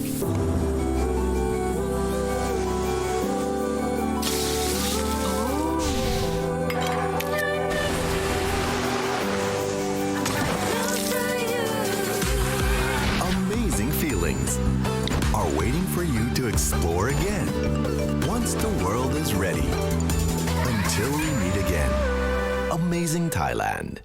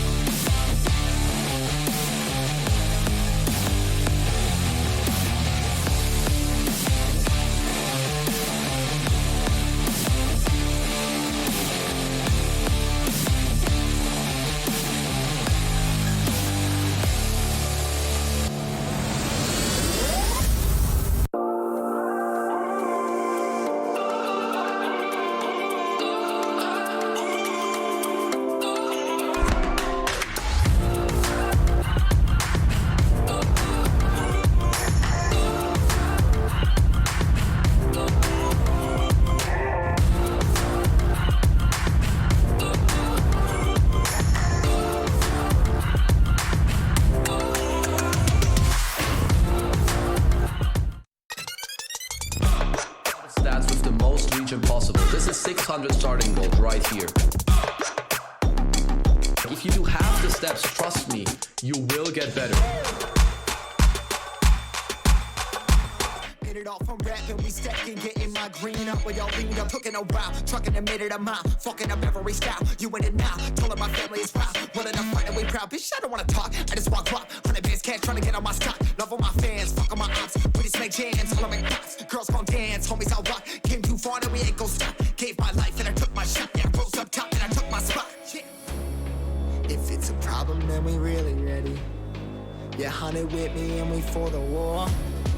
My heart is formed and my vision deadly. I've been dialing in my sights, see it 2020.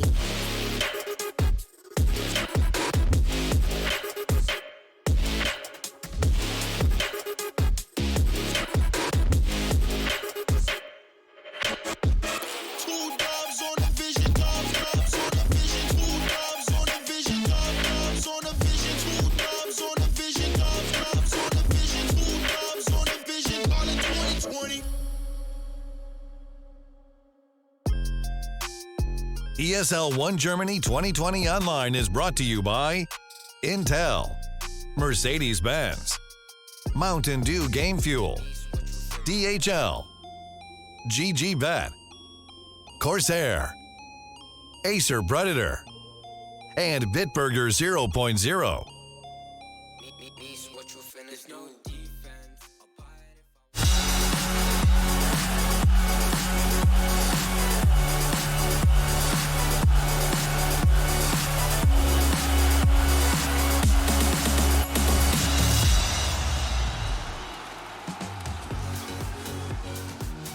Welcome back. ESL 1 Germany has got 5 teams left in the competition, and by the end of the next series we'll have 4 because either Viking or Team Liquid will be escorted to the exit.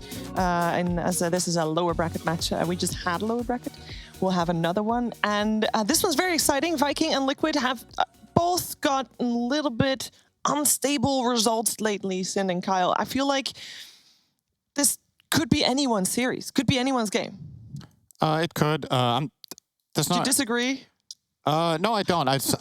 Yesterday didn't inspire too much confidence in me in Viking, so I hope they get to reset and show up better today. I think, from my perspective, largely in those 2 drafts that they had, they kind of didn't really show what they're made of. And for a lot of teams, when you have a bad run out like that in a series, it can be hard to reset and come back the next day and do better. That's what the world-class teams are super good at, is, you know, you call a spade, we messed up, next day, next game, new reset. Hope they're going to do that. Liquid, on the other hand, yeah, like you said, kind of hit and miss. Don't really know truly what to expect today, really. I do. They're in the lower bracket. Come on, dog. We already know who's going to win this series. It is top 5-6 here. Oh, that's true. Ooh, I forgot. That's their exit point. That's their stop. What's the highest placement Liquid has got this year in a This tournament? year, I can tell you. Have they got a top 3? They made it. They lost in a final. Team Liquid had, because they also have been 3-0'd by Secret. Yeah. This season. Okay. Well, then they've been in the final. Okay. Got the honor at least. Right. And they've been 3rd, where they also got eliminated by Secret. They've not done too bad. They just never had a first place finish. Who of them looked the most like Spider-Man there? They were all wearing a Spider-Man jersey. I missed it. But I feel like none of them really looked like Spider-Man. So we gotta fix that. This for the next game, photo shoot. They did also look a little bit. I mean, they took a game off Mud Golems. Although in this one, they were watching the highlights of it. Was mostly just They 2-0'd Mud Golems.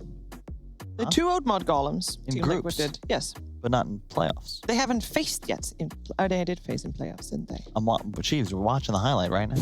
It's right there. Yeah, but they do take a game. They took a game off of 2 games actually of Team Nigma as well. They were able to knock Team Nigma out. Yeah. They were. I mean, they're. It's the liquid lower bracket. I mean. Oh wait. What? Who looks most like Spider-Man? Who looks most like Spider-Man? I would say.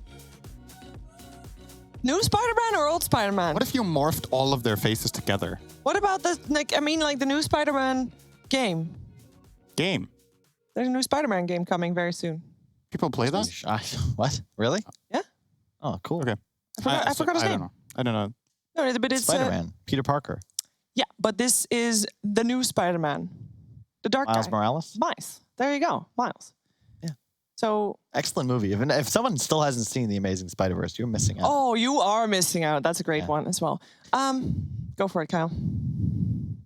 I was hoping you were going to ask a question because I really had nothing. But if I stall long enough, I'll get something. And it's that Liquid, I think, are just a little inconsistent. This is pretty much what everyone says. I feel like I've said this before throughout the entire year. However, I know they've been boot camping. They're working hard and they're taking this tournament seriously. So I would heavily favor them personally.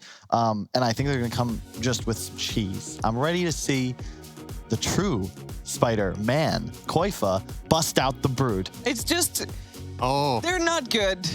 I like that. I like the Brood. I mean, that was a little cheap. I don't think. I thought it was good. Okay. That was good. I've got higher standards, and I'm sure you do too. And we'll get to those higher standards after the break.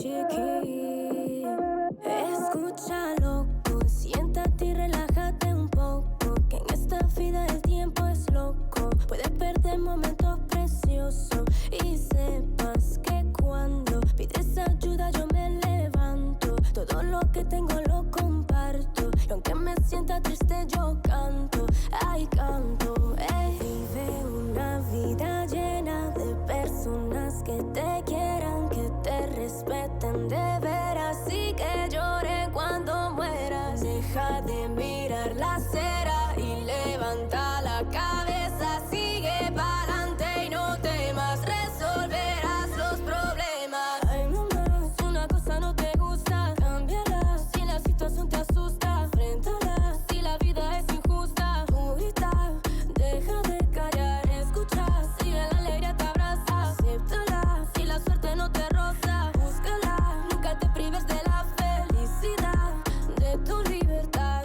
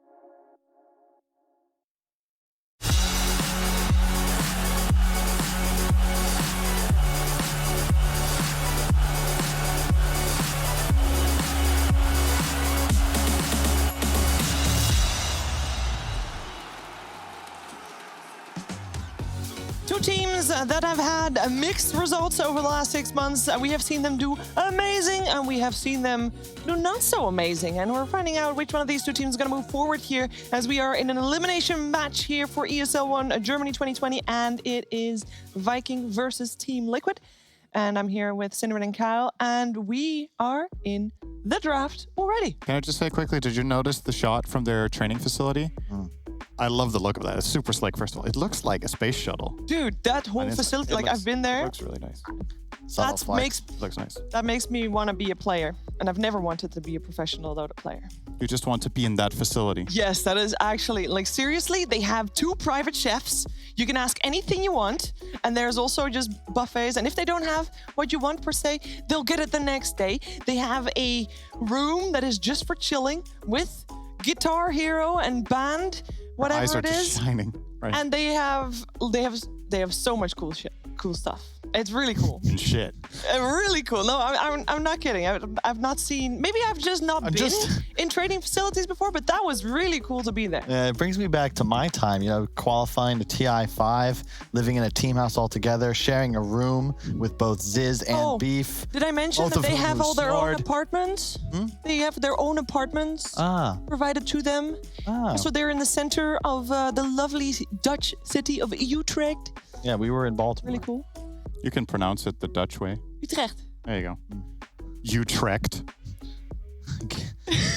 Utrecht. Oh, the draft. The Willow. Wow, first pick. Tiger Willow. First pick for them, not the overall first pick of the draft. Interesting. Somebody tweeted Rich. This is the only way we'll lure him back into Dota. Liquid must miss him. As they once again go for the patented Willow Slardar. They used this, I think, 6 or 7 months ago. This was one of their standard openers. I'm glad they bring it back. And it's interesting because it's almost, they gave away like kind of exactly what Viking want. I cannot believe they didn't ban the Wisp and instead they take out the Lina. So targeting Boronina's limited hero pool, but yet giving Viking their favorite strategy. What? Viking have Wisp. Yeah, why did you mention Borneo? Because he's not on Viking. Boom. Boom. Can't play the Lina. Boom. So you're supposed to help me. Yeah, I mean... we tried just sometimes you just can't be helped, man. No, so... I kind of agree. We've seen IO be quite a force already. But you should keep in mind, Viking had it in game 1 yesterday against Navi, and they lost that game in a pretty one-sided fashion, I want to say, after the first 15 minutes. Yep. So maybe Liquid are like, okay, you know what? They could beat it. We can do it too. We'll take the trade-off. Usually, however, when you give away a hero like Io, it's like you get another tier 1 pick as the trade-off. Like you open up Dark Willow. You open up the box and you're like, you get this, we take this. Like if you have Io, you take Chen or something. Dark Willow is not really an Io counter. Maybe that's just an oversight from Viking. You know, not recognizing the strength of the Dark Willow. I promised you guys better jokes. It's not going to happen today. We'll try again tomorrow. What if Shiver's sense of humor is just bad? There's also definitely a chance of that. I know that Owen criticizes me on my sense of humor often. I don't want to get into it, but there's definitely some memes to be made about both the Dutch and German sense of humor. I think there's inside stuff from ESL. There's no German here. What do you mean? I mean on the panel. We're in Cologne. Yes. In the panel, we are... Panel is also in Cologne. Yeah, we're an autocracy. We're our own separate island. We're sovereign. But nobody feels insulted on the panel if you insult German humor. Hey! Jesus. Apparently allowed into the room, Kyle. much better. Let's focus on the draft. We have a Drow also banned. It's the second ban phase, though. You can kind of coast through. Yeah, I still want to mention the Bloodseeker just because it was one of the things I noticed going into this top 6, if you will, that in all of the first games of the playoffs, while we had 8 teams, there was literally only one team in this tournament playing Bloodseeker, and that was Viking. And they won both of those games. And since then, it's just been banned against them every game, and no other team cares about it. It's been banned. Actually, in all fairness, I think Bloodseeker has had a couple of bans the last few days, but it's consistently against this team every game. So yep. It's just so hero against Slardar. It's a really good hero. I think that something I have at some point I probably should just talk about it, like really give the numbers. But damage manipulation is the key to winning games of Dota, and it has been since OG and that Wisp Spectre 1 TI. Same with the Wisp Bristle, whether it's amplification or stacking reduction. And Bloodseeker gives you insane wave clear, pure damage, BKB piercing damage, and then you buff up anybody you want. It's just kind of bust. And I think it's actually, it took the pro scene quite a while. It was a bit overlooked for a while how Veil got changed. Yeah. Like that it went from negative magic resistance to just spell amp for every spell that people cast on the hero. It means that Bloodseeker building this item suddenly does a lot more damage, gets that insane wave clear ability where in the past Veil had 0 synergy with Blood Rite because it was pure damage. Yep. So it's definitely helped out a lot in some builds. And there was this phase, I want to say about a month ago, where almost every game had a Veil. It's kind of fallen a little bit more out of favor again, but it still seems like a solid pickup in a lot of strats. I will once again reiterate the Broodmother is a potential threat Viking have to keep in mind. And especially now. Yeah. I really like what Liquid has done in that they have an Oracle against the Lifestealer, 2 methods of cleanse against the Open Wounds threat. This is what Always Want to Fly warned us about, the Wisp Undying combination. He's like, these heroes are broken, you can't give them up. Liquid just don't give a damn, and that is a Spectre. Yes, just to definitely make sure. a Spectre. Definitely a Spectre. Yes. Not really funny if that was a Shadow Fiend, but sure. It's not a great pick against Lifestealer though. You just sort of get eaten alive. Late game, you can go toe to toe, but otherwise, it's a troubling matchup, especially with so much sustain and healing amplification behind him. This was insta pick though. Yeah, there's a couple of things. Into Undying though. Right, but we have this thing with like talking glass half full versus glass half empty, right? Like the half empty look at this is, what's that? It's the same thing. No, it's not. You know the saying, right? Whether you see a glass as half full or half empty. There's the same amount of liquid in the glass. God, okay, never mind, Shiva. You know what? You're right. This guy, these jokes are, okay. So my point is, yes, you can look at the negatives here, which is Spectre against Undying. We talked about Tombstone being great against the Spectre. Spectre is good against IO, though. It's a guaranteed way of getting in on top of the IO. Wherever the location of the fight is, you can maybe prevent the relocate. And I think any inherent bad Spectre matchup against another core can really be offset when you have Corrosive Haze. Sure. Like, Spectre eventually gets Manta that counters the Open Wounds as well. Spectre can kind of man-fight Lifestealer, actually, with the right items. Skadi helps out a lot. You reduce his regeneration. You reduce the regeneration coming out from Io. You reduce the regeneration coming out from Undying. So any sort of healing reduction, heroes that buy Skadi are very attractive in this game. So I don't mind it, actually. I think it's okay. It just sounds like a lot of grasping at straws. It's basically, yeah, it's really bad, Chiefs, but if this, and this all happen, it could be good. You know what's also I don't think those are that big ifs, though. Slardar will get Corrosive Haze. Sure. Haunt will be pressed. But eventually. You can jump on the IO. The one thing that is a bit of a maybe is when do you get Skadi? Yes. I'm with you on that. Like you're talking about Skadi. If the game goes bad, if the lane goes bad, sure. But, I mean, how many games have we seen Spectre in so far? I feel like it gets Manta Skadi every game. I agree. If it wants to go that. He's going up against Undying and Underlord. Underlord is definitely a good solution here as well. That's a fair point. Like, they didn't know the matchup in the lane yet. Yeah. So that's why I'm not a huge fan. However, to your point, I think that they're saving this gotcha pick last. And I have to imagine with Koifus Hero Pool, they banned the Brood. Good. Nice job, Viking. That is 100%. I think that, I would agree with you. Suddenly Spectre makes total sense because the map control that this draft can output is suddenly unstoppable. You'll have a Brood just destroying enemy jungle, and then there's always the threat of a connection. But without the Brood as a possibility, now we see the Storm. I think that's a great block pick too. We know the Koifus Storm is legend. Right. In addition, it's great here. You're going to jump on top of the Willow and the Oracle. They snap pick the DP. I don't know, man. I mean, the Oracle Death Prophet's an incredible combination, and it's also great synergy with the Slardar. This is tough for me. It's tough. Storm. I think Storm has to buy Euls this game. Maybe not as his first item, or he has to go Orchid BKB. He can't go like Orchid Bloodstone. I think if you're playing into any Eul plus DP Silence, you're in trouble in this game. You're going to die in 2 seconds to Corrosive. I think that's the wrong way of looking at it. The Euls can get purged off by the Oracle. In addition, yeah, you could defensive Euls, but it doesn't help you if there's an offensive Euls waiting. Do you think you should go Bloodstone BKB or Orchid BKB? I think Orchid or Bloodstone BKB. Get the BKB, fight with that. We're going to let the players get the answers to that, but I am very curious to hear who do you think won the draft? Because you guys are seeming a little bit flippy-floppy. You know, I'm going to go with my boy Always Want to Fly. He says Wisp Undying, Broken Heroes. I say Viking then. Going to take this game. They beat Secret with them. Come on. Yeah, I think it's hard to say. I don't have a clear favorite in the draft, which makes me still favor Liquid just you know, based on what I saw yesterday. Yeah. But yeah, I think this has many possible outcomes. All right. For how we get to the end. That's exactly what Oracle likes, but he has seen them all. And we're going to see one of those outcomes right now with Odie Pixel and Fogged.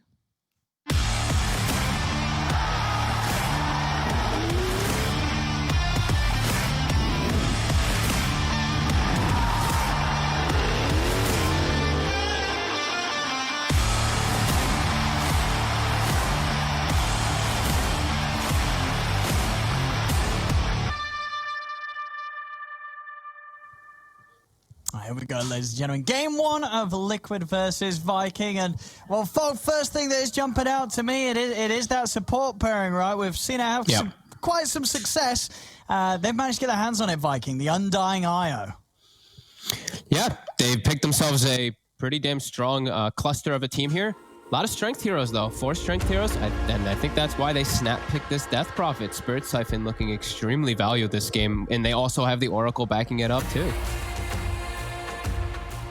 Oh, wow.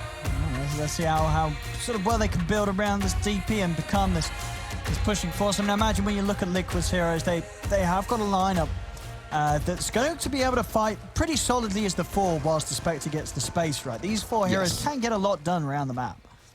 Yeah, and they're very aggressive heroes. You know, the Willow and the Slaughter, these 2 heroes are extremely aggressive, in my opinion. They literally are 2 of like the heroes that actually just breathe that as a 3-4. They're always just looking for these aggressive plays. They don't like to sit back and farm really on these 2. Yeah, it definitely looks like Liquid has a pretty strong draft, I feel, versus Viking, but we're going to see if they can beat this IO Undying, as we saw it just be absolutely monstrous. I like this Death Prophet setup, though. I know the panel sounded a little bit iffy on it, but I don't see a lot of stuns for Death Prophet to really deal with. I see a Vortex, and Open Wounds, and then Pit are the really 3 big things that Koikfa has to deal with. I feel like he can deal with them very easy with an Oracle behind him. And when Death Prophet is a hero that's able to just run around inside of fights, not be controlled, this hero goes crazy. Exorcism's able to do its maximum amount of damage than if you're just running around inside of the fights. And there's also Corrosive. You know, that Corrosive, it buffs up the damage of the Exorcism too. Yeah, nice. So I think some solid stuff from both teams here.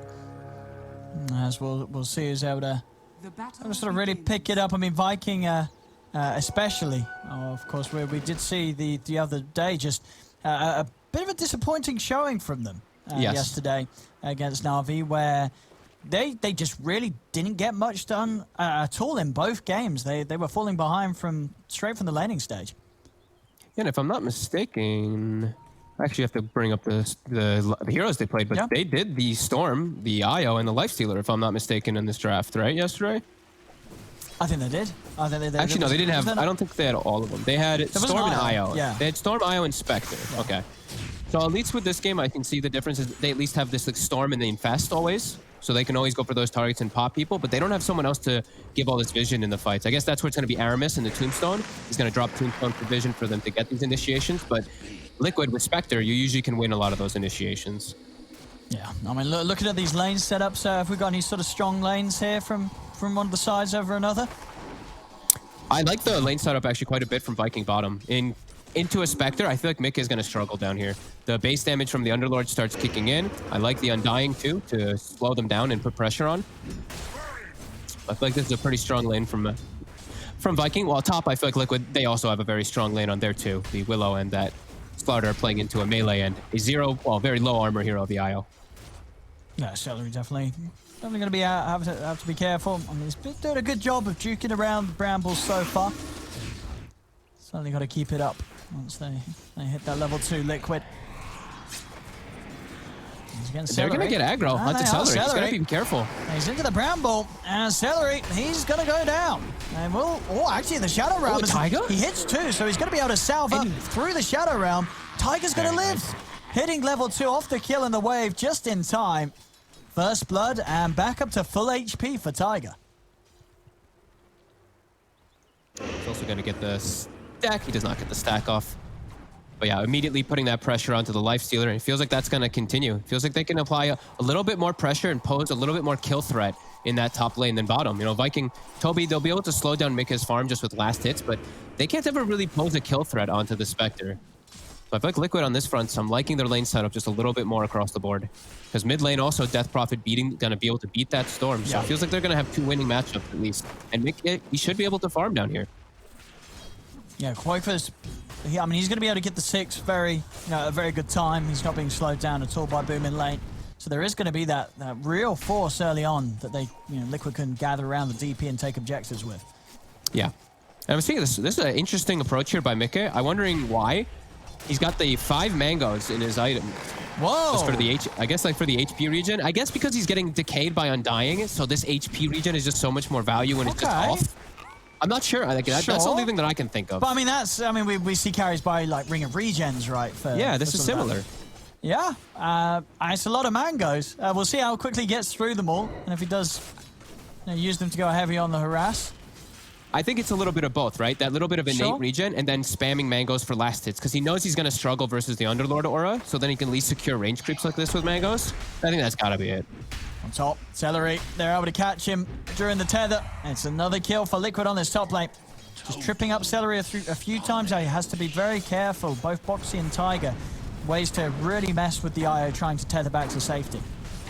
Yeah, this is a very tough lane for the IO to really show face in at all. Shaddy's still getting decent farm, but I feel like Liquid is actually the best team at utilizing these 2 heroes together. I love Boxy on the Slardar. It's one of his best heroes. And then Taiga's Willow has been super dominant whenever they've played it. We'll see in the mid. Still really understanding it. He's going to come back over to the mid lane and refuel Boom. Koifa. See if he's going to get a fortunate rune up top. He is not. It's down bottom. So Boom managed to grab that. Doesn't have the bottle on him quite yet, though. So not able to get a straight refill. But we'll at least take it away from Koifa. Oh, Aramis able to actually find the courier bottom, and Mick is really struggling in last hits. I'm just seeing the 100+ base damage on Toby. He can't actually he just can't get the kills on them. Even with his mangoes and his daggers, he's missing some last hits. So he's getting slowed down quite a lot too. And even on this top lane with Celery dying, Shad he's doing fine. Yeah. He goes for the straight up just chainmail, so you can deal with the bash damage, that straight physical damage that comes out from Boxy. And he'll be able to recover. And Boom was able to clean up a few camps on the way back, but still having to take the time to walk back to base. Those jungle camps are keeping him in, so despite the tough start in lane against the DP, he's still able to find ways to really keep himself even. Yeah. Koikfa is 6 now, though, and Boom is only level 5 when he comes back in. Let's see what Koikfa wants to do, if he wants to just pop the ult on the next wave, because the catapult is going to start coming. Viking, are they going to react? And is Liquid going to send another hero mid to try to really press this tower? Because Boom can't help his tower right now until he's 6. No, he's got to be careful. Boxy? Guess he's just pulling the creep wave up top. The levels have come out for the IO, so I guess they're feeling they can't pressure. And there's the move. Taiga's going to move toward mid, and Aramis is also going to respond. All right, so goes the route. Boom. He's going to try and make the jump on to Koifa. Koifa's got the ciphers going now. He needs to need a few more TPs going in Viking. Aramis, he's going to get taken out. He's not able to walk away in time. Koifa still with the ghost out, going strong. Siphon going to get cancelled immediately now. Boom, he's actually going to try and zip in aggressively. The Curse Crown is down upon him. The ghost still going. Boom, he's able to zip dodge the stun. He cleared the whole creep wave, and the catapult the whole time actually was not hitting the tower. It was on the low ground in the river hitting creep, so only 330 damage sent to the tower. Viking, good responses. Yeah, they I mean, massively limited what Koikfa's exorcism did that first time round. Yeah, I mean, Aramis dies, but you get like little to no damage on the tower. It seems like a fine rotation. And now mid Koikfa, maybe stay too far up. Koifa is going to pop the stick charges, but they've got the damage. He just walks back into the wave and I guess just underestimating the potential burst that Boom's able to offer. He just moves in and takes him out. The 2 supports still sticking around. Seeing that power again of the IO plus the Storm Spirit. Yeah. That overcharge with Storm is just insane early game. Storm just does so much damage, able to pump out those overloads. Impressive holds around the mid, making this area stronger and really giving Boom that a bit of a boost that he does need. So all in all, pretty close beginning here across the board. Just Mickey that's suffering the most out of these lanes. He's still falling just slightly behind it. All the other cores here. Yeah, they were able to fix the top lane decently, and yeah, Spectre getting pressured more. So they've actually come out pretty good. Seems like those 2 lanes that it felt like Liquid was going to win ends up kind of evening out, and Viking in a good position here.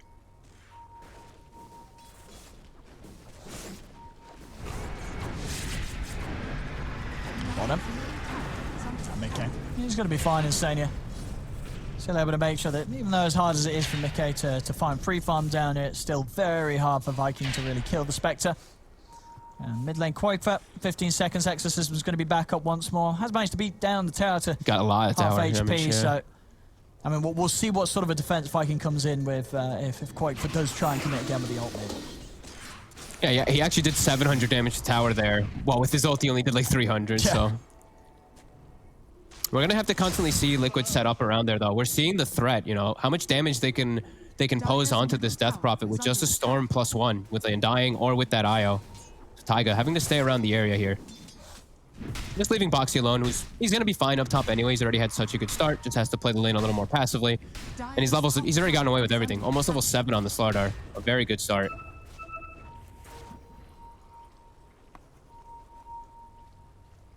They're a little afraid, it seems, Viking. The Slardar, you know, Boxy not showing himself. Yeah, they're a little worried. He farmed the pull. Now Celery does see that, and he does see Boxy return. Maybe thinking they were getting sandwiched in the mid lane, though, because of that tower being low. Taiga's going to prepare the vision, though, to at least watch any of the rotations that might come toward that mid lane when they look to inevitably push. Or toward the top when they inevitably push that with the DP as well. Shad. Trying to make moves on Boxy, but yeah, or maybe with the extra help with the Storm. It's a big zip, and yeah, they're not closing in on that. I'm surprised even when I was like, is he actually going to go for this here? Is level 1 zip? It doesn't feel good. Mid, Quaker. He's got the damage to take out Aramis before the TP's out in time. So Quaker, he'll keep the pressure onto this tower. Boom's going to be able to TP back over. Boom has to be very aware with his movements. Like when he makes that move top, a lot of downtime that gives Quaker the time to do this, and he's not getting farmed during this, so... Boom. Boom. Oh, he's got the back of a Celery.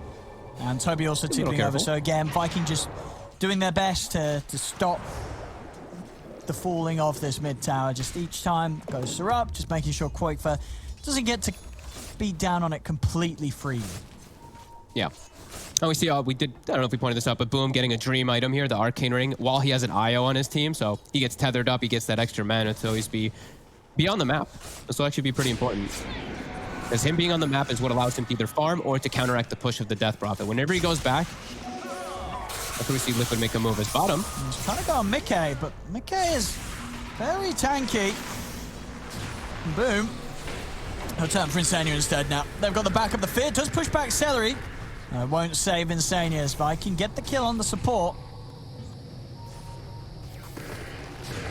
So as we're seeing though, Mickey definitely a tough target, especially so now that he has the Blade Mail and also Poor Man's Shield coming out. So Mickey, not an easy one for Boom to initiate on.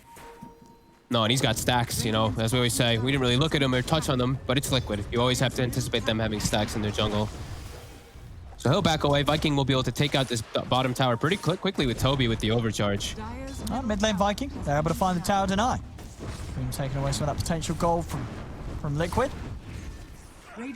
I'm just looking at Boxy getting all this free farm though, and I'm getting a little concerned here for Viking. I feel like Boxy's going to explode in the mid game to set up for his team. This is like Slardar getting this type of farm is just pretty unheard of. Yeah, and if they can have Boxy initiate on pretty much, I mean, obviously Toby's going to still be very tanky.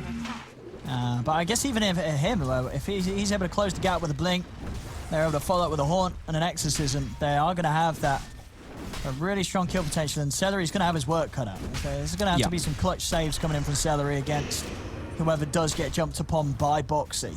Yeah, they have an overwhelming amount of damage that's really going to kick off when they all come together. Because we look at the team fight, like Liquid has a lot of team fight. The Death Prophet ult, the Dark Willow ult, everything coming together. And yeah, the Corrosive's really going to make it so strong as Shad has to be careful not to get caught by silence either. There's the silence setup. And to the Bramble, they got the damage. He's going to be able to get the rage out, but the physical's already there. Celery's going to bring Toby across. Exorcism. Curse Crown down. Mickey, he's diving in on it over the wall. Celery, they're trying to kill off the Eye before the re-relocates back on, and he's gone. He's taken out the Fear onto the two of them. They've trapped them in the trees. Aramis and Toby, they're stuck. They're being held in by the creeps. Aramis will turn with the decay. Boxy's falling low to the Firestorm. He will go down, but it's 4 dead on Viking as Liquid is collapsing past the tower. I mean, we're seeing it around mid. Viking very keen on trying to keep these towers defended. They couldn't do it for the top one. They could not do it. They could not stop Liquid getting these kills. No, they just immediately pop Shad from the start of the fight there because Boxy had his Bash Prime. They get the perfect initiation from the side there, Liquid. And we see what the Death Prophet can do in these fights. And I feel like this is going to be pretty evident of what's going to happen a lot of times if Koikfa doesn't just die at the start. He just runs rampant. He siphons 2 or 3 of these tanky strength heroes, and then they can't turn on him. They can't hit him, and there's no stuns to control him, just hitting everyone with the Exorcism.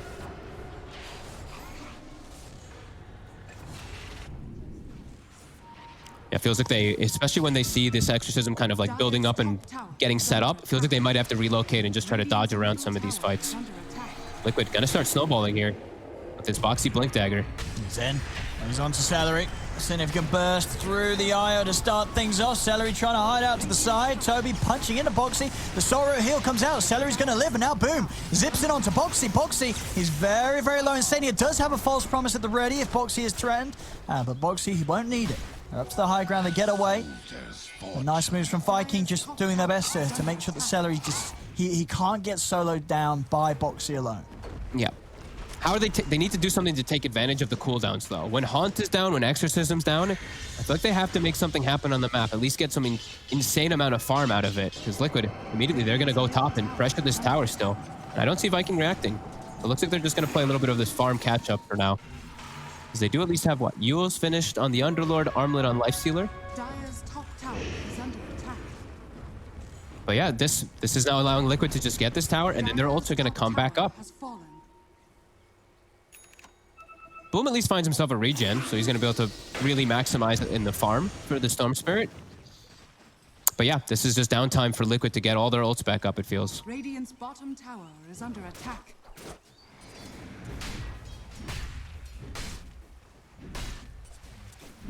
Yes.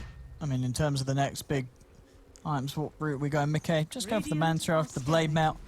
Over on Viking Shad, Armlet's done. Going for the Armlet AC that he always loves to. Just standard. Yeah, no, nothing too crazy across the boards here. A couple of Yules for Viking, and Toby and Boom. Radiant's middle tower. Quake for level 12, level 2 Exorcism at the ready, and Haunt is back online. So Viking, I mean, they played it just like kind of the passive farm game. Let's see how much it hurts them. Liquid, they're going to group up eventually and look to punch pretty soon. I mean, is there just, you feel like for Viking, they can't sit back with like this Lifestealer Storm? You think at the end of the day, this Spectre lineup is going to be scarier as the minutes pass? In concept, it should be. I mean, maybe the IO Undying is just broken, and maybe that's the way that they're trying to play around it, just hoping that Liquid gets caught when they're splitting up and they can use these IO relocates. Because they do have good pickoff on the side of Viking. That's the thing. With the Infest Bomb, they can look to get these pickoffs constantly. Yeah, Boom, just a component away for the Yules, so it'll be a little harder for Liquid to find those jumps onto him. And the silence and the roots no longer enough to set up on Boom. There is a lot of them, though, and he's playing versus Willow, where you kind of set yourself up for the Brambles if you do use Yules to protect yourself a lot. Yeah, I thought he was going to go down. I thought he was going to do like what the panel was talking about, like going for the Bloodstone Rush or doing the Orchid Rush this game, but yeah, I mean, we'll see if the Yules does pay off. I feel like there's a lot of things he has to play around, though, with it. As Liquid grouping up, sending the Spectre mid. And they can set up for this tower. They're going to push it with the ult. Quafer pots it straight away. Into the trees they go. Aramis will lay down the tombstone. Jump forward from Boxy. They're going to try and take out Aramis with a physical damage from the Exorcism. They'll do so straight away. Aramis goes down. Horn comes out. The Fear starts to push Toby back. Boom able to jump in. They burst down Boxy. This Exorcism from Quafer still tearing through them all. Toby's going to be healed up by the Infest. Both of them up in the air with the Yules. Quafer saved by the false promise. He's going to have a little more time to work in onto him. Very isolated. He's going to go for the TP out. Doesn't want to stick around, and he's away. Quaker bails out of there as Viking they hold. They push back the push of the Death Prophet, and they come out on top. 3 kills there on the defense by Viking. Looked scary for a sec for Viking, but the Tombstone in such a good position. Aramis, he actually took a very long time to die. Everybody on the side of Liquid kind of dies before this Spectre and this Death Prophet can actually kill anybody. Yeah. The sustain game, it's kicking in. And maybe that IO Undying, maybe they really are all into something. Yeah, Viking just doing a great job of not losing too many of these objectives early on to Liquid. Really turning up knowing that they can pull together these holds and stop Liquid getting away with these moves that they're very aggressively trying to make right now. Yeah. I was worried too. They TP'd in kind of like one by one as well in the fight. It looked a bit rough to start. It looked like it was going to be a lot tougher than it was. But. And that's all pre-mech. That's the big thing too. Celery, he hasn't had the mech. Usually we see the IOs with the mech at like 12, 13 minutes. This is getting quite delayed. He's on the front lines. Boom. He's there with the backup. Straight away they go on to Boxy. Boxy's been caught out. He's trying to run. A bit of a save comes out from Insania with the Fate's Edict. Quite for turns with the Siphon onto Boom, and Boxy, he'll live. The heals come out from Purifying Flames. They'll be able to disengage the Slardar. Every time that tombstone gets laid down, Liquid just tries to disengage. We'll be able to clean up the tomb this time. Koikba will get some money. Will take him a little while, but... Yeah, we're seeing Vikings still punching back. Even through the ultimates, as we saw in that last fight. Yeah, still this one, I think a very close game coming out of this early game. 18 minutes in, 9-8. Less than 1k in it. Shad and Mickey on the same level right now in terms of farm. Yeah, Shad's definitely off to a good start. Him in the storm.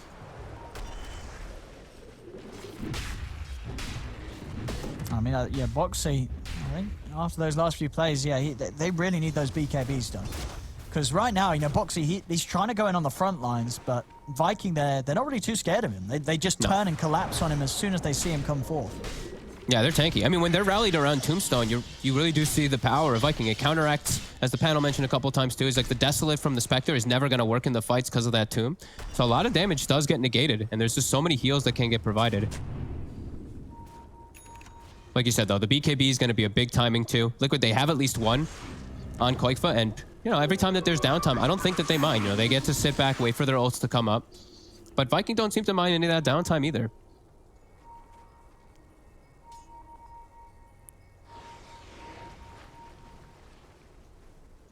Liquid trying to claim a high ground. Bounty runes in about 20. And Toby with this Invis rune there, he's underneath the sentry. They saw him for a second. I've seen him just long enough to get it. Lay down the ult. Do they have the damage? They don't. Celery's able to step in. And Viking, they're going to be able to keep Toby safe. Liquid not having enough to commit for him, but now maybe they can try and jump once more. Boxy is heading in. They try to move him with the smoke, but now Tiger is caught out by the pit. Boom's looking for his target, and he's going to go in for the Willow. Straight away, they drag Tiger back. False Promise comes out from Insania to keep Tiger safe. Jump onto the river. Boxy back onto Toby. They've got the ult out from Koikfa. Haunt as well, as Mickey's able to join in. Toby surrounded by Liquid. Celery's trying to keep him alive with the heals, but Celery hasn't got enough to save him. So this time, Liquid will be able to overrun the two of them with the power of the Exorcism, and they're not done yet. Boxy, maybe seeing if he can catch onto the storm. They get the silence. Boxy's going to have the blink in a second. Does he want to dive for this, though? He does. No. Won't go in underneath the tower. Knows that Boom's going to have the Yule Scepter to play with if he did go in aggressively. Still at Liquid. This time, a much cleaner move from them. They get 2 kills. They get themselves a tower. Viking not able to sort of team up and save one another there. Liquid poking out the relocate and then coming back in when that save wasn't available. Too scary for Viking to walk up into that high ground. Even though they had the tombstone down on the right side, the brambles were covering that entrance, and then good reset from Liquid as Boom looks to punish Insania. I mean, he's trying to. He really wants this Insania kill. He's going for it. He can't quite finish it off. Now, Boxy, he's running in. Boom. He's got Celery and Aramis by his side, though, so Boxy won't be able to punish. Insania lives to see another day. That was a little scary for Boom there. He almost actually just dies if the Purifying Flames was just turned and casted by Insania. Very close. And we see this, the replay right here is the way Liquid reinitiated the fight on the left side. You see how the Tombstone's on the bottom right off the map. So this is the perfect place for them to fight. Just peel it away from Tombstone, and that really feels like how they have to fight every time. And that is the double ults used again. So let's see if Viking does try to take advantage of them. Infest up on the Storm. And they're going to look for Mickey. But Mickey, he sees these couriers flying over that deep ward that they have. I think they're going to know that this move is happening. But he's actually walking right into him here. Oh, he is. They've got the jump. They have the damage. Fully focusing onto Mickey. They use up the Oracle to stop Insania coming in with any saves, but he already got the first save off.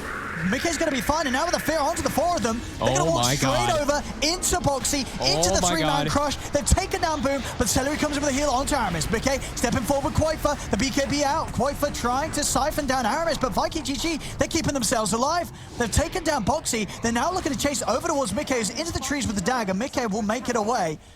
I mean, it looked just to be a big setup combo there from Liquid with the fear, but they just didn't quite have the damage to get anything other than the storm. The rest of Viking still having an incredible amount of sustain between them.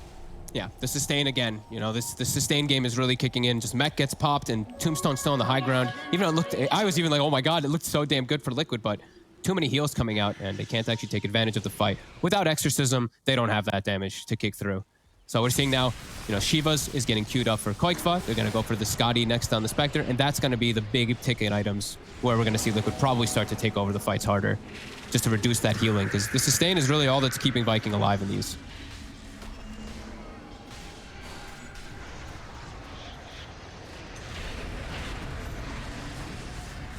I can't believe how much Overcharge really heals. It's such an insane ability. Just 0.8% of your max health for those 8 seconds. You just see like ridiculous numbers on some of these heroes. It's Liquid. They have all their ults at the ready. Fest on the Storm. Want to jump. They're going to look straight away. They're going to go in onto Quaifa. They're trying to burst the Death Prophet as quick as they can, but they can't quite do so. Again, Insania in with the Fate Seeded. Quaifa's going to be saved, and now he's looking to turn. The Horn comes out. Boom. He's up in the air with the Yules. Aramis gets the Soul Rip peel off. He's still alive. Celery tethered over to Shad as they try and get the Lifestealer out of there. Toby is going to look for the Dark Rift to take them home, but they're split out of the side. Toby, the Rift will take himself out. The rest of Viking trying to run, but Aramis will get caught. Split from the rest of the team. They get the kill on the Undying, and now they'll try and move into the pit. They've got a few seconds left on Exorcism. They only lose the one hero, though, for that whole disengage. Not too bad. But now, with Corrosive Haze, with Manta, and with those last seconds of Exorcism, this Rosh is going to die so fast. They're trying to come over. Boom might be able to do something big if he's in with a zip. They scan it out. Buyback as well from Aramis. Rosh is falling. They need to zip in now if they're able to do so. Chad steps in, but it's already been done. Mickey, they get the kill. They get the Aegis on Mickey. Mickey's TPing out. They want to save this Aegis for a better fight, as they'll lose the supports on the retreat. Maybe lose Quaifa as well, though. It's Viking. They found the Death Prophet. Quaifa goes for the silence, tries the TP, but they have Yule Scepters to cancel it. TP's cancelled. Quaifa gets taken out. As Viking, they don't get the Rosh and the Aegis, but they certainly give Liquid an excellent fight off the back of it. 3 of them dead on Liquid. Radiant's top tower is under attack. And they get an Arcane Rune bottom, too, for Boom. So I think getting that one, they can get a tower out of it, get a little bit of map control, but Liquid's still coming out. Definitely the victors in there. Even though they lose Quakefoot, they're going to get close to these big ticket items, as we're mentioning. The Scotty, the Shivas counteract a lot of that healing. Now they're on their way toward it. I'm just seeing each time at the start of these fights, Insane, he's always able to save whoever gets gone on there. They've not been able to sort of reliably jump this Oracle. Insane have been very careful with his positioning and each time keeping Quakefoot or Mickey safe when they get gone on by Viking. Yeah, they have to. I mean, that's the tough thing about this draft, though, right? Where we see a lot of time the Storm really paired with Spectre almost every time lately, actually, is because you just see the whole fight. So you always know where the Oracle's positioned. You can always just get these jumps. In this game, sure, they have the Tombstone for that vision aspect, but like you said, Insane has been playing very careful, sitting in the back, and they're having trouble just getting through the front line. Like, the way the fights are kicking off, Quakefoot just charges up the high ground and forces the fight onto him. So it gives Insania the positioning. So less than a 1k gold lead. Less than 3k experience, too. It's still a very even game. But this is definitely where I feel like the game is going to start to get that much harder for Viking going forward. These big items that are going to start coming out. And just, Boom, not really having this explosive game on the Storm. He's pretty underfarmed. He's only got the Yules and then this Kaya, and that's pretty much it for now. Very underfarmed Storm compared to usual. Yeah. I mean, yeah, he's not been feeding. He's been in good action, 2, 1, and 9. Just, yeah, when it comes to the farm, slipping quite a bit behind that of Quakefoot in respect on the side of Liquid. Quakefoot, just 800 gold, and he's going to have the Shiva's Guard done too, so you know, any of these sort of aura or team fight items is going to be huge, as we're seeing most of the time. It's not about the pickoffs, it is full 5-on-5 clashes. Yeah, absolutely. And Boom's game, the Storm, it gets harder. It really does. When you're playing into BKBs, you know, double BKB cores, the Death Prophet and the Slaughter already have it, your targeting is going to get a lot more difficult for this Storm. You still do a lot of magic damage as your kid, and that's going to be negated. We'll see some nice items here from both sides. Shad gets the Paladins. As over on the side of Liquid, Mickey does get the Titan Sliver, and we'll see Quoikva. He gets the Paladin sword as well. Take the benefit of that. Yeah. That's, I mean, that is good. very, very good, right? Yeah, there's... especially if, I mean, we did used to see Death Prophets go for the Ags. Obviously, Quoikva's not this game. Is that something that's going to come into his build later, or is there a reason why you don't get the Ags anymore on a Death Prophet? No, you can still get it. I think these 3 items are the most value for him this game. Sure. Though. The Yules always make sense. BKB's amazing. Then Shiva's to counteract the healing and give him that armor is it's too good to pass up this game. He doesn't need more Ghost. They don't need more damage. He just needs to survive and then counteract Viking survivability. Yeah. And they've got this double kicking in now. So Shivas and Scotty, they still have their Aegis for about a minute and a half. This is a huge window for Liquid. Let's see what they can do with this. This fight's going to feel pretty impossible for Viking if they don't catch the back line. Yeah, against this Aegis Spectre and these new items, Viking, I mean, to the point where Viking might just do their best to avoid this. They might, you know, may just have to let this tier 2 go. We've seen them come in to pretty much attempt to hold any tower that's been pushed. At this point, right now, probably just got to let this top tier 2 go. Dire's structures are fortified. Dire's top tower is under Yeah, attack. no move here from Viking in return. This tier 2 tower. Oh, the fortification is going to be enough. Liquid, they're going to try and sweep across towards the mid. Viking also smoked up. They're going to start things. Boxy, he jumps in. Hawk comes out straight away. They're looking towards Celery, getting rid of the IO, and they're able to do so. The IO goes down over towards Aramis. Aramis, he gets the tombstone out. Quoikva goes to Poppin as well as the BKB. Buyback from Celery as he comes in with a fear from Tiger, pushing the back, disabling Shad as Shad can't get off Perfect fear. As Shad's gone, Celery's going to die back. I mean, it was always going to be a very hard fight at this point, as we said, with the items that Liquid had just picked up. And that just went to show it there. Viking were not prepared to fight into Liquid at this moment. They couldn't take out anybody. They just get completely smashed. And even with a buyback, they lose the 4 heroes without even pretty much touching anybody on the side of Liquid. And boom, off the mark there with the zip. Doesn't actually catch the creep wave. So the creeps are going to push on. Fortification as well, keeping them alive against the Firestorm. They've got 30 seconds to work with here, Liquid, whilst Viking are down 3 members. But well, they'll try and push it any further onto the high ground. I think they themselves are going to be feeling pretty confident with how big their Spectre, I mean, not just the Spectre, Mickey and Quoikva. I mean, Quoikva continuing to be just as farmed as Mickey this game. Yeah, I mean, at this point now, they've kicked off all these timings. I feel like Viking, as soon as they respawn, they have to try to pick people off, but Boom is dying. He's got to be a little careful. He really wants Insania, and now he's going to get slightly caught in the bramble. He's able to get out with the Lotus. They'll save him, get him out of the route. Shad trying to step in over towards Tiger. Again, Insania just making the magic happening. Keeping Tiger alive. Insania's got a false promise if it's needed.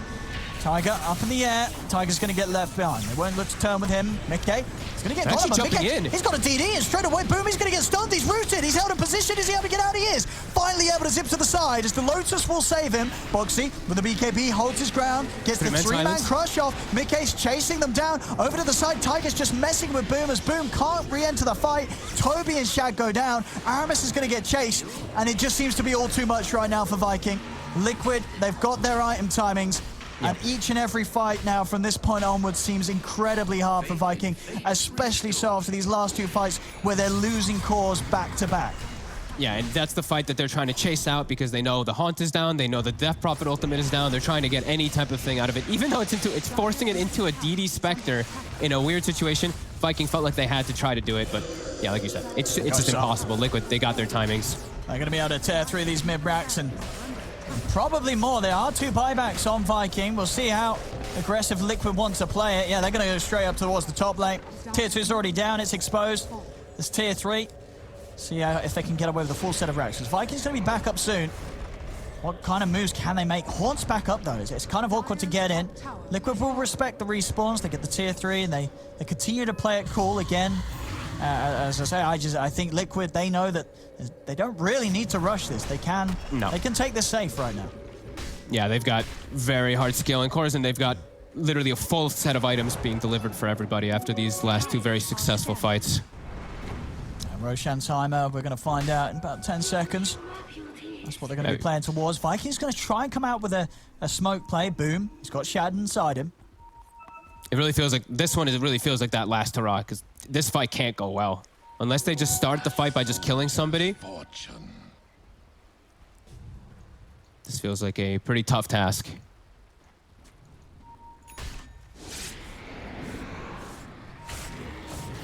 As they're gonna run into the hardest target, as Mickey in the front line. He sees it, but he kind of knows. You know what's the plan?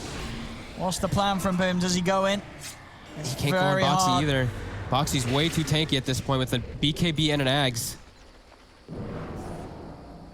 Waiting for Quakefizzle to come back up fully before Liquid just actually kicks off and just jumps into a fight. Yeah, they playing it a little defensively. Yeah, the double Ags ready to go. Quake from Boxy. Oh yeah, Quakefizzle. Okay, then they can fight without the exorcism. Yeah. And yeah, but don't need to force anything. They can just chill here. Oh, they get a courier. Viking. And they're not getting farmed. Still looking, but Liquid, as you say, how do you zip into this? How do you jump this? It feels impossible. I mean, all this time Shad's infested, so they're getting 0 farm on the map. Tier 4s are literally being hit by creeps at the moment. Oh my goodness, the creeps. Yep, they're doing it. They are trying to end the game. Slowly. Radiant's top tower is under attack. But they're just chilling in this area. Viking they're about to have They're about to have exorcism. 5 seconds. Liquid's gonna go in a second. I mean, it's just such a hard position for Viking to play in there. I mean, what do they do when they're in this spot right now? Hope.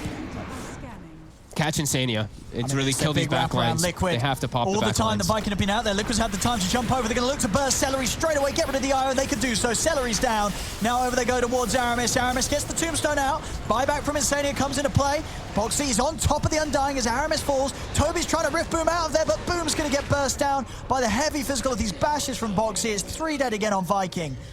As Liquid, they take yet another fight, and they're going to instantly move over towards the next objective, and it is Roche. Rosham respawns. It's there. Aegis and Cheese for the taking, as Liquid will head into the pit, and Viking with 3 down, not looking like they're going to have any shot of putting a stop to this, and yeah, the speed that it goes down, it's gone. Aegis and Cheese into the hands of Liquid, now 15k up against Viking. Really does just feel impossible for them to take any fights, because even when those ults are down, the Viking just doesn't have it anymore. The Storm Spirit just doesn't have the farm to be able to get and kill these backlines. And the front line is just too much of a problem. The Death Prophet, Spectre, and Slardar just rip everybody apart way too quickly for him to actually do any damage. Full Abyssal on Mickey. Yeah, they're hitting some crazy items now. Yeah, this Spectre hasn't been stopped yet. 3-0-15. And no signs of being slowed down even a little bit at this stage by Viking. No way he dies in this game. They just don't have the heroes to be able to do it. Even with the amp and everything from the Undying, the % damage from Firestorm, it's just, they don't have the tools to be able to take him out with an Oracle behind even. Too many things that Viking has to worry about in this game now. Shad, he'll finish this next item. He'll finish his Abyssal. But yeah, this is Liquid just playing with their food. They're just waiting for their ults to come back up before they can look to just end the game.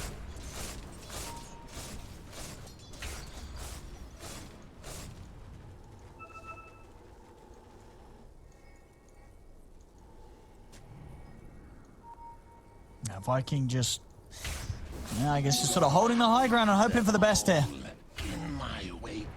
As Liquid controlling the whole map right now. Very hard for Vikings to step outside of the base. It's Mickey. Just sort of a kill away from having the 25 on the Spectre. Closest on the side of Viking is level 20 on Shad. Huge disparity now at this point. Shad and Mickey? Yep. He just walks up with the blade mail. With and this they just taking the racks. Yep. Boom's trying to find the wraparound, He's but trying to get around on this. He's looking for Insania, but instantly the Yules Fear will be held onto. Tiger, he's prepared for this. The root comes out. He's straight down into it. Boom's dead.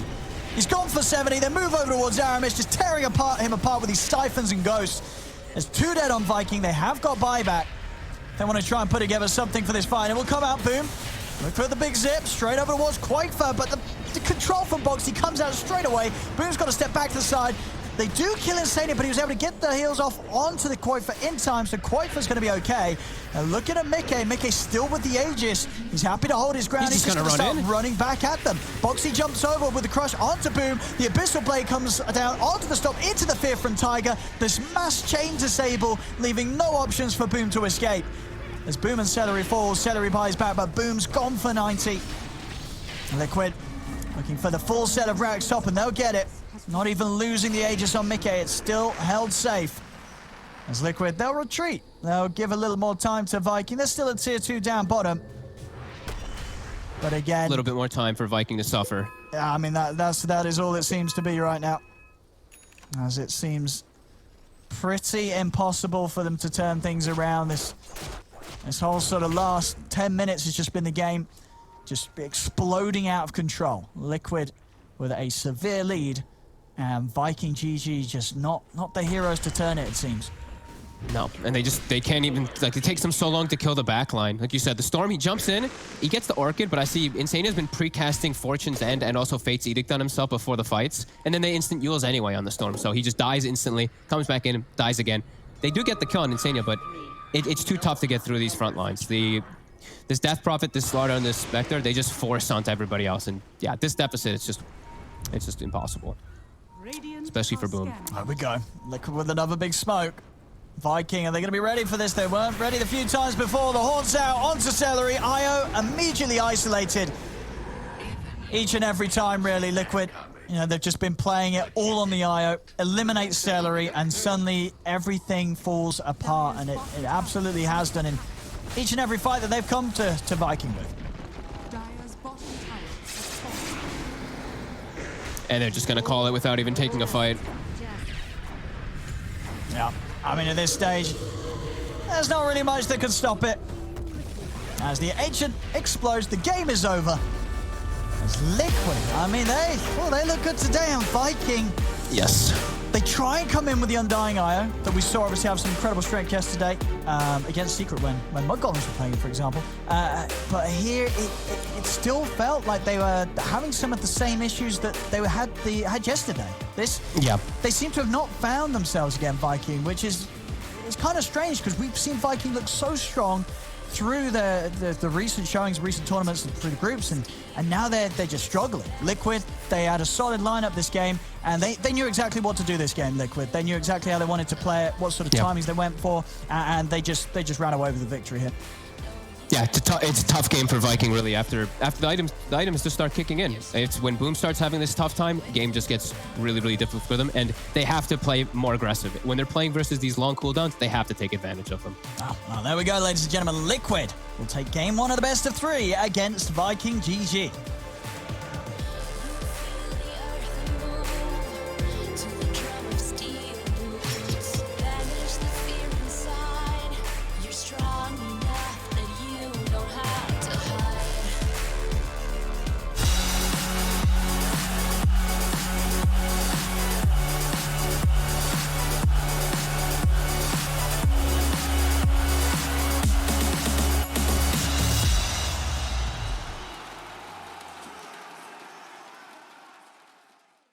All right, Effie, let's go.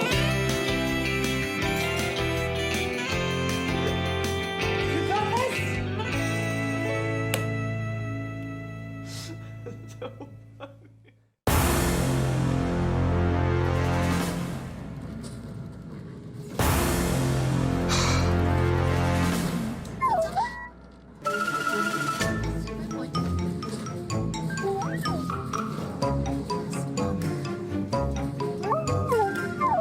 Effie. Please. It's all yours. It's your track. I'm out. I'm done.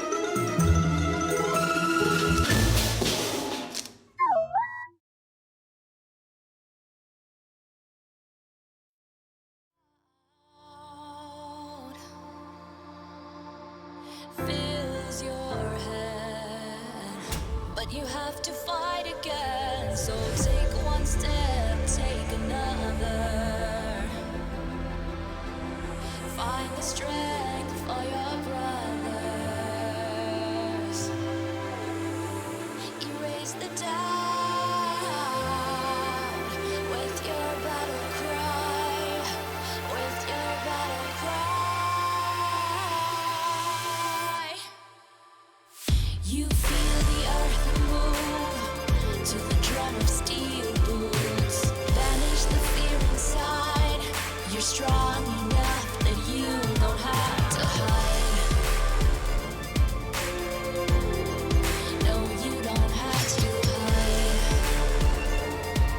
You're strong enough with your battle cry.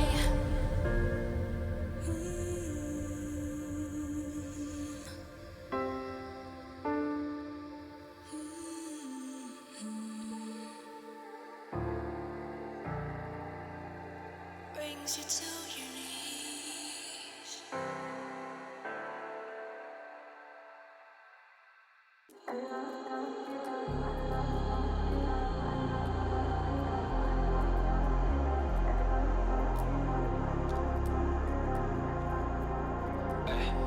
I was in the field, realized I could make it.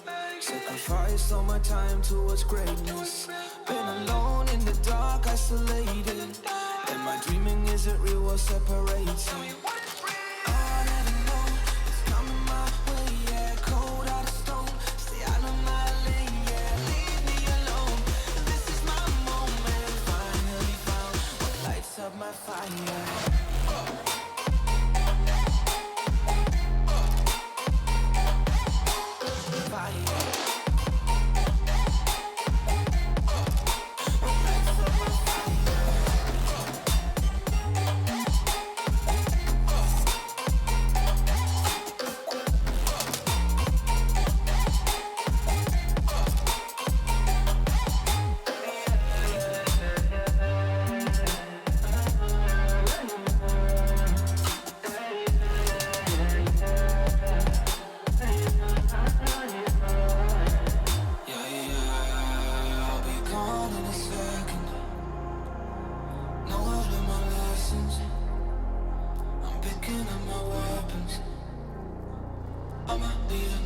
Keep the energy high as they coming to go. I believe in myself and I'm taking it home. I'm stepping it up to another level. Time moving faster than ever before. They don't really know about honesty, but they don't really grow. Honestly, I cannot be stuck constantly. Consciously is a part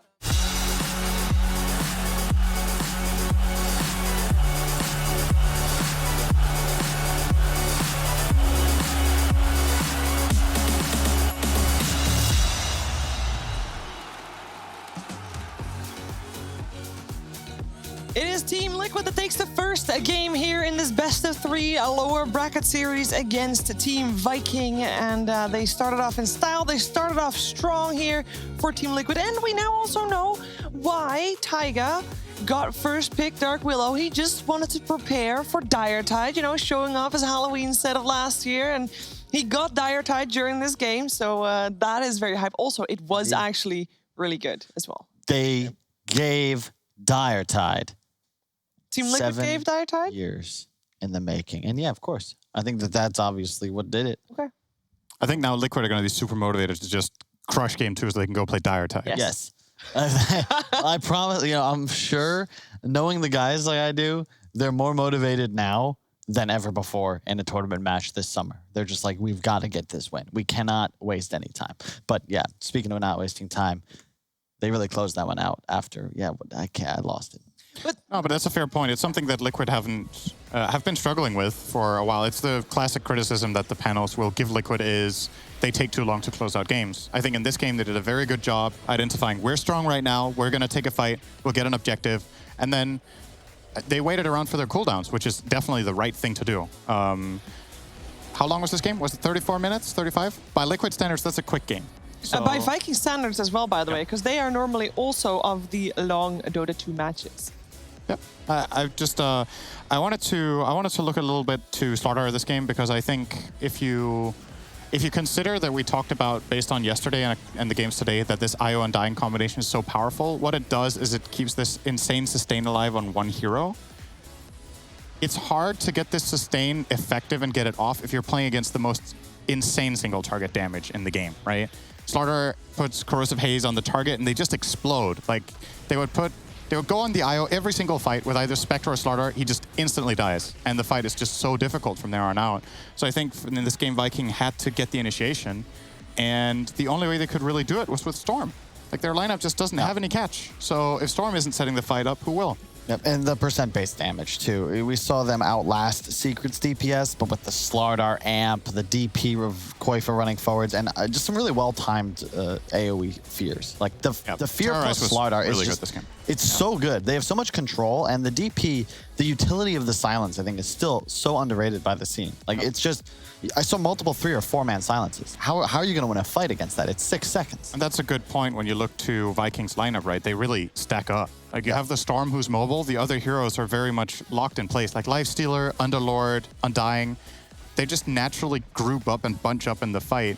When Mud Golems played that strategy against Secret, they had overwhelming sustain and itemization to keep them alive against the fight. In this case, the damage is just too much. Like, their strategy, they're trying to stay alive in the fights, but they can't handle this Corrosive Haze TP. Couldn't they itemize differently to have like the same result as Mud Golem? Because it worked for Mud Golem. I could have, but when you're going up against the Storm that Liquid brought, there's really not much Viking could have done to keep from capsizing. But it wasn't Storm that... He didn't mean the hero, he meant... Well, he should have thought about that. I should have. You're right. Okay. You should have. I like the... Why didn't you make another analogy that wasn't Storm? You confused Shiver. Yeah, you confused me. You confused a lot of people at home. It's harder than it looks, okay? I got to do this all day. All Sind has to do is like get into in-depth about the meta and talk about why things happened. You need to find a book reference every time. And that's hard. There's a lot of books. And you've read a lot of them. But at the same time, memorizing every single book you've read for that right analogy can be pretty challenging. Yeah. Yeah. I'm off my game. When you guys both stare at me, all right, you're both tall and imposing, and I just get the pressure. I've seen right behind you. Speaking of imposing, 5 Spider-Mans. Could you go right behind you? Yes, please. Don't ruin... Oh, my immersion, There's something in there. What, this? Yeah. And then put it down. Oh, it's Chad's box. Chad's box. That's Chad from Counter-Strike, I believe, one of the commentators. Course, a sponge. I feel like I don't think this is safe. This looks very You gotta flimsy. put the other side out. I don't think... You have to make sure that it's not in. I really don't think... yellow thing. Sheaves, I think I would know if it was in or not. I don't think Kyle should be standing on it. This is going to break. This is not for standing. I don't know why you made me get this. Kyle, you're not compatible with the box. It's Chad's box. You're not a Chad. It's not for you. Put it away. First of all, you gotta put the side in, otherwise it will offer no support and it will break. It's already broken. Please put the... It's ruined. I broke. It's not. It is actually broken. No, that is literally the way it's supposed to. Just yeah, it has a crack. It has a crack in the bottom. Then click it's literally broken, Sheaves. Yeah, so use it. You can't break it any more than it already is. Then go on and break it. I'm getting actually told. Also, I do want you to know that previous segment you did insult German humor, and that might or might. Wow, that was actually the best. That was the best use I could have thought I like of it. for this. That's great. Wonderful. Let's send it to bro. Oh my god. We rise up from the dust and claim our throne. With the right CPU, you can turn any game from familiar to phenomenal. Unleash the potential in all your gaming with Intel 10th Gen processors.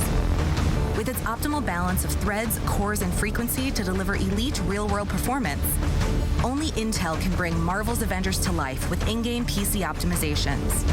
Supercharge your Marvel's Avengers experience with Intel Core i5, i7, and i9 processors. What's your style?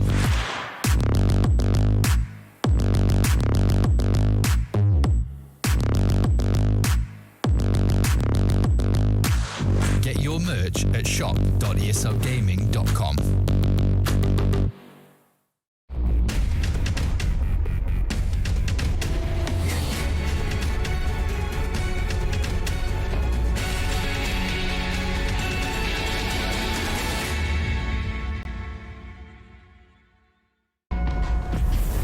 Multiple witnesses have reported mysterious shadow sightings all around the city.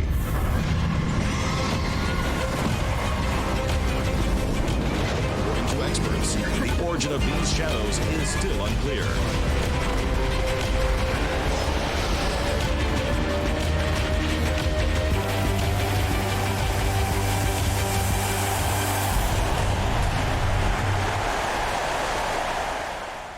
Your favorites will play soon. You hope for the win. Excited about the game. But something has changed. You start to doubt. Will they pull it off? Or will they drift away? You pull yourself together because you're sure they're revved up to win. You know they've prepared. They've picked the right course. And even when there's no chances, you believe they will win. GG Bet. Be excited. Come on. Millions of gamers rage quit every day. Mountain Dew Game Fuel's got you covered. Game Fuel is specially crafted with ingredients shown to improve accuracy and alertness. Another one saved by Mountain Dew Game Fuel.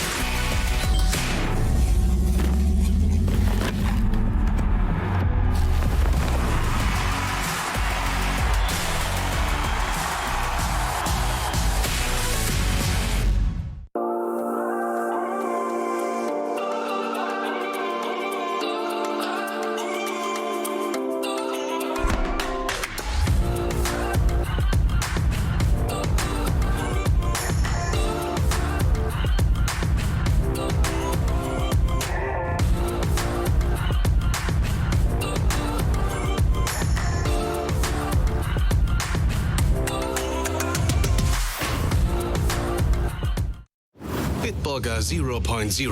Isotonic, containing vitamins, and with non-alcoholic freshness. Bitburger 0.0. Always a bit more refreshed.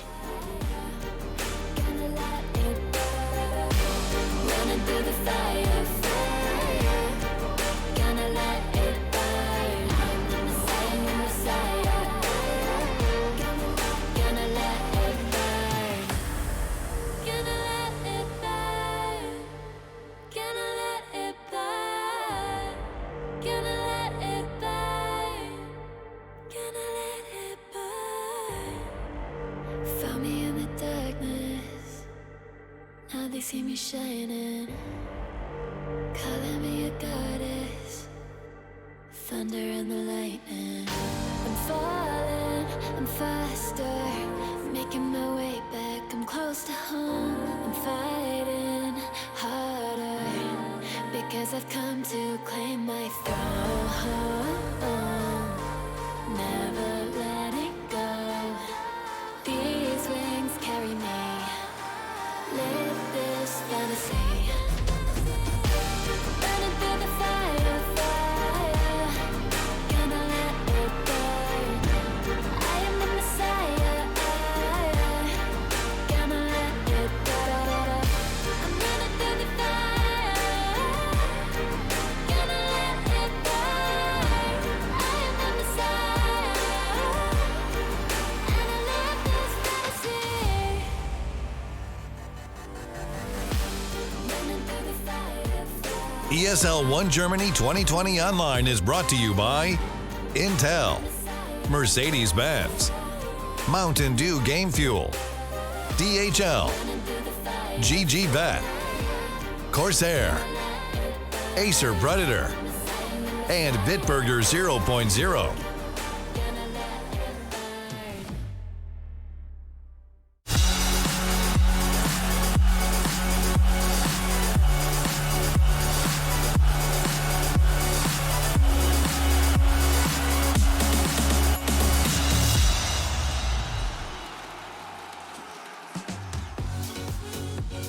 Will Viking GG be able to play their sorrows away with Dire Tide? Will Team Liquid be able to celebrate by playing Dire Tide with the second victory here in the row? I will find out very shortly because we are about to head into the second game of this best-of-3 elimination series. We have Team Liquid and Viking here at ESL 1 Germany, and we're very ready to go into the draft very shortly. I'm here with Kyle and Sindren, and to be honest, guys, I have been a little disappointed by Viking because we've seen them do so well. We know what they can bring to the table. They have taken games off the best of them. But yesterday and today, it just, something feels off. Something feels like it's not clicking. Right. I mean, you can have a day where you don't play your best. That's fair. But at the same time, this is a team that we were very excited about at the start because it's a team that we have seen do well this whole year. You know, they're breaking through towards the tier 1 scene. And one of the things that you need to be able to do if you want to do that is be consistent. And they have not. No, I've been trying to figure out what feels so off, and I think the best conclusion I've come to so far is that in their games, they seem to be lacking initiative a little bit. I think they're letting the enemy teams set the pace of the game too much, and I think a lot of it comes down to strategy. When I see Viking play their best, it's like they are just charging around the map, making moves. That's what Boom is super good at. He had his phase with Queen of Pain where he was just trashing every team he was playing against. He was destroying on Queen of Pain. They would have Toby on some sort of team fight initiator or aura carrier, so they could just group up and go. This game, they have their Underlord, which is fine, but the only playmaker is Boom, and he's on a Storm who can get countered. And then there's just not so much there. So I want this...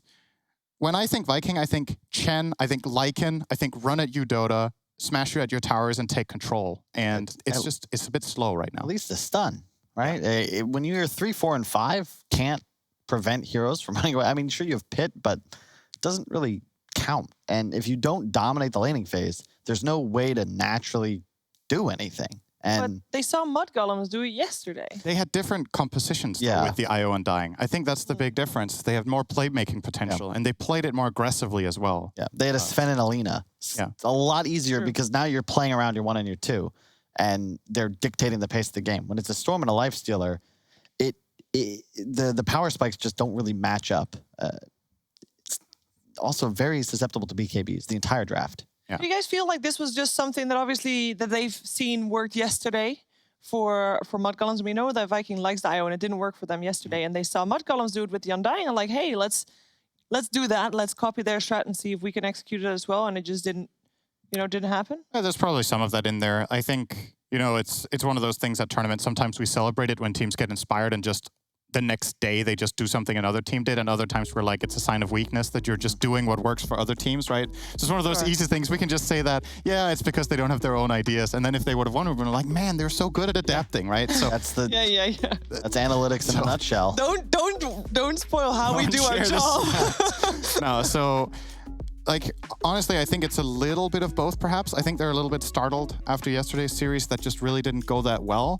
But I don't think they feel lost. They okay, these are heroes we like. We're going to take a little bit of an inspiration from a composition from yesterday. But I think they just missed a little bit of the point of what Mud Golems did that was so good in those 2 games in their composition. I think some of those key pieces were missing a little bit. And on top of that, let's not discredit Liquid. They just played a really good game. That's true. Their spell casting was awesome. Their laning stage went great. So.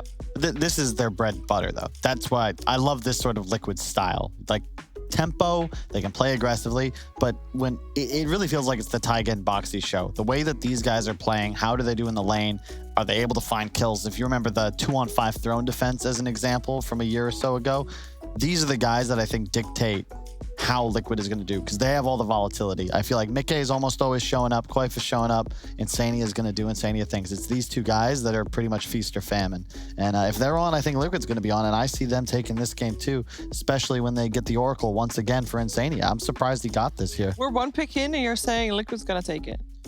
Yeah, I mean, I think he would have also said that 0 picks in. Just Actually, because we didn't talk about this before the series. I think in terms of series win overall, I know I said Liquid. I think everybody said Liquid, correct? Yes. Okay. Yep. Just want to put that out there. Also, one of the stats that I was surprised about earlier on, when preparing for the tournament, is Oracle has not been very successful. It's like 30. What did I say? 31%, I think. 31% win rate. Previous game, it worked out great. And I mean, they first pick it here again. Obviously not a Willow, but they felt like the key hero here was Oracle previously. I think it's different in the hands of Insania, though, and the way Liquid like to play, because they're a very aggressive team. Oracle just gives you the ability to do so, and it complements the ethos of this squad. They want to form up into a wave. And I can't, sorry, I'm gonna stop. The Slardar for Boxy is just his favorite hero too. And it's also a strong laner against the Lifestealer, and it prevents a later phase Slardar like we've seen Nigma do for the last 4 or 5 years in combination with the LS. I do appreciate the attempts, by the way. Thank you. I don't want to be, Cinderin sick of surfing. I doesn't want anymore. Huh? I liked it again. Thought it was good. Thanks, buddy. Appreciate it. I didn't really like it. I know. Don't worry. Don't have to explain. We have a lot of carries banned out on the side of Team Viking. We have Morph and PA and Spectre all removed. Now, what we saw earlier against Lifestealer, I thought was one of the standard counters to Lifestealer. Terrorblade still in the pool. Worked out, of course, for Matuma Man and Team Secret earlier on today. Which other cores are left? And do you think that Team Liquid will prioritize picking it early? They go for the IO. IO-Oracle combination. We have not seen that be super successful, but do you like it? I think it's good against the enemy pick so far. I don't think Lifesteal or Rubik do very much against this. You have the double perch against open wounds like we've talked about, the lane counter in the Slardar, and I find IO to be a pretty good hero against Lifestealer. Yeah, I've always liked it too. Lifestealer can choose one target and he just needs to go on it all the time. IO tethers that target, overcharge, heals him up, you stay alive. Yep. It's pretty straightforward. I think this also sets them up for another DP. Well, dude, I'm honestly surprised they didn't get banned. You also talked about with the changes to the way healing and IO work together. Now with the buffs, it's 1.5 times the healing done to IO is transferred to the ally. So you consider with an Oracle on the squad as well. This is something that I'm glad to see Liquid going back to. They've always been a big fan of the double defensive support combination. These are their two favorites. You combine this now with 3 cores that just get up close and personal, they're going to be able to combat what Viking want, which is to get this armlet AC quick on the Lifestealer and try to take these mid-game fights. But unlike yesterday, when they ball up into these heroes from Liquid, they're going to be the ones that are out of damage. Yeah, I'm just looking at this and I'm thinking, what's stopping Liquid from just picking Death Prophet again? Is there anything they're scared of here? That, like, is there something Viking can pick in the next pick where you're like, damn, we shouldn't have picked DP in this game right now? I think DP is good against these 3 heroes. Undying can be a little bit so-so. You can't really break the tombstone. Worked fine last game. I didn't see them struggle at all. No. I'm not sure if I like it, just because of... It's to your point. It feels weak just because it's something we've seen come to prominence in the meta. I haven't really thought that Vikings' performance with Undying has been all too impressive. And we just saw this, right? We saw the Undying and the Lifestealer. And we were talking about, like, Liquid picked heroes we consider terrible against Undying into it and just didn't care. They won the game anyway because it's about the way these heroes interact once you're in the 5-man scenarios. And it's a good laner, right? Like, you're going to be able to dumpster the Wisp, but... Is there any core that Liquid could go for that doesn't care that much about an Undying lane? Like Sven? Okay. I don't think he doesn't care. Okay. So this is definitely, there's potential here for Viking. If they double down on winning this lane, they should be able to with Undying +1. Not sure which Toby hero they're going to grab for that. Do we care about the lane, though? Because if you think about the Liquid lineup, this is just, it's sick. You're going to have Wisp playing around the Sven, double save. Slardar Sven is insane burst damage. Even if Lifestealer rages up, if you apply the amp and Mickey just turns around and starts smacking, he dies in 3 hits. He dies in 3 hits.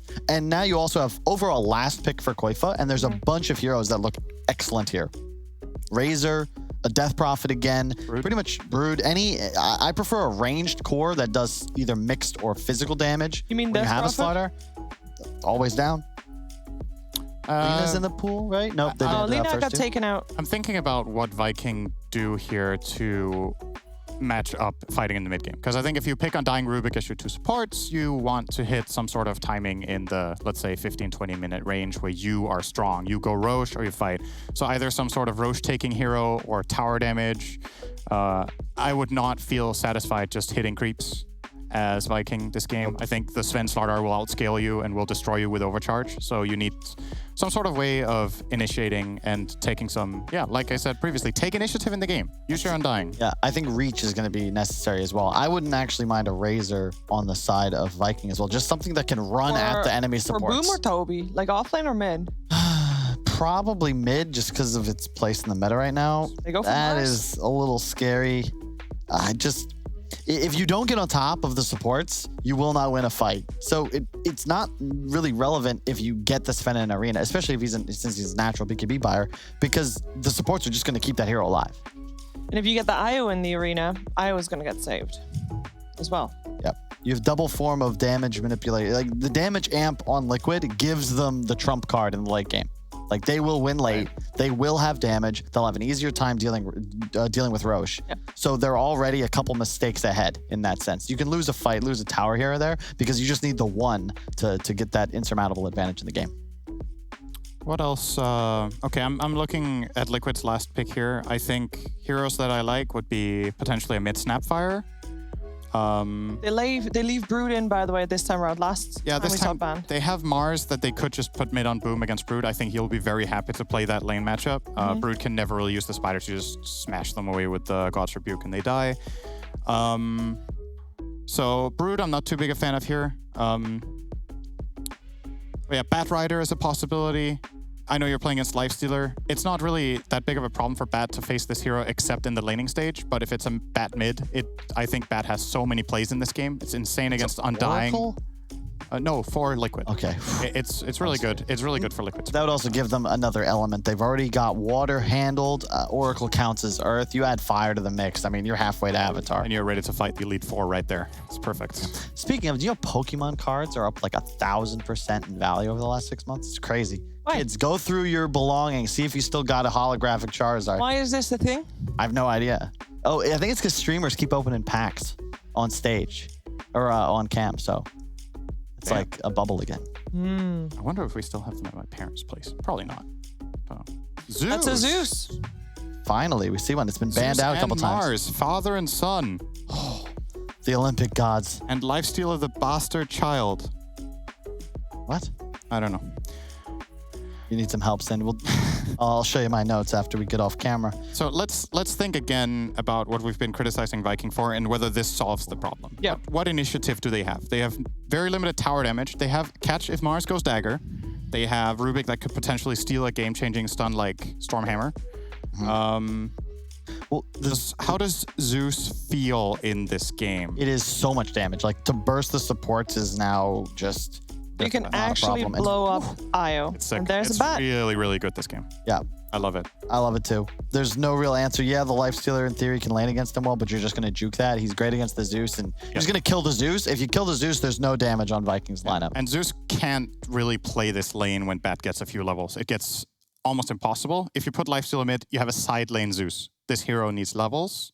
He hates being relegated to a side lane. That's why counterpicking with like Bat or Brood is already half the way to the goal. If you force Zeus into a side lane. You're painting a very, very sad picture for Team Viking here. I know. I'm keeping it real, Shiver. I say what I think. That. I do appreciate that. I do also want to hear what, like this one thing that all the Viking fans out there, because I know they've made a lot of fans over the last couple of months, over the last year actually. What's one thing they look for in terms of what could spiral them into success this game? Zeus going off. Yeah, I think you need explosive fights. You need to get a dagger on Mars or something. Maybe not even a dagger. Maybe you just get levels and you take initiative. You use Tombstone, you use Arena, and you keep Zeus safe for like 10 Play better than Liquid. You can't make as many mistakes straight up. Liquid, they need one opportunity, one big objective fight. They get an instant. They win. Okay, well, let's see if Boom on the Zeus can do his name justice here in game number 2 and head over to ODPixel and Fogged.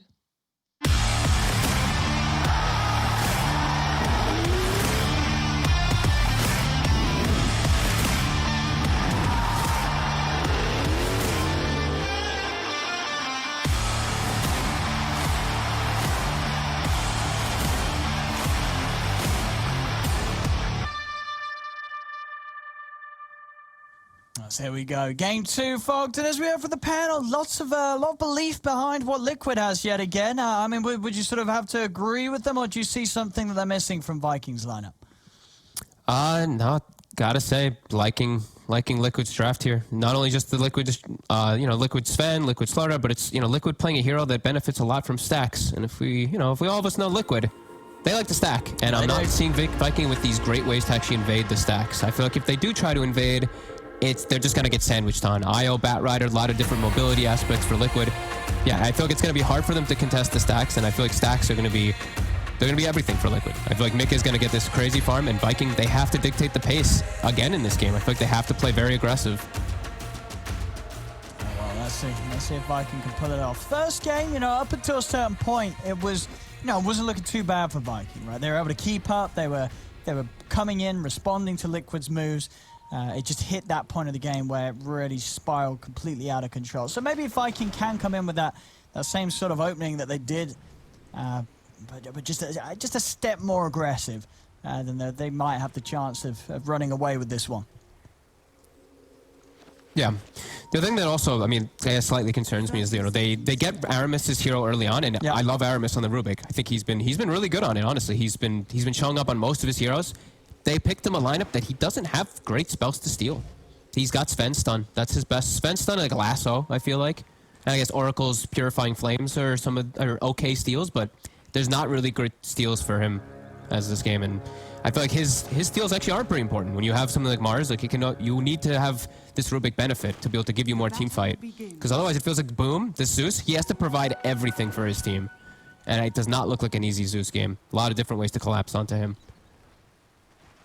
Yeah, for sure, especially when it gets to the point where Sven and Bat have got their mobility items, Boxy as well. It's not going to be easy for Boom. So now, as the panel said, Boom, he's really got to push his advantages in this as early as he can this game. Make sure that he does have a good lane against the Bat and see if he can maybe even try and slow down quite for early on, but it doesn't seem easy. No, it seems like you can just die. The thing is, Zeus never threatens Batrider at all. Yeah. He actually just gives him mana always. That's pretty, and you're forcing the wave into him. Well, quick, if he controls the lane, at some point, Boom might not even be able to walk up the last stick because he can just be threatened by kills. What do you do as Boom in this lane? You have to force the wave out really hard. You shove the wave like literally as hard as you possibly can, maybe even missing some last hits, just so you don't get doubled up and dove. It's very likely to happen. We'll look at the top lane. This one, I feel like Shad's going to have a much better time than he did in the last time. He has the Undying versus double strength hero, so this will be a pretty solid one for them up here. And bottom, you know, this is a pretty strong lane too. The Mars and the Rubik, they can apply pressure onto the Sven. Usually the Oracle's able to offset it, but seeing these Mars be able to put a lot of pressure onto the Sven, especially if they go to that Orb of Venom route. And look at Boom mid. Koikfa was threatening him when he got the fourth stack. Now he's at the 2. Boom having to be very careful. Koikfa looking for the opportunity to get in onto him. I hope he actually does just rush the boots right now on Boom. Maybe bring out like a clarity. And then I say that he buys the nil. Okay, I think that's going to make it pretty hard for his lane to recover if he does go for that route. And I think Koikfa could just rush boots. And you just never let the Zeus play the lane. Up top, Celery. Well, they're trying to... The damage coming out from the 2. They have got the bash, but not enough to kill him. Celery will be fine. Boxy just doing his best to trade damage him whilst he's got this sustain from Tiger. Yeah, and I was saying the Undying should be able to actually pressure and give Shad some freeform, which he is, but it's actually not that easy because when he does get the decays off, if he hits both of them, it actually makes them heal really nicely with tangos and stuff too with the tether. So Boxy will be able to at least get full freeform up here too and even slow down Shad a tiny bit. There we go, top. Shad. Slow down Boxy with the open wounds. Boxy, quite a bit of a punch for the two of them, and they've got him. They get themselves the kill. Too much strength taken away, and Boxy's he's an easy one to pop there with the Soul Rip. They got greedy. They both had 7 stick charges and Fairy Fire. The Io and the Slardar did not pop either. Didn't expect the damage. Got to be very cautious of those early Soul Rips. Yeah, got to give respect to that. And now we're seeing bottom lane Mickey up against the farm of Toby. Pretty even between the two of them. Both having no trouble getting anything out of lane. Mid lane, yeah, Boom instantly TPing away as soon as Koikfa tries to make a move for the flame break. No, can't really walk up at all. No TP if he does die. That'll be the lane just completely over. As top Celery, it's overcharge. Every time it's up, they're getting pretty aggressive with it, with these bashes. And Boxy going for just the... I don't even know what we'd call this combo, but the Orb of Venom, Blightstone is... Oh, Boom. There's the move. He's turning Koikfa. He's actually going to die. Survives. Boom. I mean, this is huge for Boom. This is... I think all things considered, that he's actually getting quite a lot out of this lane for the matchup. You know, the fact that he's able to live there, they get the kill on the bat. They're diving in, and with the body blocks from Tiger, they're able to do it. They will get the kill top. The Orb of Venom Blightstone build on Boxy is actually working really nice for the harass. Every time he hits them with overcharge, it just hurts that much more. A nice play coming out from Boom. Yeah, this kind of bait play, I guess that's one way they can play around it, is every time Aramis has his TP available, just be ready for those dive plays.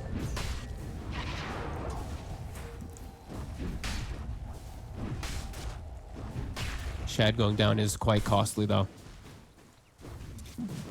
He's been able to farm okay, though. Yep.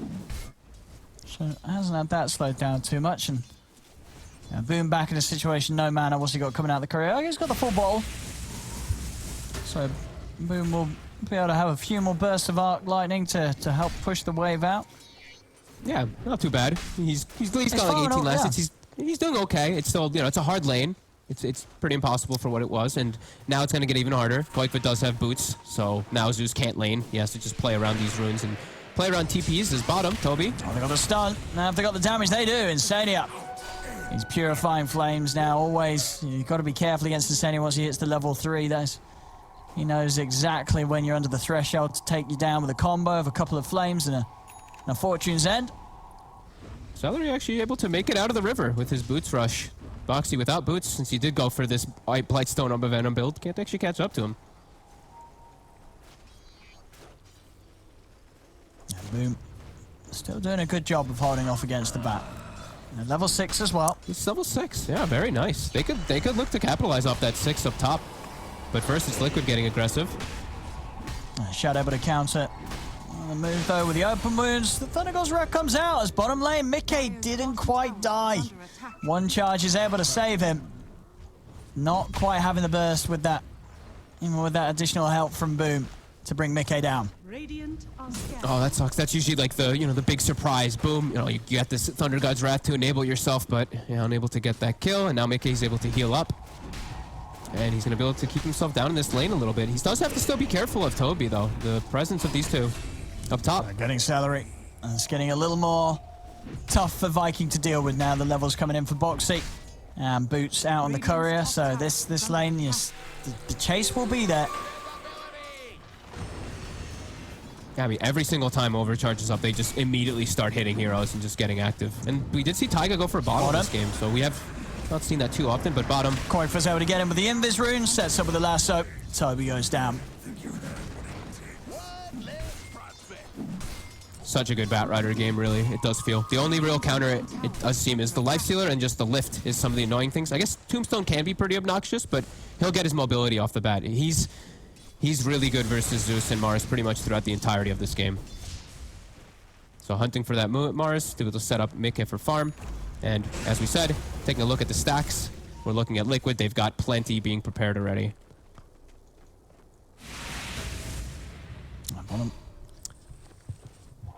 Mickey. He's getting forced out of the lane a little bit by Toby, but Insania's going to be able to come in, get some levels here. Mickey finds a broom handle for himself.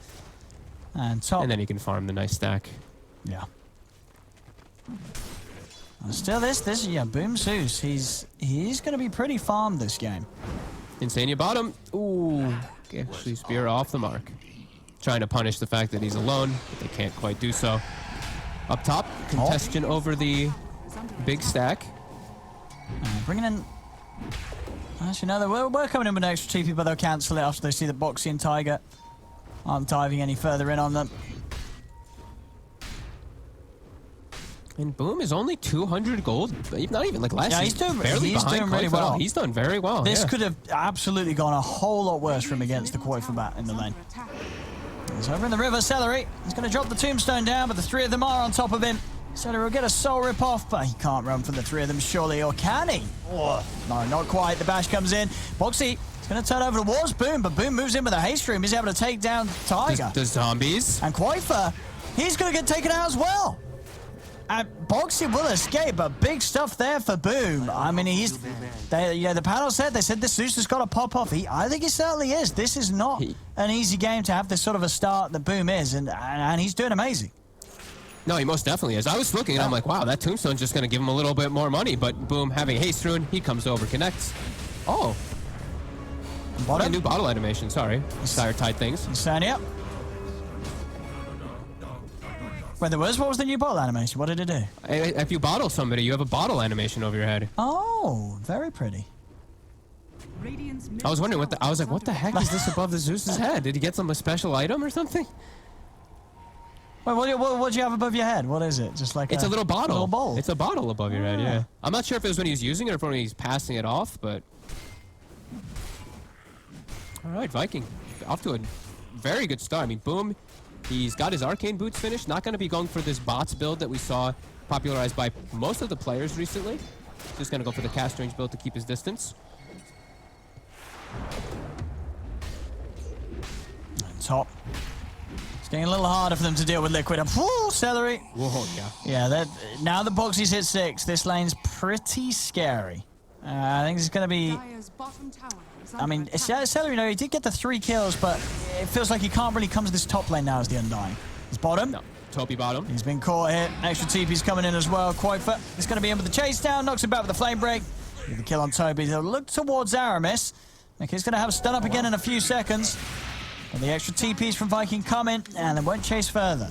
And Liquid... And Chad even, he's the one who TPs down in the first place to come try to pressure down here.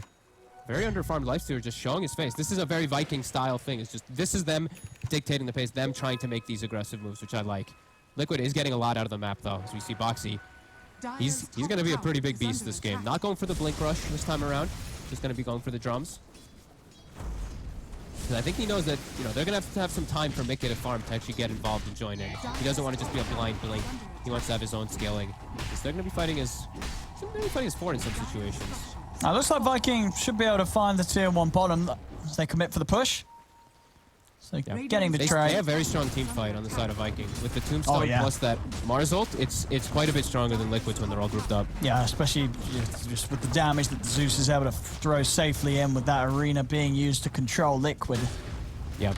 It's going to be you know, a little difficult for, you know, well, not necessarily difficult because they do have so many ways of getting on top of the Zeus, but they do at least have something to make it a little harder for Liquid. It's not going to be as easy as it could be to jump the Zeus each time if Toby's on point with the arenas. He's over to mid. Swinging mid, Quoifer, he's been found straight away. He gets the lasso off, which does stop the spear combo. He's actually able to dodge the spear, but it doesn't matter. Booms in, finishes him off with another lightning bolt.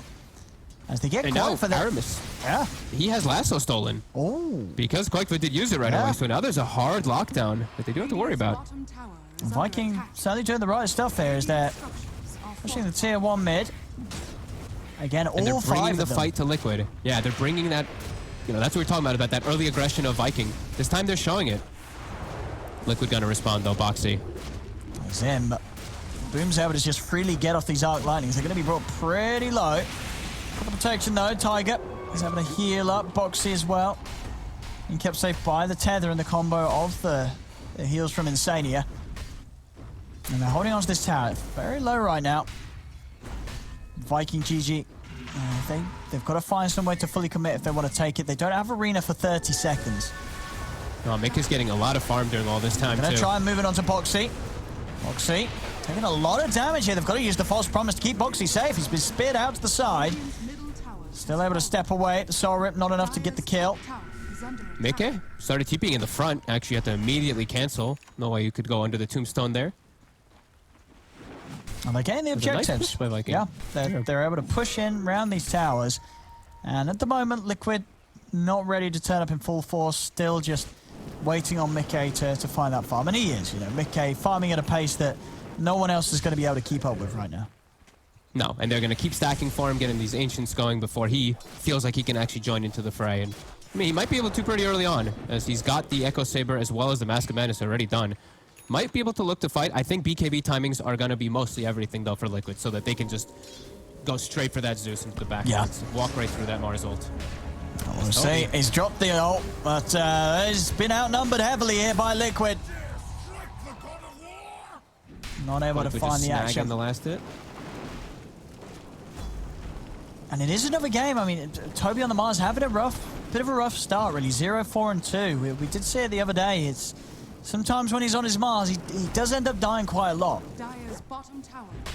Yeah, and especially with given a pretty decent lane down bottom too, right? Versus the Oracle and the Sven. We've seen this. Mars picked up a lot versus the Sven. Not an easy game now that it gets to this point, though. You know, lane, he's gotten away with some decent amount of farm levels. The game is now extremely hard. He's going to get caught out by the stolen lasso. Do they have the damage to burst through him, though? As extra TPs are coming in. They'll stop the Thunder God's wrath for now, but he's only just given a stun for Aramis to take as Mickey will fall. Pushing in. I guess just not aware that the lasso was there for Aramis to use. And I mean, even if it wasn't, he's pretty deep on that top lane. Yeah, not sure why he was so far up all by himself. I guess maybe just hoping that Quakefoot could have bailed him out with bots, but even then he was just too far away from his team.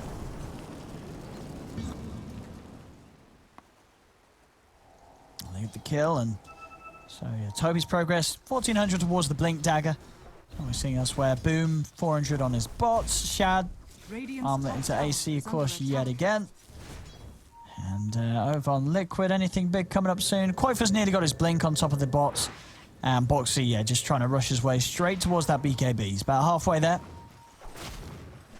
Tombstones still always be a problem for them in fights. They don't have great tomb hitters. The overcharge plus the overcharge person hitting it is their best options to be able to do so. But yeah, I mean, Toby, his game is gonna be extremely difficult. You know, he's squishy and he's playing versus natural counters of that Bat Rider. I also like the Slardar versus the Mars quite a bit too. That corrosive does change how tanky he feels.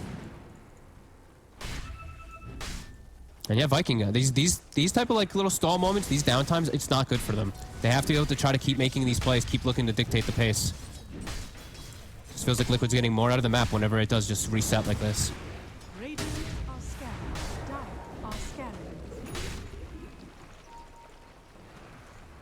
Viking.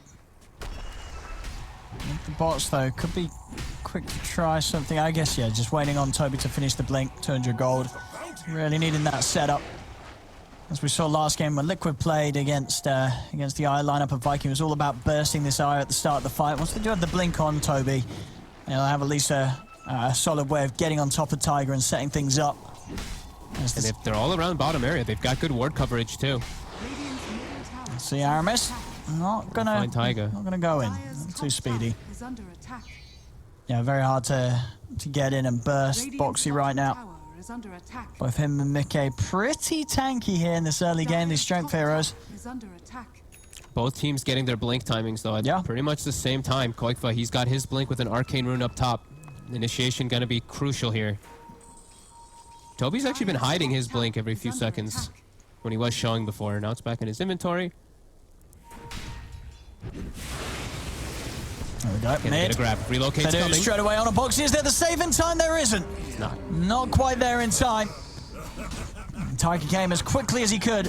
The damage from Viking enough to burst him before the relocate was successful. He doesn't have the mech. If he had the mech there, that would have been a save. Tiger. But now he's also going to fall. His life. Viking punished the two of them. Nice move. That's how they have to be playing like that. Is just looking for these catches at this moment in time, because they know, you know, Mick is just sitting back, getting faster farm than they are. Yeah, so they have to try to catch every time somebody does show. Yeah, well, once BKB Ags is done on the Sven, then the game is very scary for a lot of Vikings members. I think even just BKB. I think he can show up with yeah, because then they can just blink lasso, and then relocates can come in and he can just relocate right on top of the Zeus in most fights. Quite fun. Able to push out the wave safely. Give themselves time for Boxy to come back up and finish up that BKB. So Liquid just playing it a lot more passively this time.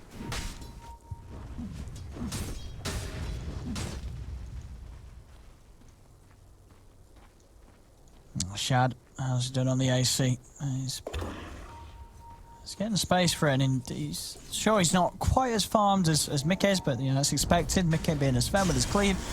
Shad's still keeping up a good points here. Mid, Quakefave goes for the lasso. There's no backup though. So, yeah. No, I mean, that probably was never going to be a kill. And now lasso is down. Yeah. Yeah, and they find a regen. Toby's full health again.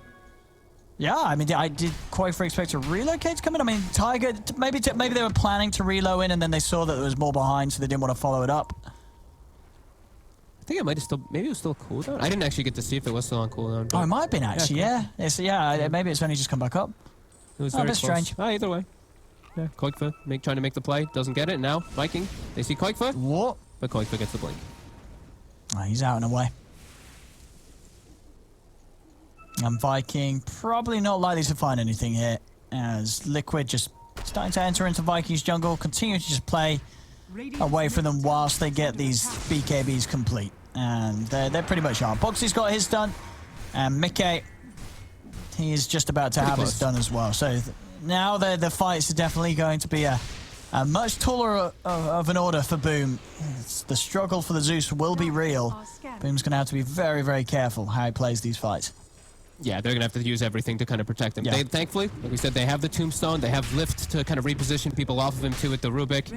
And he's got a lot of move speed. He's 440 with that Faded Brooch and bots. So positioning, maybe he can position himself avoiding these, but yeah, with the drum and everything, they're gonna gain on them quickly. Drum plus Warcry, that move speed's gonna get real quick too on the side of Liquid to collapse. Well, we got the line.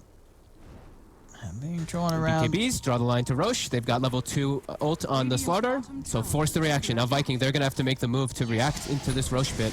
That's gonna be hard. How do you push Liquid away when they've got these 2 10-second BKBs? I don't know, and it's gonna dive really fast, like we said, with the Corrosive Haze. Yeah, not even needing to use the God Strength here. This is just how quick it goes with that ult. Now put the Thunder God's Wrath. They're a little split up across the map right now, not really in a position to contest this. As Liquid will take Roshan and the Aegis for free. And they're ready to fight still, too. They're fully sustained. Quakeful, he gets a grab. He does. Sets it up for Boxy to close the gap in. And they take down Celery. Look at the creep wave. It's right up here by the tier 2.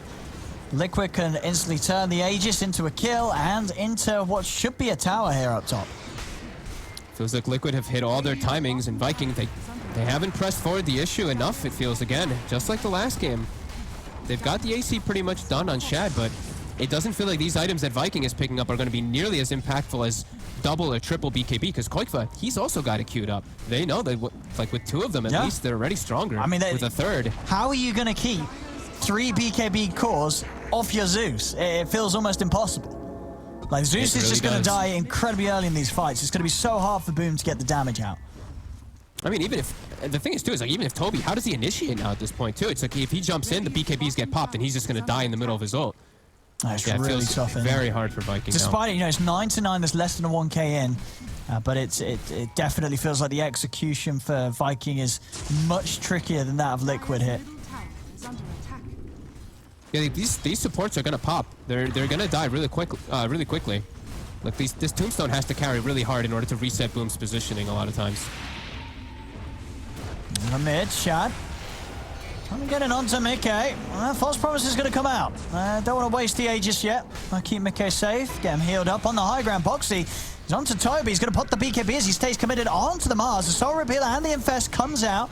Toby will be saved as they're able to take him to the side. Tombstone. It's going down.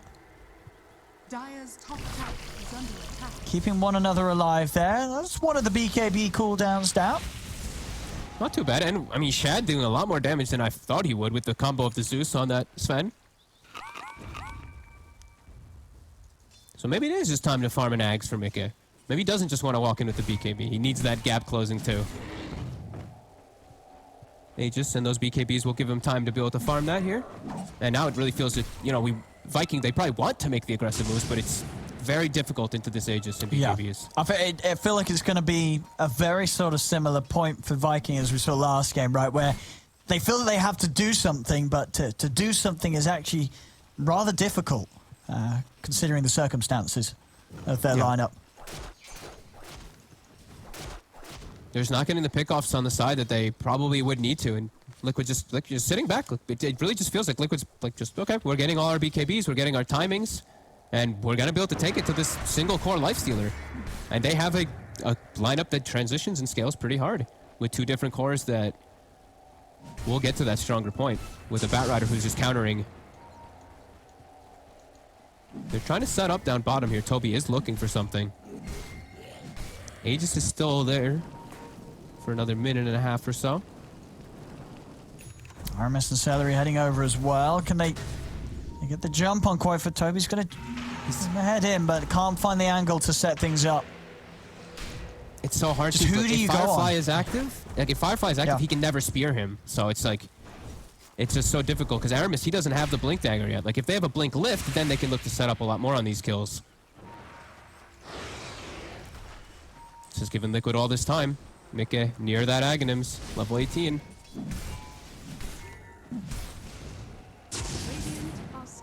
Okay, they've got Aramis's Blink, and they're about to have Zeus Ags too, so they are getting their timings too. Like we said, they're still farming. They are. They're still fighting. Can they keep their heroes alive versus the BKBs? Yes, and can they kill Liquid's heroes through the BKB? So when it comes to that sort of damage, it's really all down to Shad. He's going to have his work cut out.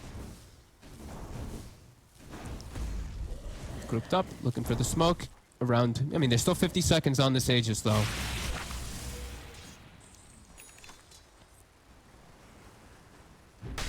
see what they can go for here. Toby on the lead. Can he jump this boxy? He's going to get scouted out by the Thunder Gods Ref straight away. Actually, they're going to turn away from him. He's going to look towards Tiger because he knows the Tiger's trying to come in with a relocate save, and they're able to put a stop to it. Yule's up. They'll kill Tiger. Does mean that Boxy is able to save himself. But I guess, you know, one is better than none. You know, if they had gone full on Boxy, Tiger would have been able to relocate and take him out. Yeah. So either way, probably only going to kill the IO in that situation. And they do. They get the IO kill. It's a good kill. And they also get a good steal. Aramis now with that Blink Dagger. He also has Crush. So now he has a Blink and an AoE stun, which could be pretty decent inside of the fights too. And the Aegis is gone. Comes to an end now for Mickey. But he's got Ags, and now they've got BKB on Koifa. My goodness. Liquid, they're extremely ready to fight. This is the test for Viking. Can they take the fight versus the triple BKB timing? Level 19 Mickey as well. As in the river.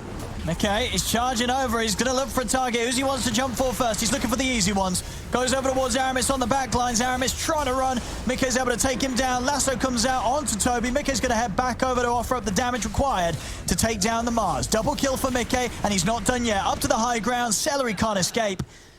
As this is, as I say, it's the numbers are still very small. It's just a 1k lead for Liquid, but it just feels like we're only going to see more of this now with the farm that Liquid's heroes have.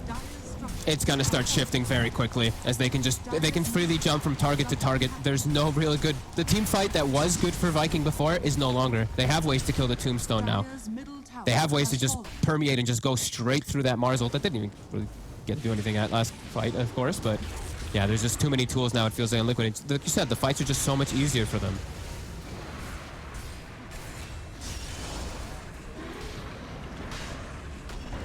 We'll see. Boxy, his Ags. That's a few hundred gold off. Oh my god, yeah, he's so farmed. I mean, like we said, the 3 cores They're of so the side hard of to Liquid kill. just growing that much more and just so tough to take down. And that's the thing, they're tanky and tough to take down, and they're also backed up by arguably the best heroes supports in terms of saving. You know, an IO and an Oracle behind these heroes that are already very hard for Viking to kill. Radiant structures are fortified. Yeah, they have to. It feels like they have to have so many different things happen at the same time for Viking to take a fight. They have to get this Dream Initiation onto the 2 supports, but also somehow control, through these BKBs. Yeah. It just feels like there's too many boxes for them to take. They at least have Blink Dagger to be able to disengage a little bit from that Sven, but no Lotus Orbs even on the horizon to protect Shad. Bottom.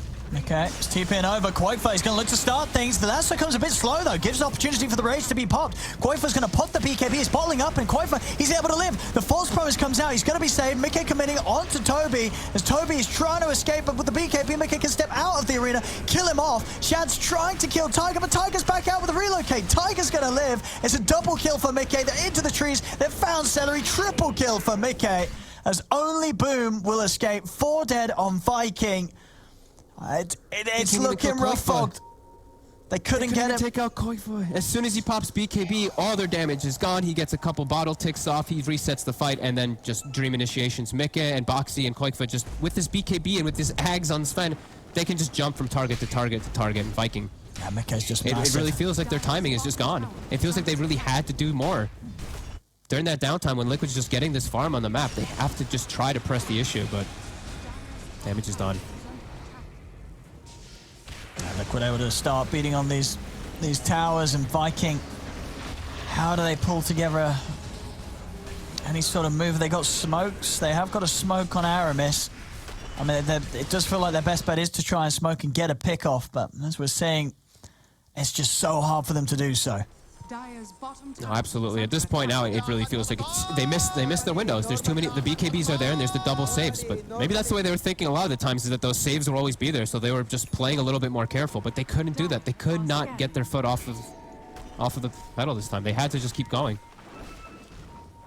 And Boom, like we said, for Boom, it's so hard from these fights. I saw he's 1-0-7 on this Zeus. He's played phenomenal. That's the thing for Boom too, but he just can't take the fights easily anymore. He has to sit so far back and just wait for BKBs. So yeah, they're going to start things. They do get the jump onto Mickey. He's been lifted. Nice Game burst low, but the tether comes in. They're trying to kill Insania. They will be able to do so. They take down Insania. Mickey turns, goes in with the ult straight away, cleaves through, gets the kill, but he's been bashed. They've taken him out. They've got the kill. Boom, he will fall. But Viking, they're actually able to get the big one. They get Mickey. Mickey plus the 2 supports going down. Shad also chasing for more. They're in onto Boxy. The stun's out. Boxy is going to try and escape here. Up to the high ground he'll go. He will make it away. Quite for outside of the base, but he's got the spider legs and the blink. He's up to the high ground. All things said and He's done, gonna look for celery. It is something here by Viking. No, it's pretty big. They're killing off Mickey. It was a perfect double initiation. This is what we were saying. It's very tough for them to execute. Quaifa. What was he looking for? Chain stun. They got him. What was he trying to do? I think he was trying to sneak to a bounty rune or something, and then just they were very aware of his positioning. Yeah, they. Okay. All right. I mean, definitely some solid signs of life there from Viking, being able to isolate the 2 supports and clean up Mickey without there being any further protection for him. Yeah, and look at the way that they get the jump of the fight. This is what we're saying, how it's very hard for them to execute. This is the first time they're actually able to get it, where a spear comes out, controls the Oracle, and Aramis gets a full duration control onto the Mickey Sven during DPS on him. Oh. Now a bit Boxy. He's getting gone on Shad. He's heading in. He's trying to fight them. I mean, Shad's showing no fear. He's in onto the IO. Tiger's been speared to the tree. They've got to use the false promise to save him.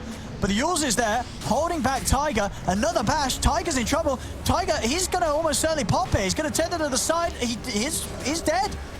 And now Insania? He's caught in the arena. He's dead as well. It's a double kill for Shad. They've also got Mickey. And now Mickey. He's dead as well. Oh, Liquid. They've lost it. They just crumbled. They've just crumbled it all as Viking picking them apart. It felt like Liquid had all the tools, and then Liquid just took the toolbox and they threw it out the window. They just walked in one by one there. I mean, Aramis, that's when he thrives. He just gets a blink, a lift, a stun, another blink, a lift, a stun, and they get 2 back-to-back pickoffs that felt like they shouldn't happen. Well, Viking now, they're taking the mid-racks. There's no Mickey for a whole minute. He's out of the game. As Viking, they'll get themselves a set of racks. And Liquid, I don't know what's going on from Liquid, but that was not the plan from Liquid. No, some pretty big mistakes coming at them for sure. A huge capitalization of it by Viking though. And now Roche is up too. They're gonna get 30 Roche as seconds well. still on Mickey. Oh my god. Not only do they get all of these kills, they get the mid-racks, and they get Roche, they get the Aegis. Liquid just losing immediately that 8k or so lead that they had managed to gradually build up. They just thrown it all away. As now, Aegis, it's on Shad. And now, Boom has Ags and a Refresher Orb. This is insane how fast things have just turned. Liquid just making some massive mistakes, and Viking capitalizing huge. Still only that, I mean, they still only have a 1k gold lead, and they're still actually behind in experience for the moment. Yeah, but definitely a big hit. They've rattled Liquid. That's what Liquid was trying to get done there. And now big items being picked up. Full items finished up on, like I said, on pretty much all the cores. Toby, he almost has Lotus Orb. Shad, full MKB afterwards. And I think maybe some subtle messaging here from Insania is he queues up the Mask of Madness on his Oracle. What the heck? I think he's trying to say something after those last few plays. Maybe in a jokey manner, but he could be Insania never gets mad. He's a very chill guy. But yeah. But they did one by one walk in and just give Viking the game back pretty handedly. That was some big errors.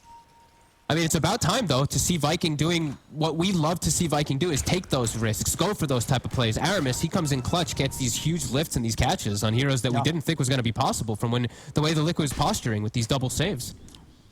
Like we said, they've rattled Liquid quite a bit here, now with Aegis control. Liquid, still ready to strike in. I mean, on paper, they're still strong. They're absolutely. If Mickey's able to get in, he's going to burst whoever he's on top of. Let's see what they can get. They get the jump on Celery. Celery's going to go down. Toby is going to jump into the arena. He's been able to pin in Tiger to the wall. The Nimbus down as well. Celery falls. Koifa gets the lasso over onto Aramis. We'll see who Mickey turns towards now. As he turns, looking towards Shad. They've taken down both the supports. Shad's but fighting him. He's just turning on to Mickey. At this point, Shad's too big. He's got the MKB, the AC, of the Basher. He's just ready to mount fight him. As he takes down the Sven, Tiger's going for the TP out. Will make it out in time. But Shad, he's just dealing with Mickey. The damage from this lifesteal is too much for Mickey now at this point, because Shad, he's just as farmed as Mickey. And now Mickey's dead for 70. And Mickey, I mean, this was earlier that it happened, but it all happened in such fast results. I mean, he went for Daedalus, so he's got like literally 0+ armor. He pops Mask of Madness. He's actually negative armor when the lifestealer's hitting him. He just gets destroyed from not having that AC to match. This minus armor and this plus armor for Shad allows him to just man fight. And now second Rex. I can't believe what's happening. Radiant's top barracks are under attack. I don't know if Liquid can either. I think they're Radiant's top barracks. probably having some, stern words between one another. Radiant's top barracks has fallen. As they've really let this game get out of hand. It looked to be that gradual increase, and then it got to the point. They hit all their items. It looked like it was going to be very tough, and as you say, the XP got up to like 17,000. The gold very sharply shot up to about that 8K mark, and then boom, just the downhill. And now they're down 4K. This lifesteal, as we're seeing, Shad, he's able to deal with the Sven right now because of how big he is. As this game, it really has just got a much harder for Liquid than I feel it should be. It feels like a full role reversal. Like, it went from like Liquid having like an 85% chance to win to an 85% chance of Viking, as we see on that Dota Plus. And yeah, it's now feeling harder for them because, like you said, all those items coming out. Mickey, he can't actually fight inside of this Mars ult, which now Toby, he's always going to get his ult off. He's always going to have his teammates rallying around him too. Got DD here. So they're able to do something with this. They want to try smoke up Shab with the DD, Aegis, and Cheese. And they've got all these elements now too. They've got the Lotus Orbs, they've got the Solar Crest, they've got the items now to counter the Sven, which they didn't before. Boxy, he jumps, but he's a little scared. He's a little scared, and understandably so. Shad's heading in. They don't want to commit onto Boxy. They're waiting to see what's around him. Arena's they've just caught him on the side. Koifa's down. And now they're going to get split up a little bit. Boxy and Mickey, they're over to the river. Insania and Tiger, they're off to the side. They've been totally split up from one another. Insania's going to hide in the trees. They're going to start hunting, and Toby is going to be able to find him. Insania is trying to juke this out, but he cannot escape this. As Liquid, they're just looking pretty broken right now. They really are. Boxy in mid is showing. Boom. Oh, he actually blinks right over him. But yeah, they're really looking broken. They're just getting jumped on every time. Aramis is just lifting, and then they're just killing off the targets during the lift now at this point. All of Liquid's composure just gone in such quick succession. Yeah, Viking straight down to the bottom lane. And Liquid, what's the plan? There's 2 dead. They do have buybacks. And they're going to have to use them. Koifa's going to come in with it. As they'll jump. Let's just take out Shad. Oh, it has just gone. Can they kill him? They can. Just as the Aegis has expired. An immediate move from Liquid to capitalize on that Aegis timeout. As now, Toby also surrounded. They've got the stuns in control. So big hit here. Celery too. Liquid. They'll be able to find him Celery. He's not getting out of this one. So Liquid will hold on to that final melee racks they have standing. Very well timed there, that commitment onto the Lifestealer. As it seemed that maybe Viking themselves not quite keeping as close a track on that Aegis. They're probably just feeling like they were getting the ball rolling. Like they probably saw also like Koifa was dead. As soon as they saw the buyback, that's when the concern comes. Boxy gets the angle. Yeah, they probably just let themselves get a little bit relaxed for a second there, and that's when Liquid's able to actually capitalize again. As you said, they still can pack a punch if they get their initiations off. And Mickey's hit level 25 off the back of that. And they don't have any creeps though in the mid lane. Do they? Okay, the back top protection is still down on the tower, but the rest of the wave has been slowed down heavily by a siege creep that was left behind. Get themselves the outpost, though, and get themselves at least outward on the map. And they do get a full finished item, I believe, for Mickey. I think he's pretty much got... Yeah, he's got that Satanic done. His armor is still very lacking, though. He does not have an AC to match. They don't have an AC to match on their team, and they don't have a... they don't have a medallion or solar. They're close to an AC. Boxy's building They're close to it. Boxy's pretty close.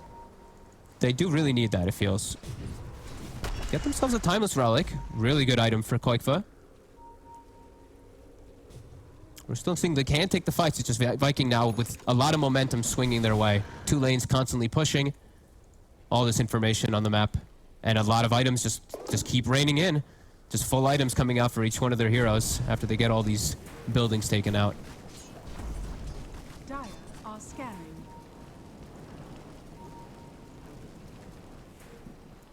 Toby's looking for the play.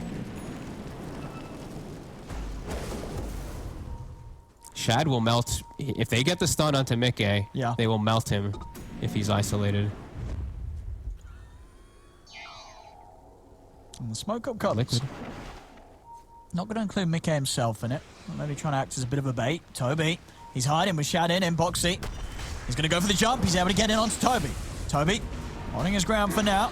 Now turning the tombstone down on the high ground. Toby's looking for the backlines. He's going to be able to jump in, and he's burst down Insania. Straight away, Insania's gone. Boxy's getting low. He's able to get the BKB off. The lasso down onto Aramis allows them to take out the Rubik. Mickey's over to Celery. They've got the control. They're using Mickey up. He's up in the air. He's jumping over. Oh, Boom!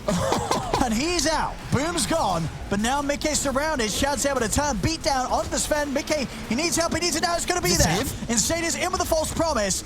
They're able to keep Mickey alive for now. He's trying to move in onto Celery, but Celery's off to the side. Shad turning towards Mickey. They can't kill Shad. He stays alive. Mickey goes down. Koikfa fireflying his way away from the two of them. Toby trying with the chase down onto Boxy, but Boxy is able to dodge the spear. As Toby's going to have Blink up in a second. And he's in. Insania. Gonna be the spear up in a second as well, and time's being bought for Shad to close the gap. Nice body block. He bought back for this, and they're gonna be able to take him down, so no Oracle for this defense. Mickey has got buyback, but they're gonna have to do it with just the 4 of them.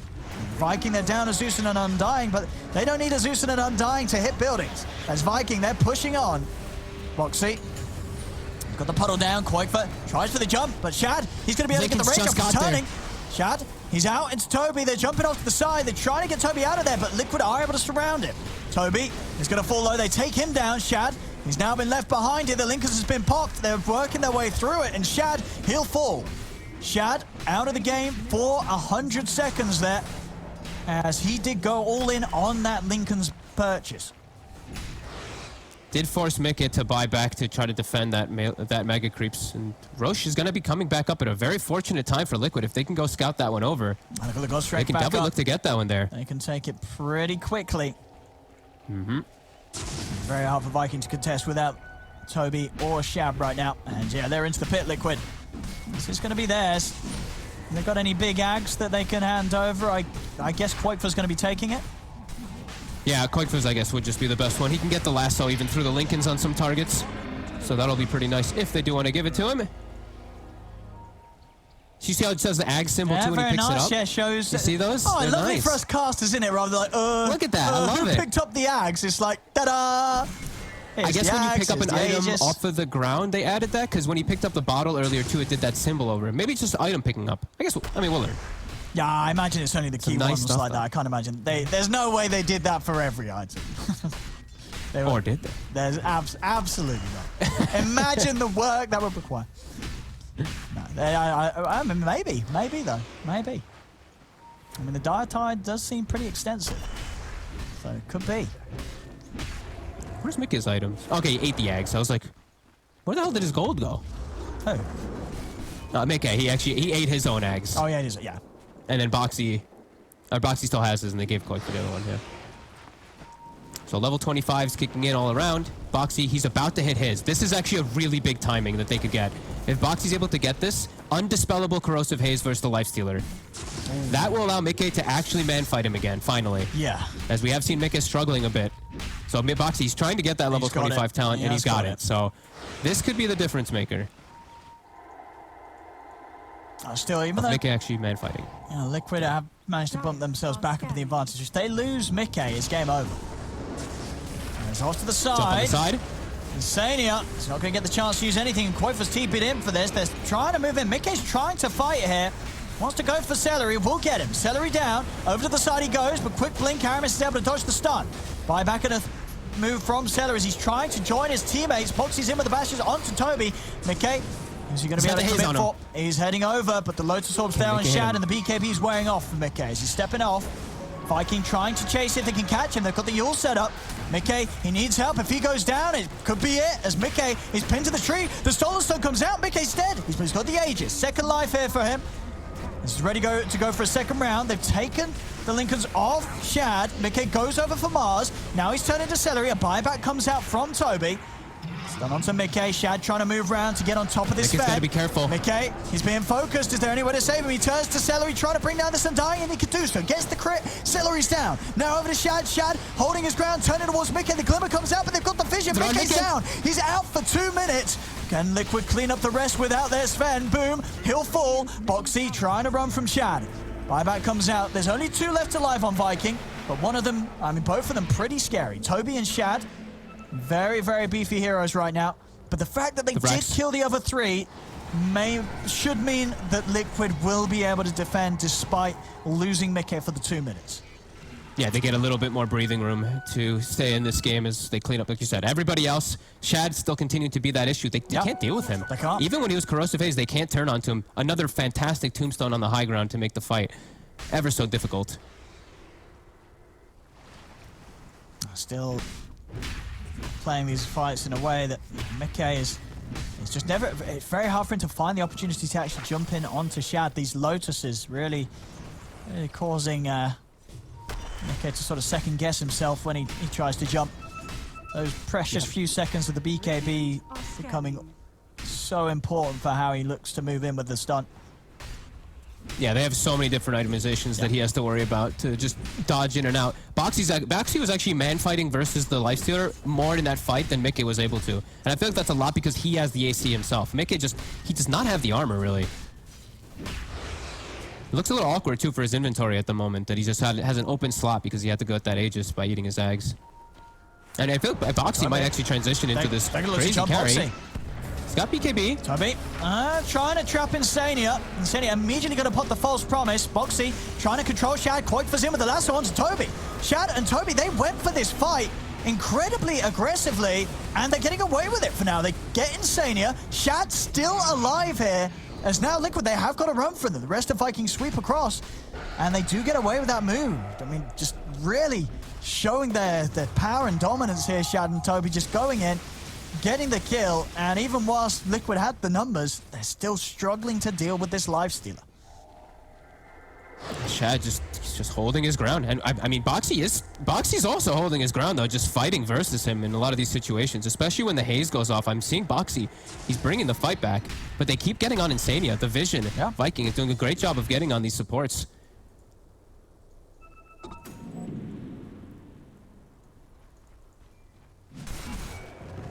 Yeah, Boxy, I feel like he's really going to start to transition too at this point. Like, he's got an MKB queued up. He's really starting to hurt. Koikfa's also very farmed in this game too. They're starting to surpass Mickey soon. Dire are scanning. All about trying to get Shad though. Shad just living through all the effort so far from Liquid in these fights.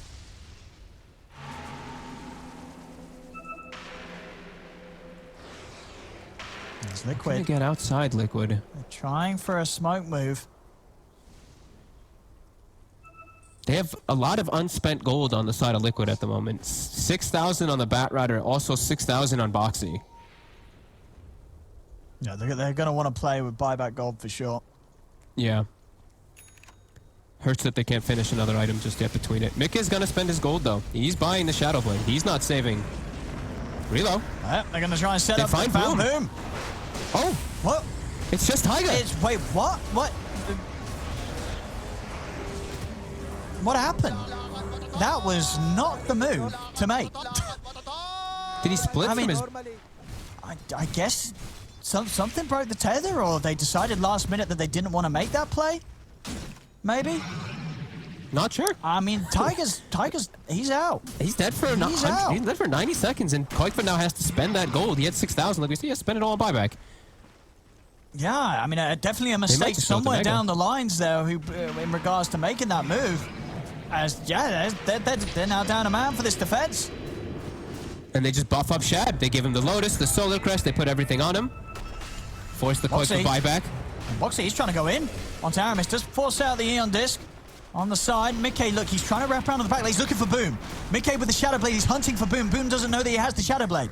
As Mickey is... Boxy's dead. And Mickey's not able to find Boom. He's still hunting, and Mickey's have to TP back to base. Couldn't find Boom there. Boom able to play into the shadows despite Mickey's best efforts. And now Boxy had to buy back as well, too. This is just the last racks. This will be the Megas if they can get it, Viking. And that fortification comes out. 30 seconds till Tiger's up.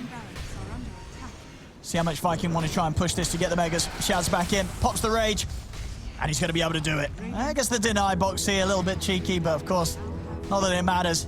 Megas are out now in favor of Viking. And Toby's looking to reinitiate. They still got 15 seconds. Mickey has to be so careful. One stun. There's a DD as well in the river, and Boom's going to find that. Uh-oh. Yep, he finds it, and they've got all this gold now to spend on the side of Viking as well. They're huge. Shad, that's what, full abyssal. Full abyssal for Shad.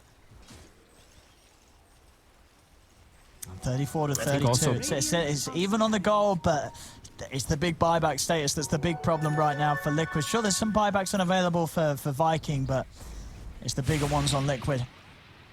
As you say, Mickey spending up and not having goal right now for his buyback. He dies, and they're probably going to have the chance to end it. Yeah, and Shad has just been really the king for the last few moments. Like, he's just able to stick on these targets so much easier. Like, they don't have these items to counter him in comparison how Mickey, he has to just deal with, like we said, Blinks, Lotus, so many different ways of him not being able to stick on targets. Shad just has the easier time. And with Megas now coming in, here comes that Mega Wave. Koikfa, he's just going to try to do the split push action. He at least does have, he does have that high level, so his Firefly is almost infinite uptime. And he's also bought himself a Shadow Blade too, to go for all that split push and dealing with the waves. They're just looking to set up now, though. They do know that he's going to stay down here to try to counter these Megas. They're on the hunt, and there's the Zeus Scout. BKB, TP out, nothing to go through that. That's Koikfa's away. And that was the use of the Refresher Orb as well, to try and double Nimbus him. So Liquid, as soon as that double Nimbus is out, they're going to try and maybe see if they can catch anyone alone. Out they go. Looking for it. Can they get the jump on Shad? They have to make these moves quick because the waves are going to make it obvious. These Megas are going to start coming in and hurting. He's running in. He's going to go straight away. In on the Celery. Pops the God Strength. Mickey trying to take him down. Celery's off to the side. He's able to get the Tombstone out. They turn towards Shad. They've got to focus this Lifestealer. Have they got the damage? They're trying their best to kill him off. On him. Shad, he's down. They get the kill, and now Boxy's ready to clean up for more. He's heading towards Celery as Toby has been caught out by Koikfa's lasso. 2 dead on Viking. The rest of Viking have to run. Koikfa, he's got the Yule's control. He's in onto Celery, jump forward from Boxy. He's also looking for Aramis. They're trying to take as much as they can get here, but actually end up not getting either of the two of them. As the split efforts don't work out. Creeps. Yeah, Mickey has to back up. They don't want to overcommit too hard with the Mega Creep Waves pushing in. They got the big target, though. They finally broke Shad. After a long time of him not dying, they isolated him on the side there. They just had both Boxy and Mickey just beating on him. Mickey, well, we're seeing the desperate measures coming out against these Megas. He's going for the Rapier, and he's got the money to do so. Courier's on its way out. He's not going to need any buyback, so there we go. Rapier on Mickey. Oh, baby. As this is really ending up as just another one of those Liquid games, right? We've seen it before, up against the Megas. I feel like it's been a while since we've had one of these sort of classic Liquid scenarios, but we're getting it here. And look at them getting aggressive here. Celery able to get the nice flicker away, but Boxy, he sticks on his target. Koikfa. He's got the setup. They've got Lasso in a few seconds as Aramis will turn with the Stolen Stun. Mickey's been brought in by the relocator. They'll get themselves a kill on Aramis too. And Roche is up. It's up. It's ready. Aegis and Refresher Shard there for the taking. And Liquid do it quickly, right? Who's sort of getting these benefits now? Who needs an Ags? Give it a guess to give it an Insania? Does he even want it? Give it a Boxy so he can just keep an Ags in his inventory? I'm not sure. The Refresher definitely going either to Mickey or Koikfa. And there we go. Very nice. Oh, wait, the Refresher Shard. They left it. What? No. No, they left the refresher didn't, no. shard. The courier's in here. If the courier stole it, the Rubik took the refresher shard. They left it No, in dude, the they pit. even picked it up. They picked it up and they dropped it. I swear. Because the I thought they did too. The refresher shard appeared above their heads. Now, I don't know if the players can see that in game, but if they could, then that's inexcusable. A massive big refresher shard thing popped up on their heads, and then they put it back down, and then they said, nah, we're good. I swore Mickey, I was like, oh, Mickey, it's great for Mickey. God, strength, everything. He's just going to put his backpack and then pick up the, he just. What? And I mean, did he try to pass it off and he was someone was falling in it? Oh my God. No one took it. I think that's what it was. They must have picked it up and then felt that they dragged it onto someone else. And then they didn't. They dragged it back onto the ground. And now Zeus has 3 ultis. Yeah, you've literally given it to the best hero in the game to have a refresher shot. A Zeus with an Nimbus. Okay. They still got the Aegis and the cheese, you know, they've got all this big room to, and buybacks are all coming back, you know, it's still, you know, it's just, oh God, I can't believe in the one tournament, an Aegis, a cheese, a refresher shard, how many things are people going to leave in the pit? I mean, we've seen stuff being left in the pit, seen stuff being stolen from the pit, and we've just seen stuff being put back in the pit. I guess so. Radiant are scanning. Outpost trying to be taken away, Nimbus will stop at the once, but not the secondary time. An arcane rune up top, though. That's pretty sweet for Boom. Oh, they're looking for the infest play. They get the jump. Koifa, he's gone. Or is he? Yes, he is. No buyback. What? Mickey's still going in. Mickey still wants to fight, does he? I mean, does he really want to fight? He's starting to back off now. As they're running, Thunder goes Rastan. Nimbus is getting laid down. The lightning falls from above. Relocate comes out. Get out. They're able to save Insania for now. Mickey, he's still on the run.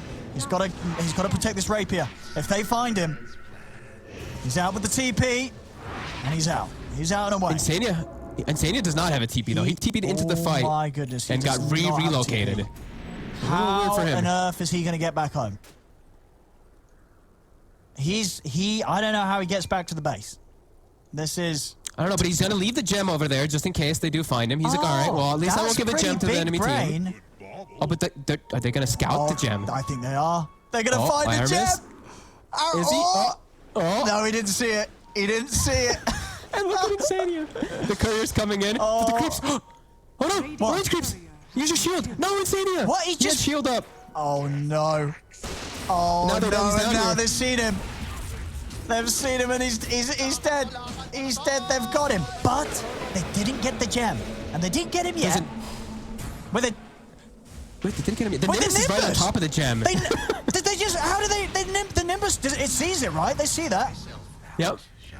But they don't care. They don't care. They're more focused now. All right, there's no Oracle buyback. Cool. Okay. Yeah. Oh, what the heck's going on? This game has gotten real crazy. No. I swear, nobody knows how to use their couriers properly in Dota. He has shield up and everything, doesn't use it. Nobody ever does use it. As Mega's coming in. Oh. Okay, got to be careful. I mean, Koifa's back in 20 seconds. Shad, he's just ended. He's taken the tier 4s. There's the buyback. Jump over, they go to Shad. Shad, woo, he's dead. He's gone. Shad's out of the game for 100. The rest have got to run. Celery's going to be left on the high ground trying to flicker away, but Fortune won't be on his side. Doesn't take him outside of the base. He's stuck. Koifa gets to grab an Aramis. Drags back a third. Eonzi buys some time for Aramis. That won't be enough. They surround him, crush down. Mickey joins over. Keeps himself alive with the stolen false promise. But he will surely pop as it comes to an end. So the defense is put into place by Liquid. Does require the buyback from Koifa. But it's a solid one. 3 heroes dead, one of them being shot. Oh, they're reloading in. They're actually using the God Strength to try to hit some buildings here. Boom. He's getting the ult. I mean, this Zeus hurts. They've got the heals, though. They're fighting through the back door, but the shields are up. They're going to head straight up top. Boxy's trying to bring in the mid wave, but it's going to take quite some time to get there. Yeah, they're just going to head back out. It was a nice attempt. I mean, and it did force out the glyph. The glyph is down. It did.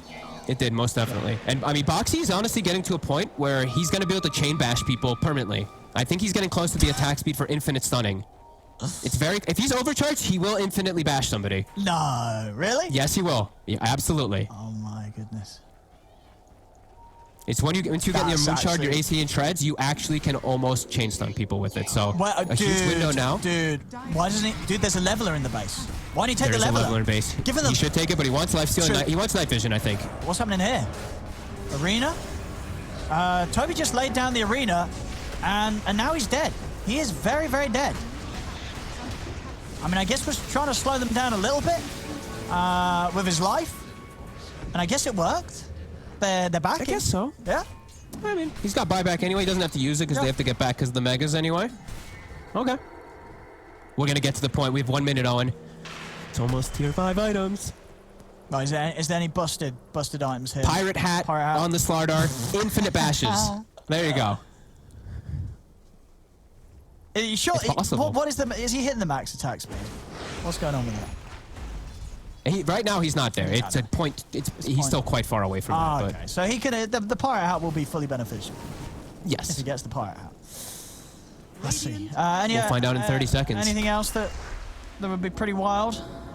I mean, we already have a Yashikaya finished on Boom, so Trident wouldn't be so bad for him because he's already got 2 components. Seer Stone, really good for the Zeus. That cast range is insane. It's going to kick in really soon. Everyone's getting set up for the neutrals. Let's go. Aramis, stack the camp. You get more chances. They're going to stack them. There we go. There we go. Setting it up. 60 minutes. See what we get. Time to roll the dice whilst Gaben observes and decides what you will be blessed with. They're going to give Ballista to Liquid. Okay, that's useless. Right, that's actually useless. Pirate hat for Shad. That's good. Seer Stone for Pretty Liquid. good. I guess Oracle will take it. That's well, really good for Batrider too, but probably for Oracle. Yeah, but Koifa wants to keep the Timeless Relic, right? The debuff. Yeah. They do They find their own Seer Stone so they on got the other Seer side. Stone Zeus. Seer Stone Zeus if he wants it. Obviously, playing with the Ninja Gear is quite nice for him, keeping him hidden on the back lines, but okay, yeah, he's taking it instead. Yeah. Maybe he'll play with the 2 of them, or we'll see, but yeah, he's got the Seer Stone ready. And who's got 30s? Just Mikke so far, but Boxy and Koifa are approaching. And then the buybacks as well, of course. God, so many things to keep track of. Okay, buybacks, 30s, items. Still more items to find. Still more items to find, so everybody get hunting. Get your prep in. This is the dire tide preparation here from both squads. This is find true. those items, find those treasures. Stygian Desolator and a Trident. Yeah, I mean, the Stygian... I won't say it, but it's similar to another word. It's not a very good item, I don't think. That's, But Mars has it. That's not bad. Oh, he actually, applies it that's with the true. shield. I think that's the exception. Honestly, on a Mars, amazing. Anyone Here we else, go. you don't want it. Koifa instantly gets false promised before he takes much damage. He's got the Seer Stone on him. Toby. Mikke, who's Mikke going for? It's all about Mikke. He's going to look to jump to the side. He's another Rubik, but the end just comes out. Mikke's still able to take him out. Now he's going to go over towards more. Looking for Celery now, turning to Shad. They're focusing Shad. Shad getting focused. The Cosmo being pushed the ball to the side, but the lasso's out. They've locked down Shad. Shad goes down. Toby falling low. Lift up onto Mikke. They're trying to kite him. Mikke? He has been stunned for now, but he's able to still move in with the stun onto Boom. Boom's gone. Triple kill for Mikke. He's still hiding. He's getting low. Celery's in. Mikke turning. He's up in the air. He's help. He's going to stun towards, goes over towards Toby. The Lotus with the false promise. It saves him. It's a rampage for Mikke. As Insania saves the day, keeps Mikke alive, allows him to get that flashy rampage for his Dota 2 profile page. And the game And we goes see on. that low cooldown false promise kicking in, and Mikke, he only needs a couple hits in the fights to kill everyone, and they're jumping in now. They're doing it through the back door. Buybacks are going to have to come out. Buybacks are going to have to come out right now from Viking. The reload will send him back. Oh, okay. Buybacks are not going to have to come back. Come out yet. Hold on to him. Mikke's getting to a crazy point in the game, though. 10,000 gold. He's already eaten the Moon Shard. He has a Moon Shard. He needs to buy a Moon Shard for Boxy. I mean, come on. He should. Yeah, he actually should. He actually should.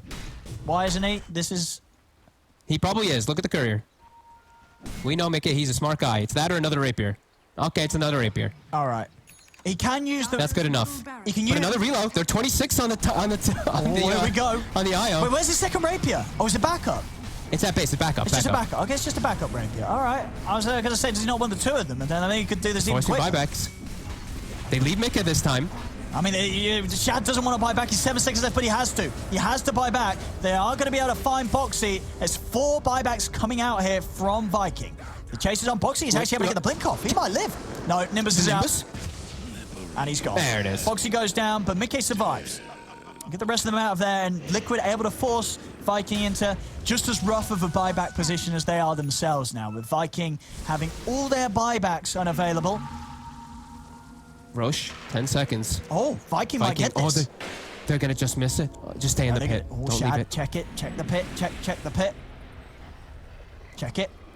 They're going to stay in there. Leave a courier at least. Yep. It's going to spawn Shad right knows, now. Shad knows. Okay. He's got it. Okay. Okay. Smoking. Smoke. Okay. I mean, Boxy is dead for a long time. Well, see, look like Tiger's buying a death zone now at this point, so they've got that extra tower push. Yep, he's got the attack tethered target. Who's gonna get the axe? Who's taking? I think Toby takes the axe, right? Yes. Yep. I think Toby's axe sounds the best now. Axe with the Stygian Desolator and the God's Rebuke on the 3.5 second cooldown. Very nice. Yep. Sounds nice. Pressure shot for boom. Aegis on Shad. Cheese. Celery's gonna have it. No one else wants it. And Shad will dig up a bounty rune. Meanwhile, the base. The base, though. It's dead. Oh, it's over. I mean, we're in the same position. We're 2 times, and game just ends. I love Dota. Oh, new font as well for the victory screen. Very nice, man. Team Liquid, they've done it. They're just going. They're going with the relocate players. They're able to do it. I mean, it just ended. It just ended. I think that defines the game quite perfectly. Wow, what a game. I mean, a classic Liquid game. Really, a classic Liquid game. This is just how they do it. They have sort of a roller coaster of a ride, and then they just hit you with a win. And they've done it, Fogged. I mean, Viking tried their best, but when it gets to sort of the Liquid stages of the late game, 60-minute plus, there's sort of no hope. You've just got to sort of leave it up to if Liquid want to win or if they don't want to win. And on this occasion, they wanted to win. They closed it up for them. Yeah, I mean, Boxy, I feel like he really put the team on his back this game. I feel like he really stepped it up and was actually owning in the fights when Mickey was starting to have some trouble. And yeah, like you said, typical Liquid. I mean, not typical. It's been a while since a typical Liquid game. It's been a while since but one of these ones for Liquid.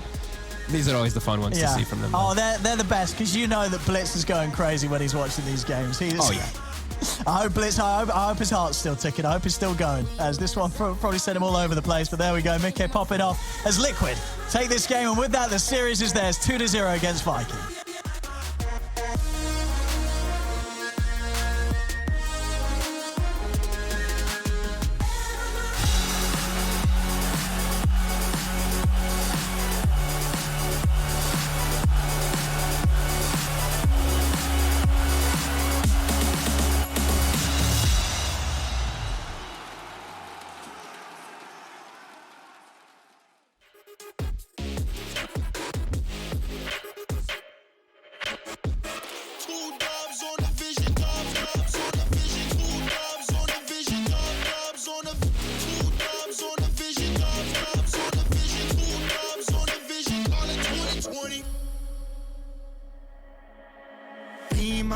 I got my team up, hit it off from rapping, we stacking, getting my green up. We all leaned up, took in a while, trucking a minute a mile, fucking up every style. You in it now, told her my family is proud. One enough fight and we proud, bitch, I don't wanna talk. I just walk up, 100 bands cash, trying to get on my stock. Love all my fans, fuck on my ops, we just make jams, all I make pops. Girls gon' dance, homies I'll rock. Came too far and we ain't gon' stop. Gave my life and I took my shot, yeah, rose up top and I took my spot. Yeah.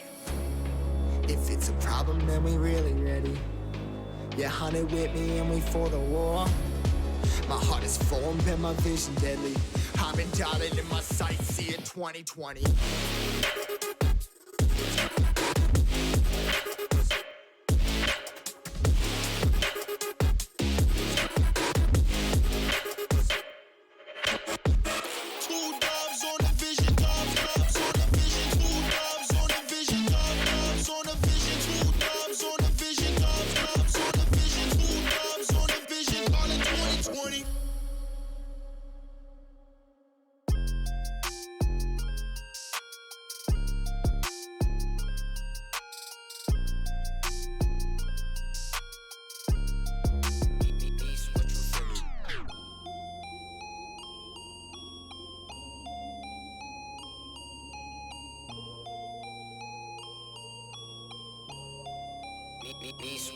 There's no defense, I'll buy it if I want it. I'm going supersonic, come on, beg for it. Alright, okay, running out of luck.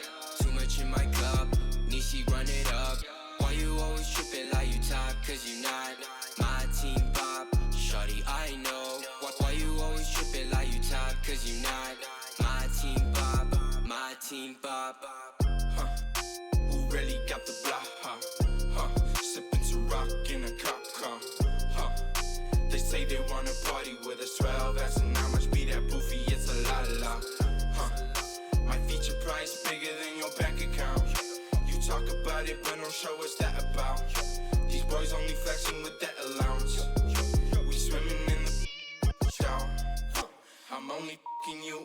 toast cube. Brown skin, goddamn, that's my soul food. I'm winning for the record, check your memo, bro. Generation of destruction, you'll remember us. LSD used to do promethazine, only THC, NSC is minor lean. We no longer up next on top. Let your girl, but she counting my checks. There's no defense, I'll buy it if I want it. I'm going supersonic, come on, beg for it. Alright, okay, running out of luck.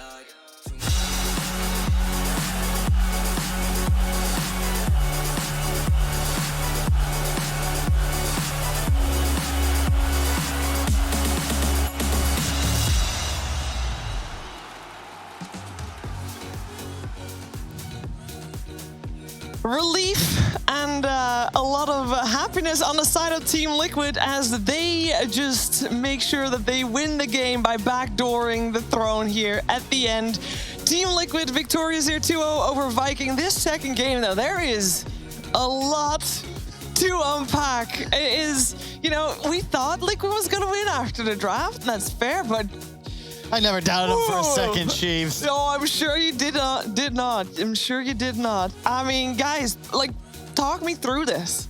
We saw the picks. We had a feeling this was how this game was going to end. Yes, exactly this with the relocate and the Deso on the Io and the Rapier on the Sven. What's up? What's the name of the game? Dota 2, Defense of the Ancients? The Ancient. Specifically, which Viking just sort of blanked on. They have no glyph. They're setting up around Roche. I swear the 5th Roche is just a trap. There's no need. You are all 6 slotted. They sleep for just a couple of seconds. They lose the game. And really, what the hell was Liquid doing? I hope we have an interview because I'm going to ask. Okay, I think we do. I think we have Insania with us right now, actually. So I think Insania, the first question is, what were you doing? What's wrong with you guys? Dude, I don't know. I had a moment in this game where I actually lost my cool and I had to yell at the boys. Is that when you put mom in your quick buy? No, it was when I think it was a team fight when Max and Boxy survived and like the rest of us are dead. And Max is like clowning around in voice chat. He's like, "Oh, I'm gonna kill them." I'm like, "Dude, please don't." And then he runs in and he chases this Rubik and then he gets lifted. I'm like, "Dude, you're gonna get lifted and you're gonna die." He has Sven stun. And exactly that happens. And then like everyone respawns. Tommy and Boxy decide to go for another 2-man move. And I just like, what are you guys doing? Like, what the hell are we doing right now? I don't know. It was quite a frustrating moment in that game. Oh, only that one moment? Just that one moment. Just that one moment.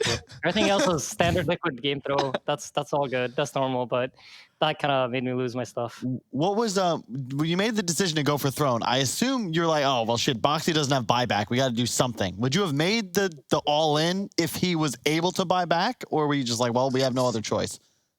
I think the game plan at that point, we were like, they used Glyph was like what the only conversation that we were having. We're like, yeah, they did. So. Yeah, the plan was to go backdoor as soon as Roche died because we had a feeling that we were going to go Roche. I think we even scanned it out. And then as soon as Roche popped, Mickey just instantly called, like, just reload me now. And then they went for it. I mean, my dad likes to say, he's a psychologist. So he's like, people always make the worst decisions when they're afraid. So in this game, like when it reached that point, we were just like, all right, let's just not have fear. We've played so many games like this. We've thrown so many games like this. Let's just play with no fear and just like go for it. And it worked off. Now, we saw the winning shots there. We saw Blitz chasing into the room after you guys were cheering. I would imagine you guys were very loud, but obviously he would have missed those last 5 minutes of the game. What did he have to say? I mean, I don't know, actually. Like, they all ran off to the big screen. We have this really nice cafeteria in our facility where we have this gigantic LED monitor, and they all just ran off to see the ending on stream. So, yeah. I can only imagine the reactions. One thing, by the way, that I am curious about, because we also saw you during the drafting stage, and we actually saw Jabs sitting next to you, I believe, in the draft, and I believe before that we saw always Blitz next to you. What's kind of the dynamic there? Because I know at the moment you have 2 coaches. Yeah, so Jabs is probably a bit more involved in the draft as of right now. He does a lot of our prep work, and he looks up the teams and does research and like tries to figure out like what tendencies they have and what trends they have. So it's helpful to have him around. In case like there's something that he's noticed that we could like abuse in any specific moment. So Will is more handling like our team dynamics and how we work as people. So it's like kind of like divided where like Jabs does a bit more of the Dota stuff, Will does a bit more of the team building stuff. So we got a really good thing going, I feel like. I have a feeling you and Will probably have a lot of venting sessions, especially after matches like that. Just a quick walk around the city. And yell at them soon. Yeah, as soon as this is over. Nah, but I'm proud of the boys. They played really well. I think like it's hard to like not lose your cool when you like throw away such a big lead. But I think everyone was like so focused and tried their hardest all the way throughout the end, which I'm really, really happy about.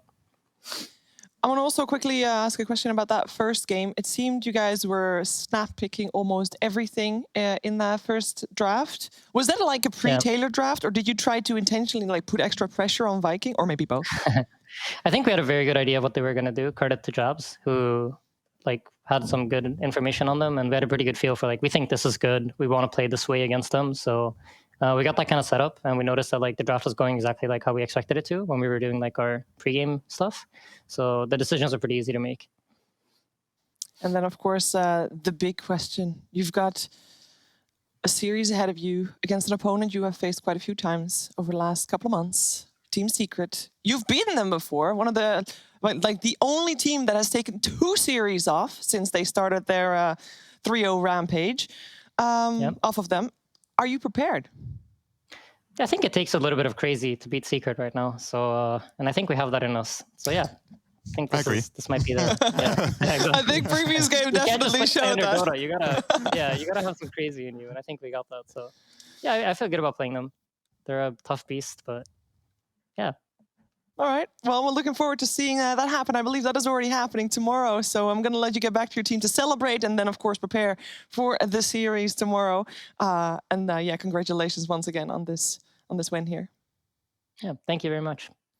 Thank you, Insania. And I mean, come on, this series was actually... Or not even a series. This game was just, it had to end like that. Yeah. I think a lot of people remember last week, the last series of the group stages that Ninjas in Pajamas played against Viking. And I believe all 3 games or something stupid went past 60 minutes and it was madness. And I think that is the only way that Viking can go out of a Dota game. It has to be madness. They have to throw everything in the kitchen sink at their opponents and then it almost works. And unfortunately, this time for them, it did not and they are eliminated. They got so far. They got so close. In the end, I don't remember the song. I forgot the lyrics. They got so far. That's what it is. Tried so hard and got so far. Yeah, they tried so hard and got so far. And it did matter in the end, because I think if they didn't have those comeback moments, they would have been extra disappointed with themselves. And now we did see some of the lights of Team Viking and what makes them a fun team to watch and a team to look for in a tournament, because they can go far and they can go deep. Yeah, to me, like it's just a shame that it happened so late, right? It's like they finally, you know, there's a little bit of both in this game. Liquid are making some pretty major mistakes. It seemed like Insania wasn't, you know, blind to the fact that they messed up, right? So obviously it's a little bit of, they give them an opportunity and Viking takes it. But it was like, when Viking got that one comeback fight, it was like they came alive, you know? Yeah. They're actually trying to do so much more in the game. They were playing really aggressive, and sometimes probably too aggressive for their own good, right? Both teams really in this game doing some crazy stuff. But it was just nice to see in this game. I felt like even when Viking were losing compared to the other 3 games, it was like they took that initiative that I wanted to see. It was like, you know, whether we win or lose, we're definitely gonna, you know, take the fight to them. And that was really refreshing and something I was expecting and hoping for them out of every game, really. But yeah, it was only here in the end. Man, what a crazy game, though. Yeah. I was actually... There were so many moments we were sitting backstage, we were just sitting there, we were like, what is going on? Like, there were so many moments that were unbelievably unbelievably stupid. This dude's getting up refresher shard, dropping it again in the Roche pit, getting it stoned by the enemy courier. Then you're going into the enemy base without buyback on the slaughter. He dies. You have to go for the relocate play, which was great that they got. They got the glyph out, right, and everything, but it was just like pure chaos everywhere in that game. There were so many moments you can pick up. And I really like the line from Insania's dad, like, because Dota, more than any other game, I feel, is just decided by these clutch decisions when everything is chaos. Yeah. And that's what separates the good teams from the great teams, is they keep their cool and they make the call. They play to win the game, kill the Ancient. Well done, Liquid. And if you're able to play under pressure in an elimination game like that, of course, as well, helps a bunch. It was an elimination game, so Viking is out. And that is, of course... in the lower bracket where they go out. This is the lower bracket we saw earlier today. Also, Alliance taking their leave from the tournament, meaning we have only got 4 teams remaining here. Team Liquid and Team Secret will face each other tomorrow. in a lower bracket elimination match.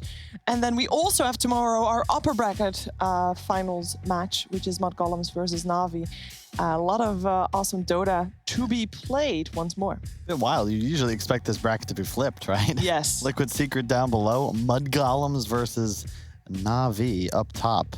Probably on paper, I don't even know if you would say flipped. You would have probably expected the winner bracket finals to both be knocked out at this point. Yeah. So not even be in the lower bracket anymore. So they've really, I don't know if I want to say overperformed. They've just exceeded expectations, right? And they have closed the gap. We heard also the players talk about it. We've heard you talk about it, commentators as well. Aiden, when he said, you make the worst mistakes when you're afraid, I think another truth within Dota is that you play better when you're confident, when you're feeling yourselves. I don't believe in momentum necessarily, but I do believe that when a team has that faith in the unit, like we're going to show we're going to win, no matter who we're playing up against. Mud Golems has that. There's still a little bit of the honeymoon phase, but so far they're just kicking so much ass. Of course, they've got it. And then Na'Vi, we talked to Always Want to Play yesterday. He's just so hyped to be a part of the brand, rep the home colors, and no surprise. Every time we talk about momentum, confidence is kind of a synonym in that context, right? It's like if you win a couple of games in a row, you're going to feel better than if you've just lost a couple of games in a row. Sure. So of course, if you start picking up steam, you're like, we know what we're doing. Everybody trusts in each other. You make good calls. You make moves. You communicate better in the game when you're feeling yourselves. So absolutely. And yeah, tomorrow's series. Because anything could happen. There's one thing about the winners bracket finals is that both teams have that momentum. Both teams are in a good mood. So I can only imagine that the Dota is going to be amazing as well. And we already know that lower bracket Dota is always crazy and fun to watch. But that always going to happen tomorrow. We'll be back same time, same place. So see you then for more ESL 1 Germany. Reminds me of you. You left me with scars, but I know that one day you'll see it through. You give me air to breathe. You give me light to see. When things are out of reach, you bring them back to me. Back to me. You see it through. You see it through. You see it through. You see it through.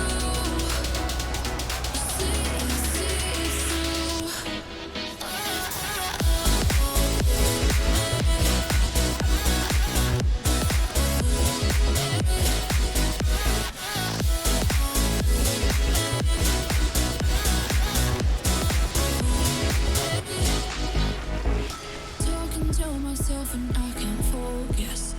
Yeah, I'm broken. The door is closing. Wanna be a part of something more than this. I've lost control of it. I've lost control. You give me air to breathe. You give me light to see. When things are out of reach, you bring them back to me. Back to me. You see it through. You see it through. You see it through.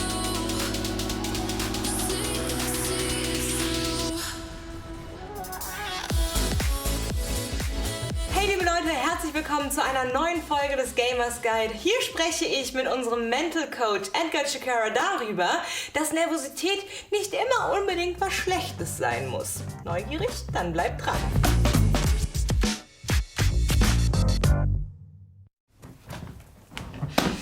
Okay, that's something that I haven't done in a while, as you might have noticed. And doing something that you're not confident in doing in front of a camera, in front of people, it gets to me, obviously. And first of all, thank you so much for tuning in. My name is Melly, and with me is Edgar Chikara from Psych Check, and he's a mental coach, and we're going to talk about nerves today. And I was kind of nervous juggling in front of a camera, something that I haven't done for a very long time. Edgar, what are the different signs of being nervous?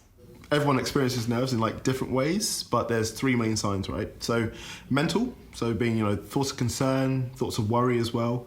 Physical, which is, your heart beating really fast. Everyone knows the butterflies in your stomach, really sweaty, maybe your legs are shaking. And then the behaviors, so this could be fidgeting, could be biting your nails, could be, pulling your hair up and all of that. So there's so many different signs and symptoms. It's important to know what our own symptoms of nerves are. But why do we get nervous? So there's the different approaches that explain why, but the one I use when I'm practicing is, we make different judgments about certain things. So we judge whether something's relevant to us. We judge whether, we feel like we'll be successful in that. And we feel like our success isn't completely certain. And, it's very uncertain conditions, then we can lead us to being nervous in that way. But the most important thing is whether we feel like we have the resources to cope with it, or whether we feel like the demands are a lot higher than what we can do. So an example for that, I'm gonna juggle with these ones to demonstrate that. Let's say my goal is to be the best juggler in the world. I wanna be able to show people that I'm basically great at juggling. So basically if I do it with one ball, I won't really feel any stress because, it's just one ball. I feel like the conditions are easy for me. I'll be successful at it. Give me 2 balls now, and I feel, okay. The conditions are a bit more harder, but I think I can still succeed in it. But then if I was to have a third one, then that would cause a lot of drama because I feel like I haven't juggled in ages, I don't have the belief of doing it, and that goes to the resources. I don't feel like I have the resources to deal with what's going on, and then I'll start feeling nervous in that way. But a key message is nerves aren't always bad. Can I experience it as something helpful, maybe? Yeah, you see some athletes, whether they're in esports or traditional sports, saying that I'm excited as opposed to I'm nervous. A key thing that everyone needs to know and all the gamers need to know is that everyone experiences nerves. Not to the same extent, but it's not something you want to completely get rid of because it can literally light a fire in you that gets you going. But we need to actually change our relationship with it. So how this can be done, there's different sources, and I mentioned the resources. So it's self-control, realize that there's more control in your wheelhouse, know that there's people around you, change the goals that you have to, and also increase your self-belief in that way. So I can take nervousness and make it into something positive. Yeah, exactly. It's all, in a nutshell, it's all how you view that situation, that emotion. Like I said, so many different athletes, so many different esports athletes as well, and competitors. Everyone thinks, you don't get nervous, but that is not the case. You'll be surprised how many esports athletes actually do get nervous still, but it doesn't stop them from performing at their best. It can change, basically they change how they interpret their nerves. They change how their relationship is with nerves, and that can go with the average gamer as well. Don't view nerves as a bad thing. It can be a good thing for you. Just develop those strategies to actually help you with it. Do you still get nervous? Yeah, all the time. I get nervous in so many different situations, right? Just because I know psychology doesn't mean I'm exempt from not feeling nervous. Mainly with me, it's been public speaking. So going to big crowds of people and talking, But so a big factor or a big sign that I know is that my leg shakes. And for some reason it's this leg, but it will shake quite often. And the way I've dealt with it is knowing that that's my body just being excited because it means something to me. It's not something to be like, oh, I'm being nervous, everyone's going to see me now, I shouldn't be nervous. It's like, okay, that's normal. And then, I realised that I've prepared enough, I have self-belief, let's go. So some of you have probably experienced situations where they were really, really nervous. And Edgar, can you give us some advice, like a short list, what to do or to prevent getting nervous? Yeah, so what's really important is to know that nerves are normal and we want to reinterpret that. So list what you can control, maybe record your best performances and just watch over them before games. Know who's around you, know your social support, and also have certain goals. So make sure your goals are approaching something, not trying to avoid something. All right, guys, you've heard it. Thank you so much for joining us today. I hope you enjoyed this video as much as I did, and I hope to see you again in our next video. Bye.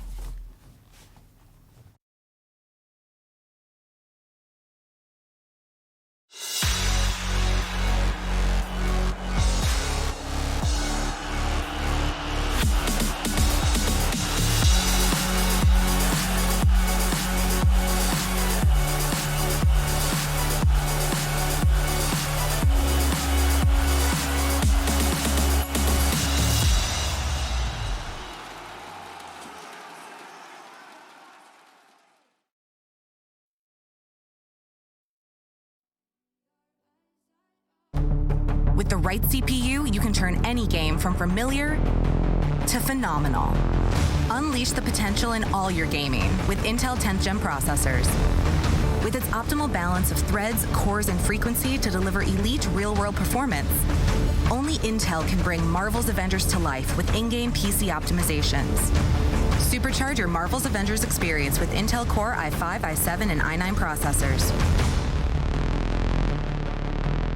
My name is Jordan Gilbert, aka Nothing. Hi, my name is Sue Lee. My handle is Smix. I think it's important for these initiatives to happen. Empathy really, really goes a long way, and it always means so much to us, and I think that's where initiatives like this really help. I encourage everyone in the community, anytime they see bullying, anytime they see someone getting called names, I encourage you to step up and say something. Good luck, have fun. Good luck, have fun.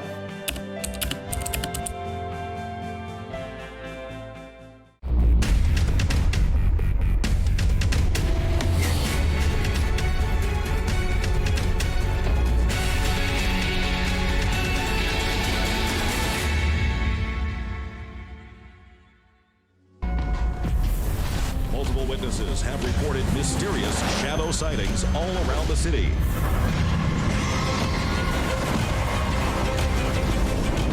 According to experts, the origin of these shadows is still unclear.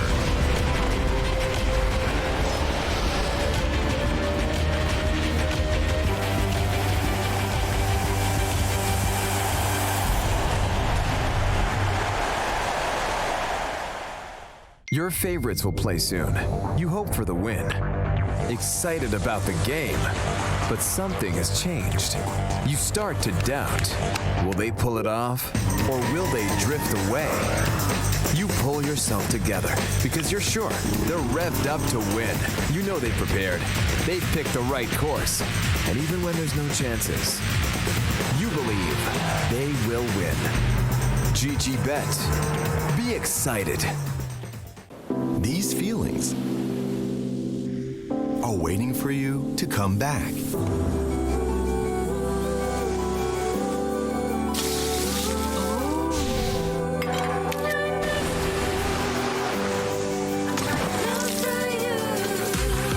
Amazing feelings are waiting for you to explore again once the world is ready.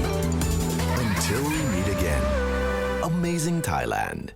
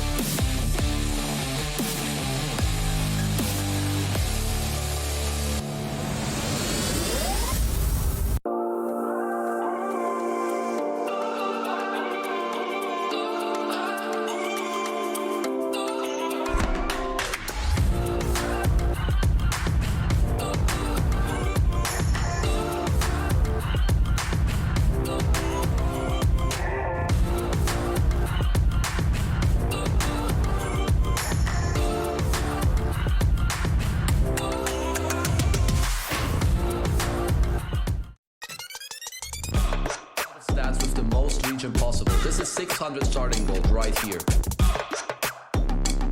If you do half the steps, trust me, you will get better.